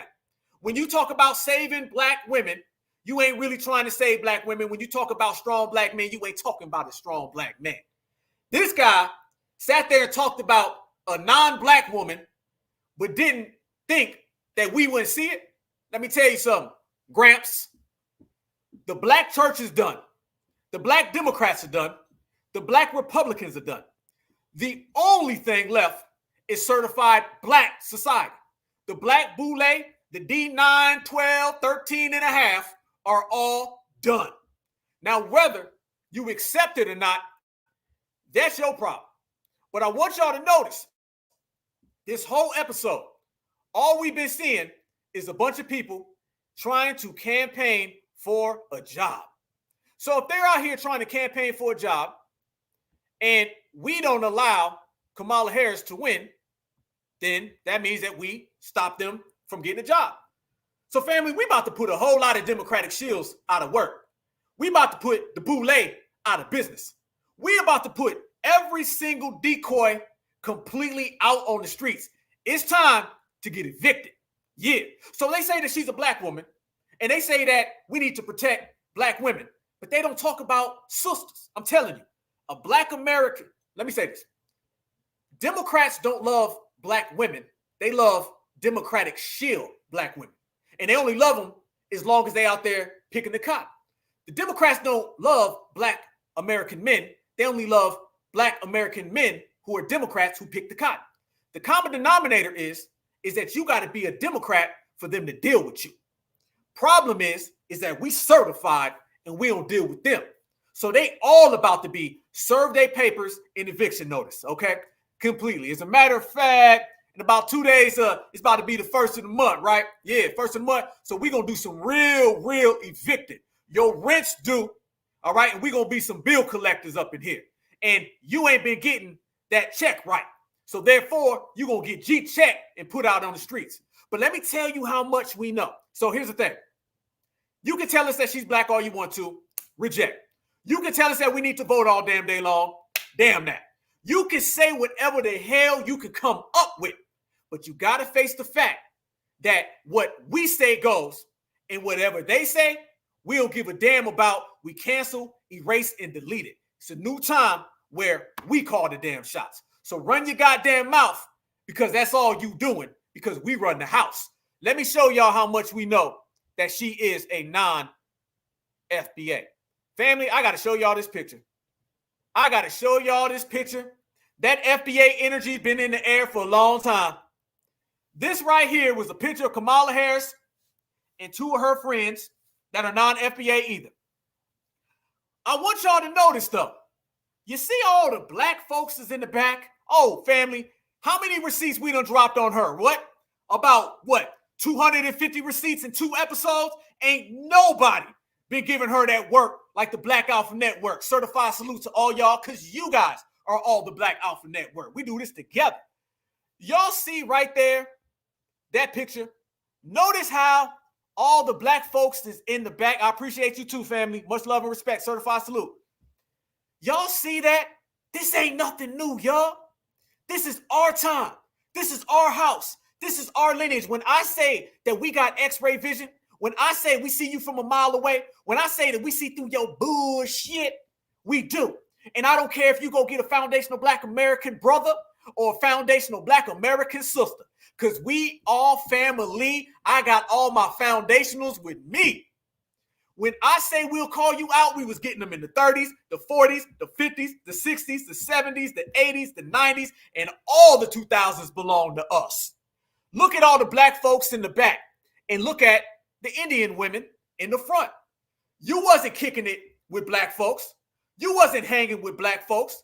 You wasn't down with us. You were segregated the same way that you were segregated in the beginning, the same way that your mama, your daddy, your grandpa, your grandma were all anti-Black, non-FBA and anti-FBA. Never was around us, hung around us, stayed around us. You was on that side of the street when we was on this side. We was on this fence. You was on the other side of the fence. You made it clear that you were a non-FBA and you only wanted to become Black when it was time to get on the Democratic plantation, because the only way someone like you could get votes is by playing my lineage, heritage, and culture. Problem for you is you're about 20 years too late. You may have done that with the African American, with the minority American, with the people of color or the Black and brown coalition, but you could not do that with certified Black society. When the grassroots FBA reparations generation stepped in the building, all the damn cosplayers got exposed. And who is that, y'all? We are the grassroots FBA generation. We are the ones doing the exposing, and they're the ones out here getting G-checked to the maximum. Look at this sister right here. Please screenshot this for me now. That sister right there, she knew. She didn't think. She didn't thought. That sister right there knew what time it was. That sister right there knew there was some cosplaying. And that sister right there knew that they not like us. Never have, never will be. Often imitated, always trying to be duplicated, always player hated, but we regulate and they can't do a damn thing, because when we stand on business, we run the whole damn game. That part. Certified salute to that sister for seeing it then. Certified salute to y'all for seeing it now. And certified salute to the whole FBA lineage, because all we do is win, y'all. And we winning right now in real time, and the game is all ours. That part. I got to tell everybody, we just crossed on this episode 15K, y'all. 15K, man. Certified salute to you guys. You guys are the MVP. It is all because of y'all, man. Certified salute. We just crossed 15K, y'all. Y'all know. And we did it with only 260 videos, okay? And remember, a lot of those videos are Twitter spaces that I uploaded. And a lot of those were my old alpha cast from my old day ones. Y'all know. A lot of those were older videos. In terms of lives, well, we break and we do thousands. And by the way, we done, what is that? 6? I think we did 6 lives with 1,000. All right. 3 weeks in a row. Certified salute to all of you for that. Remember, family, we did all of this clearly with only 600 plus videos. At least 30% of them are Twitter spaces, and like 70% of them are just the alpha cast, where we were just going in with the beats and the sound waves. Certified salute to my brother EJ. He told me he used to be riding from work, listening to it, and I was just going off. So certified salute to you, brother. But we did this, family, with about 220, be honest with you, not even that, about maybe 100 lives. So we did it that. This is not a monetized channel, you guys. Y'all know that off rip. You know what I'm saying? I'm probably one of the only people who don't have a monetized channel, because I'm not for that. I'm not going to be talking to you guys, my brothers and my sisters, and I love y'all with a passion. I'm not going to be talking to y'all and ads pop up on the screen. Much respect to people who do that. That's just not Black Alpha style. I said from day one that I want to be your regular, average brother and sister. I wanted to connect with people like the Black Panther Party. All right. Y'all know other organizations back in the day, they were like religious and they had this. The Panthers came out and the Panthers said, listen, man, we got on black leather coats. We got our goddamn hair blew out. We got a foundational Black American man. We got a foundational Black American sister, and we just family. and we just talk. And we speak like we at the cookout, all right? We speak like we really brothers and sisters. We're not making our collard greens in the bathtub, all right? Kamala the cop can do that. I wanted to come at the world. Straight real, straight myself. And if we mess up, we mess up. If we fall, we fall. But we get back up. We dust each other off. We stand up. We stand on business. All right? That's why I would say I'm the people's champion, because I feel like I connect with the people just on another level. You know what I'm saying? Because I met a lot of y'all. And y'all see out here that I'm always stressing. It's us. And I love y'all with the passion. This is what we do. I put my whole life on it. My birthday's in 2 days, y'all. Okay? 2 days. August 2nd. So technically 3 days. But it don't mean nothing if I don't have y'all. And I mean that. So my birthday gift is just being with you guys. Every single Tuesday, Friday. We're going to be back on Friday too, by the way, family, this week. We had to do some things. We were doing some investigative reporting, so we missed that. But that's another thing. I love y'all. And y'all know I love y'all. And I'm going to always love y'all. And I stand on business. And everything we do in the Black Alpha Network is always going to be a family affair. We're going to do this real, real, real. I love y'all with a passion. All my day ones, all my new subscribers. Y'all, this is about us. Y'all know our live chat is the best. All right? Y'all know y'all funny as hell. All right. We be putting up some stuff and we be roasting. We do it for 3 hours, 4 hours, but it's however long we do it as a family. We do it as a family. We are truly certified brothers and sisters, and we cousins, man. So I love you guys, man. I appreciate that. Thank you for the happy early birthday. I appreciate that. You know what I'm saying? So I just love y'all with a passion. 15K, no monetization, man. We just here, man. I'm here for y'all, man. We're gonna do it. We're gonna do it right. So I always said I want to do that way. Tupac said it, man. Since we got Tupac said I was born rough and rugged, addressing the mass public. My attitude was fuck it, because motherfuckers love it. And you know what, family? That's the way we come at the world. And I'm talking about all of us. Our attitude is we don't give a damn. We're going to be ourselves. And the public loves it. That's why foundational Black Americans are the most duplicated. We're the most watched. We're the most cosplayed. Why? It's because we're the greatest. So as I stand here and I send my certified salute to all of you guys, and we roast whoever comes up next, and then we drop real facts, and we break down real stories, and we got each other's back, I want you guys to always remember this. Every single thing that I do, every single thing that I say, every piece of this journey is all because of us as the family. It's all because of us as the family. Remember, y'all, I was at these hate crimes, and I was at these events, and it was y'all that was hitting me up saying, yo, we got your back. I'll be here for days if I sat here and told you all the great things that I've been told, you know, about us as people. I mean, so many things like, yo, man, I just helped my brother out. I just helped my sister out. Yeah, Alpha, I got this business that I'm doing. We're doing so good, y'all. We're doing so damn good. Don't let nobody tell you how bad we have it. We don't, family, only thing bad is that we got a bunch of people out here trying to hate and they ops, but we step on them. So we out here doing damn good. We're holding each other down. We go through everything that we go through, and we out here putting in that certified work. And whatever we do today, it's going to be stronger tomorrow. And we're going to take this thing all the way to the top. Just like Dr. Kaba Hiawatha Kamene says, he says, we don't stop until we win. And guess what, family? We already won. So keep being what you got to be. Keep doing what you got to do. And always remember throughout everything that when it comes to certified Black society, when it comes to the Black Alpha Network, that Black is beautiful. And beautiful is always Black. Free Huey, Tupac, bring us home. I don't care what y'all think. If you whatever the fuck you think you are, and until we own some shit, I'ma call it like it is. How you gonna be a man and we starving? Go ahead. You know? And you can walk by 5 different houses, ain't a man in either one of them motherfuckers. How we gonna be a man? How we gonna be African Americans? And we out here done. We done, and we niggas until we set this shit right. Trust me when I tell you that.